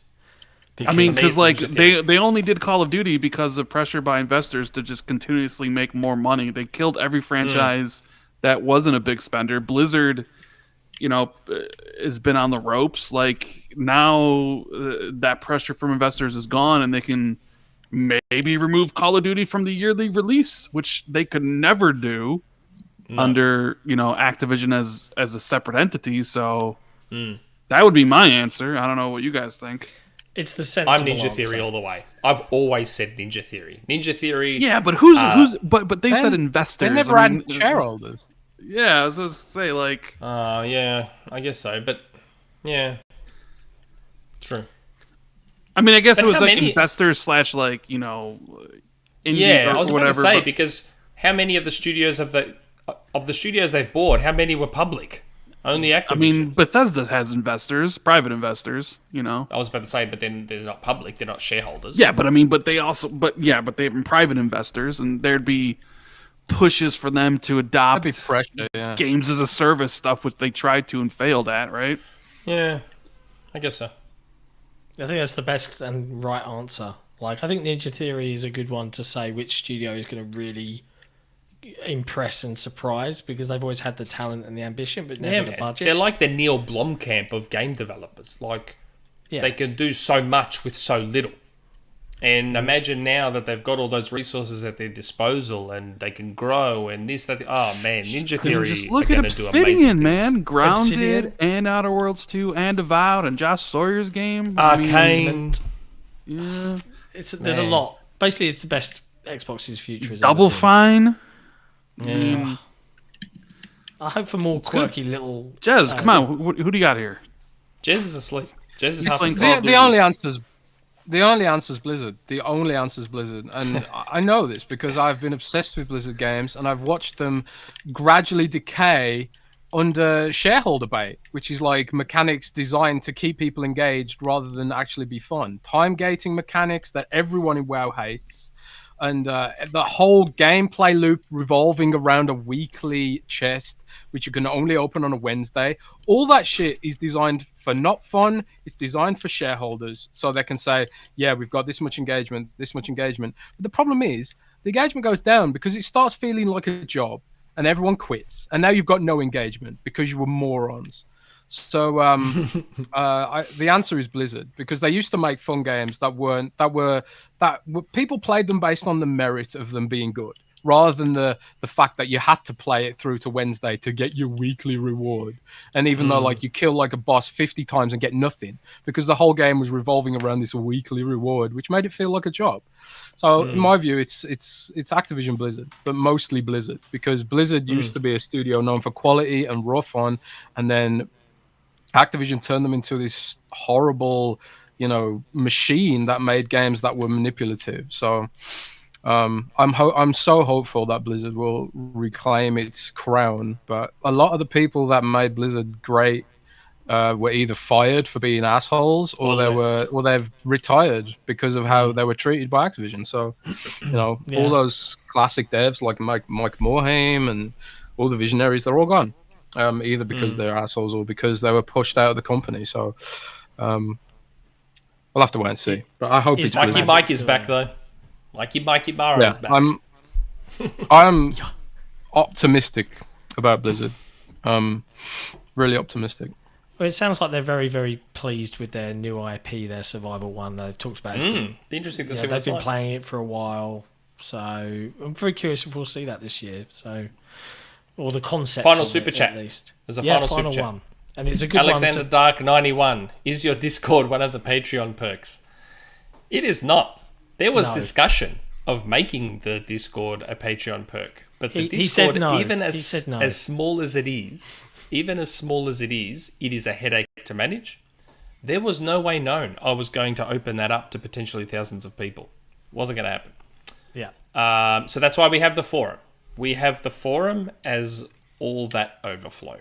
So if you want to have a chat with all of us, please join the forum. Jez is on the forum. Rand is on the forum. Jeff Grubb is on the forum. Phil Spencer is on the forum. So jump on the forum. And Phil has even posted. You get no ads as a patron as well. So there's no ads on the forum if you're a Patreon subscriber. Yep. And you can ask. What about if you're a VIP? Can I get ads removed for being cool? No. Sorry. Ask pre-drag. I don't know if we have that ability to on or off. But yeah, I'm joking. I just use an ad block. What? I use an ad block on Windows Central, man. I don't know. All right, okay. It's 3 minutes to midnight, so it's 1 a.m. for Jez. We're going to call it. It's been the Xbox 4. Thank you very much. Xbox 4, 4 hours. 4 hours. Yes, right? Xbox 4, Xbox 4 hours. Wow. We need to wait like 3 more minutes and end it dead on. No, yeah. I can talk for 3 more minutes. No. We know you can. What? Stop. We're letting Jez go to bed. 2 more minutes. It's only 2 more minutes. Come on, 2 more minutes. I will leave the stream over screen up for 2 minutes. No, it's going to be the end of The Sopranos where the screen goes black mid-sentence because I'll be like Jesse talking, just presses the button. It's just gone. Do it, Jesse. Just cut him off at some point. During the joke segment, I cut to the podcast outro 3 times on really bad jokes, and I just did it again there. Okay. Gaz joined the chat. Did we go past Gaz's show? Did we start before Gaz and finish after Gaz? Started an hour before and have finished after him. Sucked in, Gaz. Right here, mate. Oh, that's not very nice. Eat it. Gaz is all right. I like Burger Boy 26. What game is Roundhouse making? I don't think I'm allowed to say yet. And honestly, if what I've heard is true, I really would like them to announce it. I don't want to spoil it because it'll be big. Don't worry, Jez will leak it. If what I've been told, I prefer Jez didn't. But if what I've been told is true, it'll be big, and I'd rather let them do it. Pray too, baby. But I refuse to believe it's real because then it's going to make me look like an idiot if it is real. So I'm hoping it's not real. It'll make me look like an idiot. Cryptic. All right, that's it. You've had your 2 minutes. It's time. Okay. It's a Pokemon confirmed. Boom. Rand, do you want to plug your channel? I think you've got a YouTube channel, right? You might want to. Yeah, youtube.com/RandallThor19. Videos and podcasts with Jez. Sometimes both on Friday, their Twitters are there. Both their Twitters are already in their nameplates. So thank you guys for having us on. Xbox 4 was rousing success. Thanks for not dodging us more. It's been a pleasure. All right. Thanks everybody in the chat for hanging out. You guys were a blast. And lots of good behaviour. Didn't have to. Wow, you don't even give Jez an outro? Wow. I'm going to come back to Jez. Jez is my finisher. Honestly. That sounded like a show ender. No. It's not. Jez is on Xbox 2, though. I don't need. You talked about Xbox 2. Yeah, I don't need no introductions. That's how famous he is. Is introduction a word? Windows Central. Outroduction. Did I just invent a word? I even plugged like Manscaped like 2-3 times. We've They're done not all even the an official favours. sponsor. But yeah, Oh, Jez, it's okay. We don't need to plug them anymore unless they give us another contract. where can people find your hot, spicy takes? I'm on Twitter at Jez Corden, JZCYD, Yeah, it's and under there, at it's under his name windowscentral.com/gaming. Cool. But yeah, Well, there you go. Everybody probably knows that's watching anyway, to be fair. Yep. So, but yeah. All right. Thanks, everybody. Have a good night, and we'll see you next time. Ciao for now. bye.